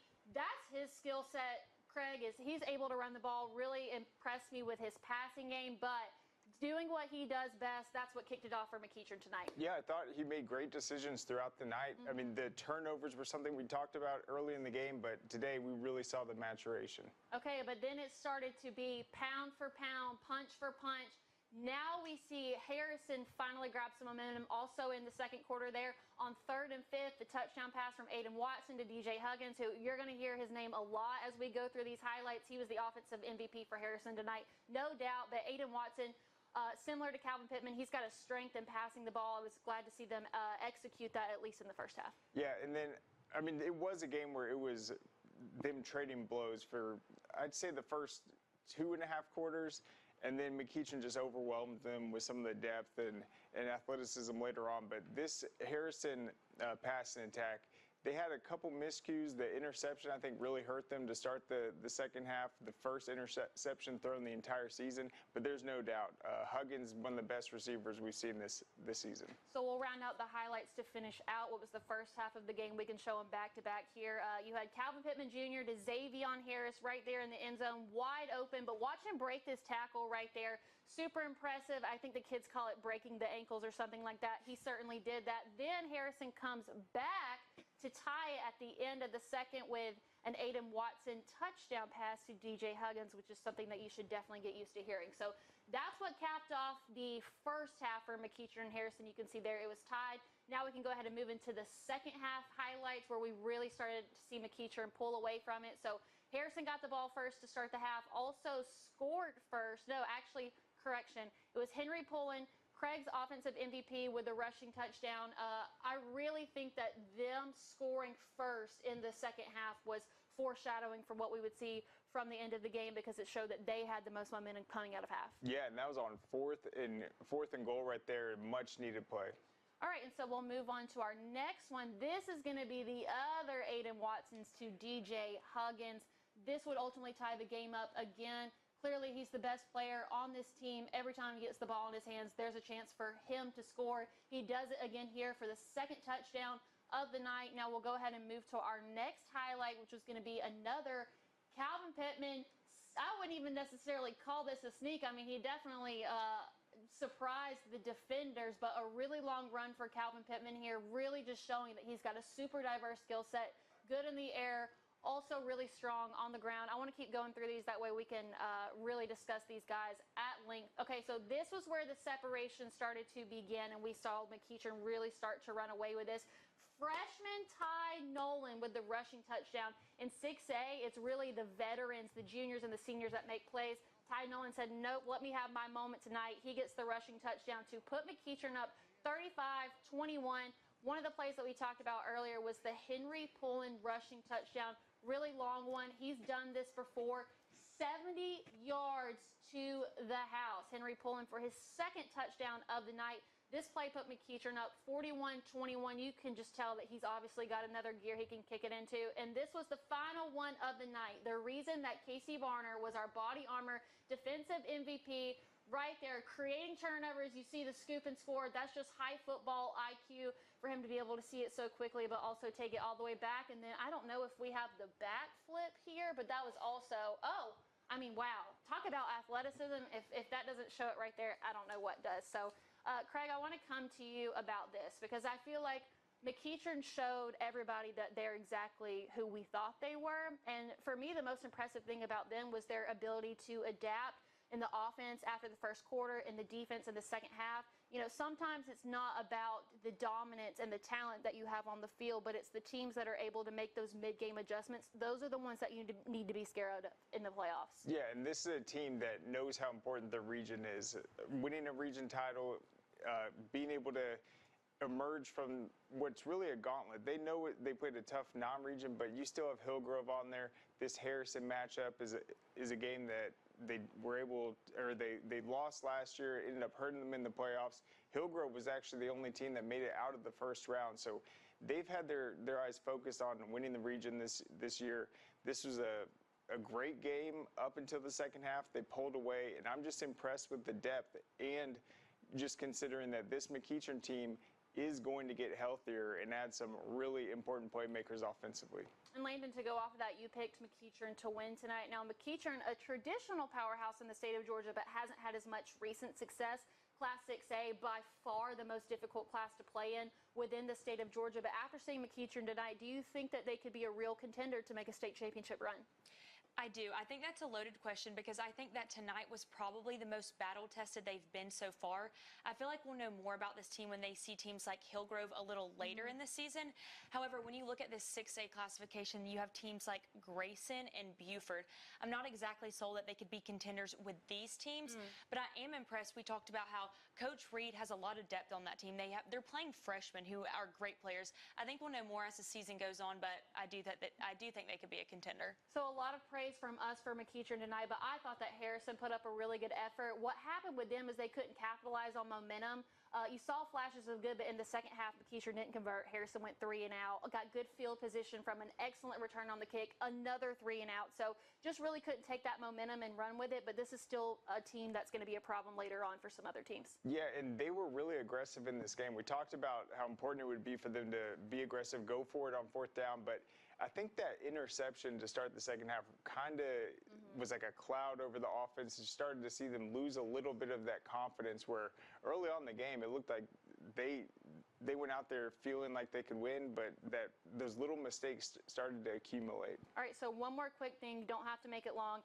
DJ Huggins, 3 touchdowns tonight. He's got mid-major offers. I know Georgia and Clemson were eyeing him. How much do you think he raised his stock tonight? Huge. He scored 3 touchdowns against one of the best secondaries, and it was his ability to just get open and create that separation. That's something that's going to stick out on film. Yeah, having this on film tonight, he needs to update that highlight reel right now because a lot of teams are already closing in on their 2026 classes. Most already have theirs formed. So if he wants to get that offer, update those highlights because at this point we recognize that any team at the Power 4 level will be lucky to have him, including Clemson and Georgia. So definitely want to give a shout out to both teams. McEachern got the win, displayed the dominance, but I wouldn't count Harrison out just yet because clearly they also have talent on the field. And unlike a lot of the teams that we've seen this season, able to pass the ball downfield. So knowing that you've got that, that's good momentum for them no matter what the outcome of the game was tonight. So final score on the night, McEachern 48, Harrison 21. Now when we come back, we're going to talk about some more scores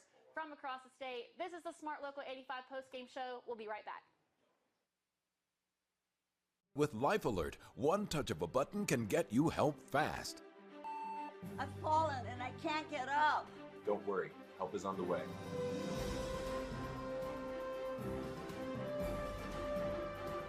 With any of Life Alert's 3 emergency systems, help can be summoned immediately, and batteries never need charging. I was having a stroke, and I was scared to death. If it weren't for Life Alert, I wouldn't be sitting here today. Life Alert is a lifesaver. My husband is alive because of Life Alert. Life Alert is the lifesaver to keep me out of assisted living. Life Alert saves a life every 11 minutes. For a free Life Alert brochure, call 1-800-344-6363. That's 1-800-344-6363. Call now, 1-800-344-6363.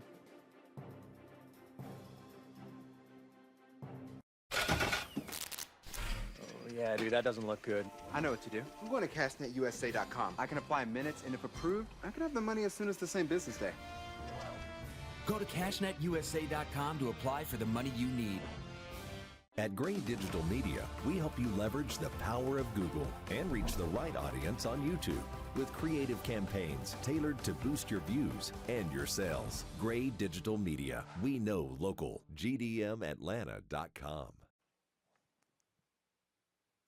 And welcome back to the Breda Pest Management Sports Desk. This is our Smart Local 85 post-game show. There were some really good games to keep up with tonight. A tremendous slate across the board from the state of Georgia. So what we're going to do, show you some scores from tonight. We'll kind of react to the ones that stood out to us. We've got 8 pages of scores to show you. So we'll go ahead and pull the first one here up on the screen.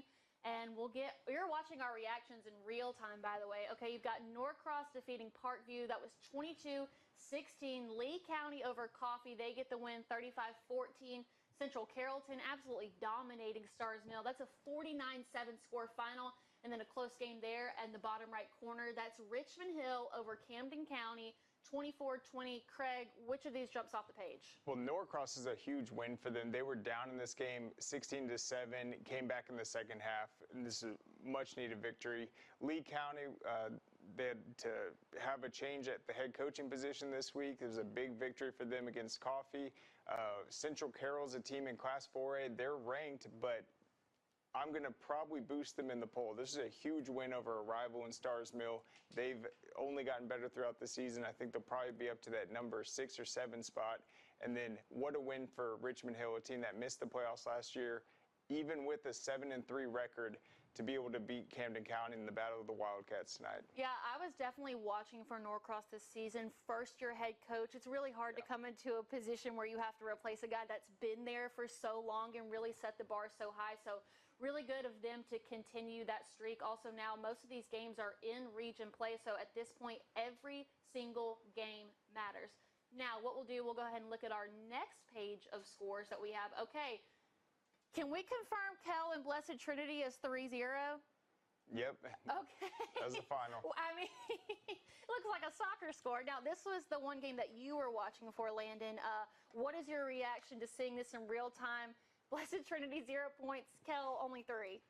Honestly, when we looked at this game earlier with our pick'ems, I said that this was going to be my hardest pick of the week. And actually, Craig and I were just talking about this is the first time that Blessed Trinity has got shut out since 2011, which is absolutely wild. But you talk about this Blessed Trinity team, they've already lost to Hebron Christian and Milton. And my question is, how does Coach Dudley go about approaching this? How do you keep your team motivated in a situation like this? We said all eyes tonight we're going to be on players like DJ Jacobs from Blessed Trinity, and then at Kell you have players like Mooney Gibson, but a very, very low scoring and underwhelming game. I was very shocked by this outcome. Yeah, 2 really good coaches as well. I definitely want to talk about Cartersville and Cass. You and I had both picked that as our game to watch. Cartersville, I mean, I guess history really does repeat itself. 56-28. We mentioned that Cass has lost the last 11, now 12. But this was the first time in those 12 years that they entered this game as a top 10 opponent. But Cartersville goes on the road, gets the win over Cass. Cartersville is definitely one of those teams. I mean, I'm going Final Four minimum. Yeah, well, you look at 4A right now, you got North Oconee, you got Creekside playing unbelievable, Benedictine's red hot, but Cartersville's just been so dominant this season, and this is a great Cass team. They just jumped out all over them early, ran away with it. Yeah, and Cartersville, very senior heavy, very experienced quarterback. Hopefully we're going to see them in real time down the road. Now we'll go ahead and bring up our next page of scores here on our Smart Local 85 postgame show. All right, so we had Stockbridge over Ola, 19-14. Milton over Lanier, 40-7. Jefferson over Monroe, 22-7. Now we saw Jefferson mid-season. It was a really bad game for them against North Oconee. Good to see them bouncing back. Carrollton continued to dominate. 48-9 over Westlake. Carrollton remains undefeated. Craig, what's the score that stands out to you? Well, I think Milton's just been impressive with all the injuries and questions and replacing pretty much their entire offense. But defensively, they dominated this matchup, didn't allow a touchdown until I think late in the fourth quarter.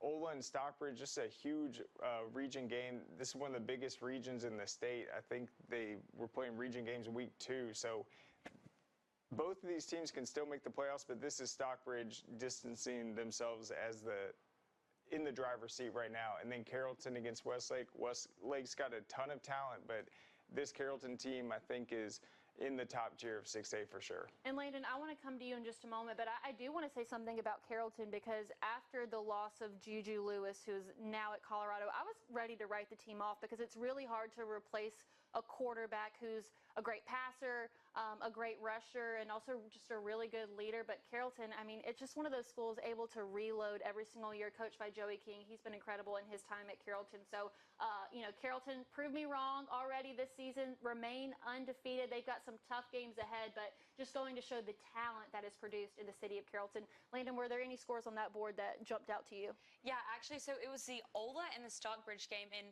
Ola is my alma mater, so looking at this score, I was a little upset by this because this is a big region game for us. However, I think we've talked a lot this season. This is a difficult region. You have Locust Grove, Ola, and Stockbridge. I think that there's A lot of playing time left, so we'll see what happens. I was a little upset with that, but with this Monroe and Jefferson game, so going into this game, I believe they both had one loss. Jefferson has that loss to the dominant North Oconee team, and Monroe area had the loss to Appalachia.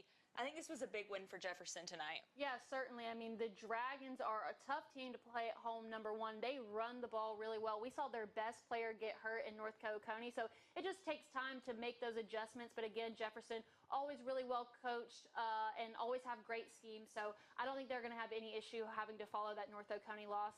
We've got more scores to show you here in our Smart Local 85 post-game show. Prince Avenue over Stevens County, 55-17. Creekside also puts up 50. It is a shutout over Pace Academy. Then you've got Raven County over Commerce, another 55-point game. Wow, I think I'm starting to notice a common theme here. And then you've got Benedictine over Warner Robins, 61-0.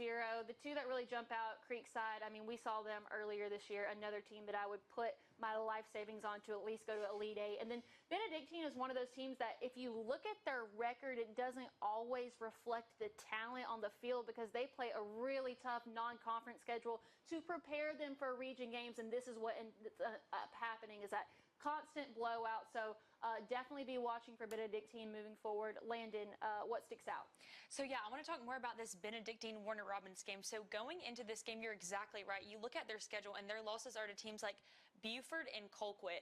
I think that they've had a very strong offensive season, and tonight definitely proved that. And then again with this Creekside team, they have quarterback Caden Benson. I've been very impressed with what I've seen from him this year. Just want to give him a shout out. I feel like they've had an absolute dominant season on offense so far. Yeah, and also they have Maurice Dixon, who is not a coach I would ever count out. Craig. Yeah, he has that team ready to represent every single week. Another one was interesting, Raven County. I think they're really underrated this season. Dominant win. I think they improved either 6-0 and 7-0. Commerce is still winless this year, which is pretty interesting. And then go ahead and throw it up. What was that top left score? Oh, yeah, Prince Avenue Christian. There we go. This is a huge win for them after last week, the disappointment of losing to Hart County. This was a big make-or-break game for them. They responded very well. All right, now we'll go ahead and move on to our next page of scores.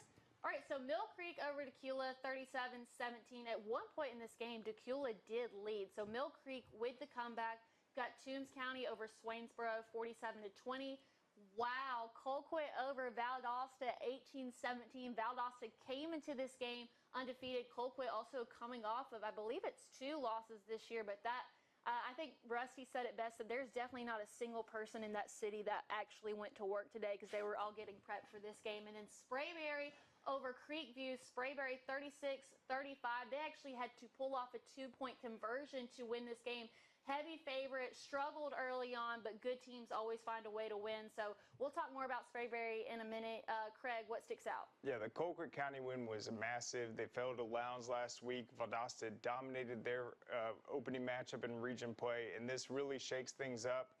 I don't know what I'm going to do in my rankings because I had Valdosta at number 8. I didn't have Colquitt County ranked. I don't want to drop them out. It's going to be very tough in 6A, just what I do with those South Georgia teams, but a huge win for Colquitt. If they would have fallen to 0-2 to start the region and still have to play that gauntlet of Region 1, that would have been a tough position. Their backs were against the wall, and they came back and won tonight. And Landon, I have to ask you because I know it was one of the things that we were paying attention to. Did that Sprayberry Creekview score, did that surprise you?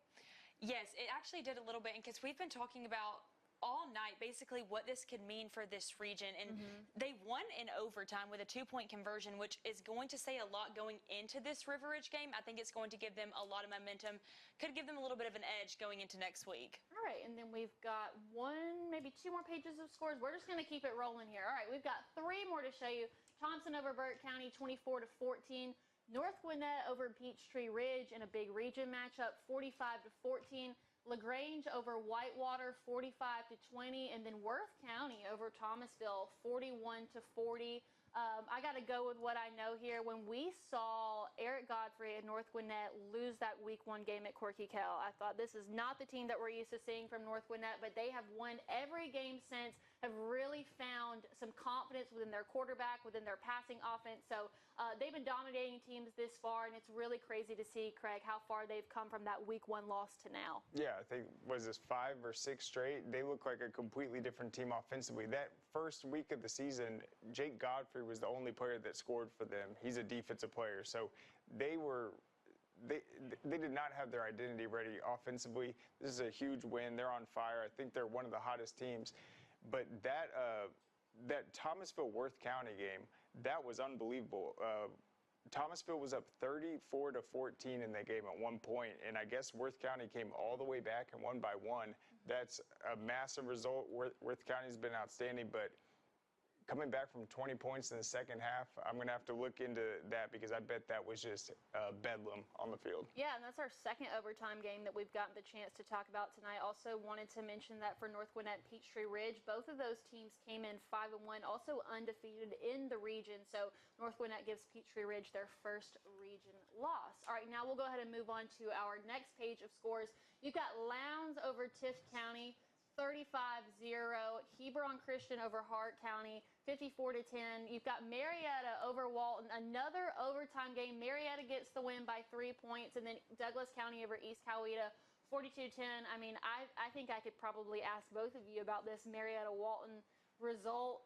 We'll go business and then personal, because I know you've got personal feelings. What are your business feelings about the final score? Because, I mean, that game was close the entire time. Yeah, I was so interested to see how Marietta was going to do in this matchup tonight. And Walton's losses have been to tough teams: Roswell, McEachern, North Cobb. And you look at Marietta, they really struggled at the beginning of the season. They start off this season, they go 0-4. But now in region play, they're 3-0. I'm really excited to see what they're going to do the rest of the season. So we've got a former Walton Raider, Raider, here in the studio with us.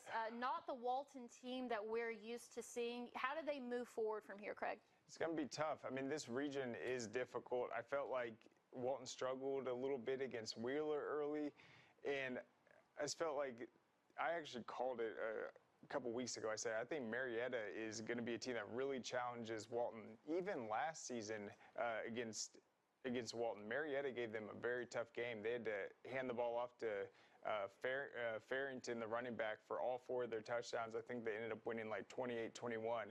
But what a win for Marietta, 3-0 in region play.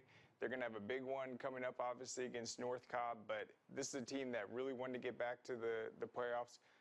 Coach Duke's doing an incredible job, and feel like the excitement's starting to come back to the Blue Devils. All right, so we've got 2 more pages to show you. We're going to go really quick through this first one. Oh, okay, there we go. We've got Buford and Collins Hill. Buford 34-3. I don't think I've seen a team at this point that can compete with the talent that Buford has. And then another close game, Lambert over North Atlanta. This is a really well-coached Janie All North Atlanta team, so I think that just speaks to the talent of Lambert. Craig, for you, either of these really jump off the page? Any surprises? Yeah, I knew Collins Hill's offense would struggle against Buford. Buford handled business tonight. They look just mid-season form. They look like they're ready to make that run back to the finals. And then North Atlanta's the team that won that region last year. The Lambert game was a crazy one a year ago, and a big win for the Longhorns trying to contend for the region title this year. All right, and I think that we've got one more. Oh, okay, here's what we're going to do. So I'm so excited that we get to talk more about where we are going next week. It's going to be Sprayberry headed to River Ridge after tonight. Both teams 5-1 on the season. It looks like we might be talking about a 4-2 Sprayberry team, but they find a way to get the win in overtime. Now, Craig, I think that there's a very common theme between these teams. Of course, it's going to take place at 8 o'clock on the Peachtree Sports Network, as well as Atlanta News First. But when you think about traditional powerhouse programs in the state of Georgia, Sprayberry and River Ridge are not 2 that have come to mind, but really over the last 2 years, we've seen these teams, what feels like, rise from the ashes. You know, what has it been about their player personnel or their coaches that you feel like has been able to allow them such quick success? Yeah, well, they have a new coach this year. Last year was a historic season for Sprayberry. You mentioned they've struggled. It was the best season in program history. They return a lot of those playmakers, and they had a really tough loss to Sequoia. They went into that matchup. A lot of people thought that it would be those 2 teams competing for the region title, and Sprayberry got blown out in that game. Well, then River Ridge shakes things up. They beat Sequoia. You got a Woodstock team that beat River Ridge to open the region. So a lot of people thought this would be a two-team race, and then you saw how competitive Creekview was. I think River Ridge still has to play Creekview. That's probably their biggest rival. But this is just such an interesting region overall, and I think Sprayberry's offense has the ability to really put up the points, but it's going to be a contrast of styles where River Ridge is going to want to run the ball more. That was the key to success against Sequoia. They controlled the ball for most of the game, didn't go through the air. So it's going to be a really intriguing matchup for sure. Yeah, Landon, he mentioned the crazy region play. We've seen it already. These two teams do have a common region opponent. Sprayberry lost to Sequoia, and then River Ridge upset Sequoia last week. So just seeing what you have in front of you, knowing that Sprayberry lost to the team that River Ridge beat, is that enough for you to say, okay, well, River Ridge should be the favorite, or does Sprayberry have some momentum coming off the overtime win tonight? Yeah, well, you're totally right. They're both going to have momentum. So we actually had the opportunity to talk to head coach Michael Collins after River Ridge defeated Sequoia. They upset Sequoia. Then they went into a bye week. It gave them the opportunity to just get healthy, get their players right. They were able to continue that momentum tonight. They shut out Riverwood 35-0. And then, as we mentioned, Sprayberry won in overtime with a 2-point conversion. Quarterback keeper Jaden Duckett. I think that both of these teams are going into this game with a lot of momentum. Yeah, and my final thought on all of this is, and maybe it's just because I have to cover Georgia football as my full-time job, but I'm really excited to see the 3-star safety commit for Sprayberry. That's Keelan Jones. Him and the 5-star Alabama cornerback commit, Jordan Evans. They play both sides of the ball for this Sprayberry team. So getting to watch both of these guys not only play the positions that they're going to play at the Power 4 level, but also getting to see what they do on the offensive side of the ball. I think that's been a big part of the momentum that we've seen the Sprayberry team have, not just this season, but really over the last 2 seasons. So getting to shine light on teams that typically wouldn't have the Friday Night Light spotlight, but that's what we're all about here on the network. So I'm going to say good night to you all. Thanks to Landon, Craig, and we'll see you right back here next Friday at 8 o'clock. A journey